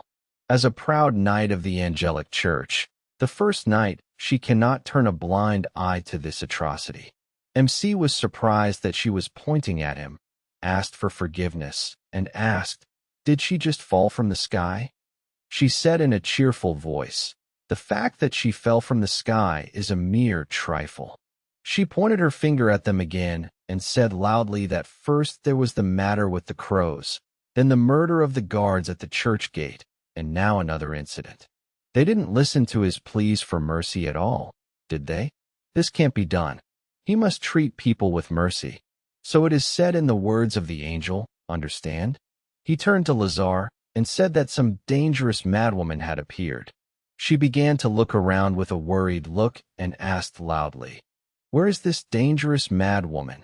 "They can rest assured as long as she is here, everything will be fine." He considered her the type of person you don't want to mess with. Called him and said that he wanted him to talk to her for him. He turned away and said that he was busy now coming up with a bread recipe. She said that as the first night, she almost succumbed to their skillful rhetoric. The adventurer asked loudly, "Did she just say first night?" After all, she is the main fighting force of the angelic church, the strongest knight of the order, she said with slight surprise that he was well informed. That is true. She is the best knight of the order of the angelic church. She gave her name, and they immediately realized that it was better not to provoke her. The adventurer crawled up to her, loudly asked for help, and said that these killers want to kill him. She trusted him and said that it was terrible. He must tell her more. What did they do, and is he okay? He said loudly that they killed his comrades, even those who begged for mercy, and even a woman. That's right, family. They threatened to kill his family. She called this act terrible, turned to them, and loudly said that they should stand still. They are suspected of a crime. She claims the right to enforce the law granted to her by the angel and His Majesty the Emperor. Naruhito said that she knew surprisingly complex words. Lazar politely called her and asked if she would listen to their side as well. Sto was surprised by what she heard and agreed, and the adventurer loudly said that they were deceivers who could not be trusted. After all, they were the kind of people who could easily kill a person. He gave him an angry look and asked how cleverly his tongue is spinning. Maybe he should rip it out. He asked loudly in a frightened tone.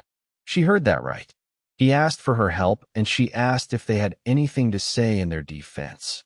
She placed her hand on the hilt of her sword and said that depending on the circumstances, she would have to fulfill her duty as the sword of the angelic church. He said with a calm expression that when they finished hunting, they tried to take the prey from them. There were 6 of them against the 2 of them. They simply fought off the attackers. She agreed with a thoughtful look, made a strange chain of logic, and asked loudly in a worried tone, "Was there a fire?"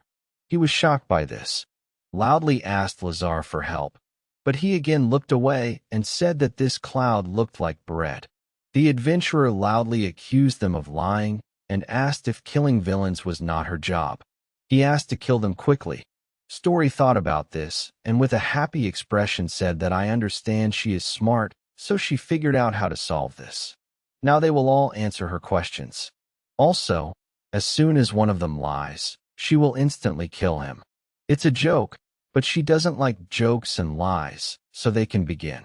They sensed danger from her, and she folded her hands in front of her in prayer and began to chant a spell with which she summoned a creature called Justice.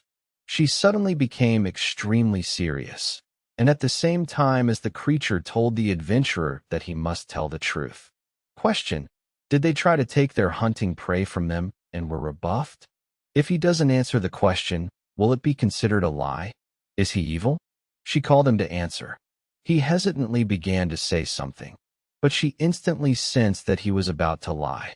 The magical noose around his neck began to tighten, and she said in a serious tone that he was a sinner, and sin is evil, deserving death. She regretted this, said goodbye to him, and called him Master Liar. After that, she turned to them, abruptly, returned to her normal state, and said that they did not need to be so wary. The liar had already been found, so they were innocent. Retaliation against illegal actions on hunting grounds is fully recognized by imperial law, so there was no need to worry. She apologizes for wasting their time. Then she will go because she is busy looking for a person. She was very surprised when she noticed the body of the Titan snake and said with surprise that it is clear there really will be those here who will want to take it from them. The protagonist asked, "So, can they go?" Lazar said to the proud knight of their church, "May the light of an angel dwell in her sword." Sto thanked him and said that they know the angelic church well. She wished them a good hunt. They began to leave, and he, looking tired, quietly said that she was incredibly dangerous. However, she followed them and asked if perhaps they should wait a little. They introduced each other with worried faces, and she asked if she could take a little more of their time. He refused with a displeased expression, and he asked he's still quite kind, right? She said that now she was pursuing one person, the perpetrator of the recent massacre in the slums and the murder of the guards that had just recently occurred at the Eastern Gate. They looked at each other silently, and she called on Justice again and said that they shouldn't make such scary faces. It was fine. She wouldn't take up much of their time. They just needed to answer her question honestly. He asked with a worried look, "What is this?" She said that it was a system, a sacrament. They were adventurers after all, and they should know this was the limit of talent where the skill bestowed upon the chosen one combines with the miracle of an angel and takes on a new form. So, in the name of justice, she, the first knight of the angelic church, would ask him a question about the massacre in the slums and the murder of the guards at the eastern gate that had just recently occurred. According to her colleague Clay, these were murders committed with determination and conviction. The killer was also clearly accustomed to killing. Even when people die before his eyes, he didn't flinch at all. He's also a cold person, unmoved by the death of others. Right. MC pointed at himself with a confused smile and asked if he was really a suspect. She agreed calmly and said that his skill with which he dealt with 6 adventurers without a single scratch, albeit third-rate ones, and the very fact that they eliminated them without hesitation. She was very interested in this. He thought that it looked like retribution had come for doing whatever they wanted since yesterday. An angel's miracle, kindred spirits of death. What kind of fantasy is this? Although this is it, he thought that since there were no satellites and surveillance cameras here, it was enough to get rid of the witnesses. The situation could not be worse. He doesn't know how exactly it works, but she most likely knows how to recognize lies. The result is a corpse nearby. Sto asked if something happened to him. His face turned pale, but there was no need to worry. He just had to answer her question honestly. She used airy object, the gallows sword, and simultaneously asked the creature if he was evil in the name of justice to establish the truth. Has he killed people since he came to the city? The system announced that a warning, the justice interrogation has begun. It is capable of recognizing the lies of others. This power does not confirm what actually happened, but recognizes the truth or falsity of the answer to the question asked. She seriously called him to answer and asked if he could not answer. Silence would be considered a lie. He looked at her with a sly grin, activated the skill, and the system announced that since his alignment was neutral evil, a special dialogue began. He must answer honestly during the creature's interrogation. He confidently said that he had not killed people in this city. He thought that he had killed the first one in Hell Tower, and Alice had killed a dragon. He also only got rid of a harmful bird and harmful insects. Stora was shocked when she realized he wasn't lying. She became nervous about this, stopped using the skill, and loudly apologized. She said loudly that she had suspected him. By the way, is he okay? He asked her not to worry. Lazar approached them and called his name, saying that it seemed he was safe. He said with a smile that he was glad she believed him. It was time for them to go, right? He said with deep respect for the noble service of the knight's mistress. They will probably take their leave. She bowed to them and said that she was truly sorry. She had completely disrupted their work. They both asked her not to worry about it, but she was on the verge of tears and said that if she interfered with upstanding citizens of the Empire and excellent adventurers, it would disgrace the name of the knightly order. Naruhito looked at her with a wary look and thought that she was probably going to go to the city with them. He wished that she would leave soon. She, with a happy expression on her face, said that it looked like a great day for hunting. He thought it was better not to mess with her. She said that being an adventurer is quite difficult. The struggle for life and battles on the line, it's just great. Blazer asked if she was interested in adventurers. She turned to them, denied it, and said that she was not interested. As the sword of the church, she could not allow such a thing. He turned to him and loudly asked what he was even doing. He should stop ruining people's moods. He was upset about this and said that if so, everyone would hear it. And besides, his voice was too loud. She said with a smile that it seemed like the two of them were getting along well. She wished for this to continue forever. They thanked her with confused voices. And she said that after all, the black-haired guy and the lizard man, the combination with that very dragon slayer comes to mind. Do they know who she is talking about? That slave adventurer who killed the dragon. He quietly asked how to answer this. The protagonist said that he could calm down. He would try to change the subject. He should watch and learn his communication technique. He told her that it would be interesting to listen. Is she interested in that dragon slayer? Sto agreed with a joyful expression and said that for them knights this is the highest achievement a human species that destroyed a dragon. He said that dragons are truly special. She agreed and said that as a knight of the church, she especially admires dragons. To challenge a great creature is the highest honor, and if even one of her family of lives is damaged, it means her power has left a mark on the world. This is the greatest manifestation of faith, the imprint of an angel's power in the world. She said that in any world dragons are such lofty goals. She said that this is why a dragon slayer piques her interest. If fate brings them together, she wants to fight. They tensed up because of this, and Lazar quietly asked if this is all his communication technique. He quietly apologized and said that it seemed he had failed.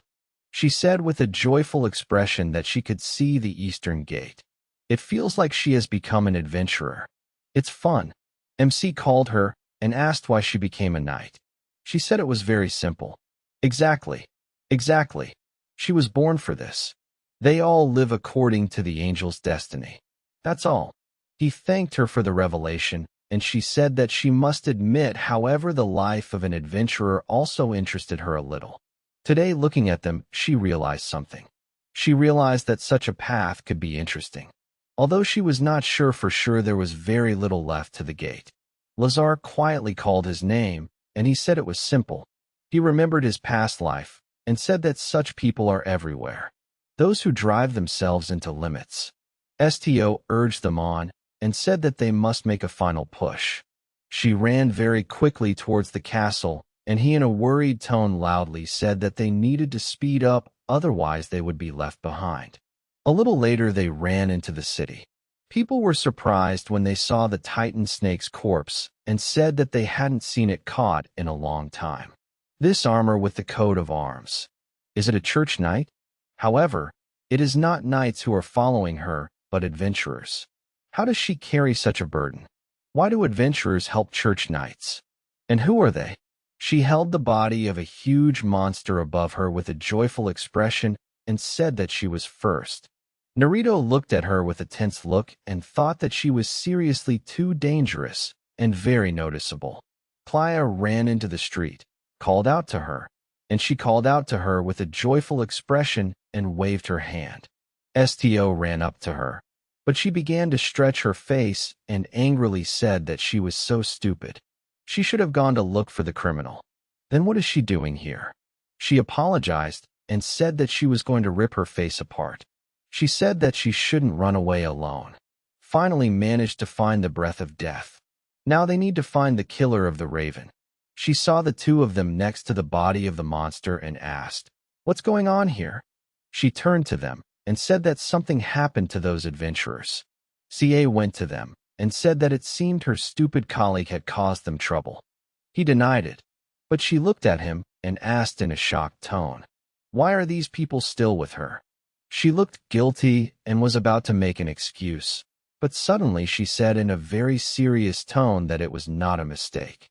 This man is the one they were looking for, the killer of the raven and the criminal who killed the guards at the gate. How did he live to become like this, even dead? This is admiration.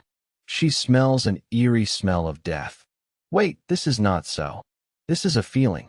He is dead but alive. Alive, although he should have died. What kind of person is this? It's not only him inside. Tears started flowing. She clutched her head with horror in her eyes and stopped towards him and loudly asked her not to look. She struck with her sword. The protagonist blocked this attack, and she said that she was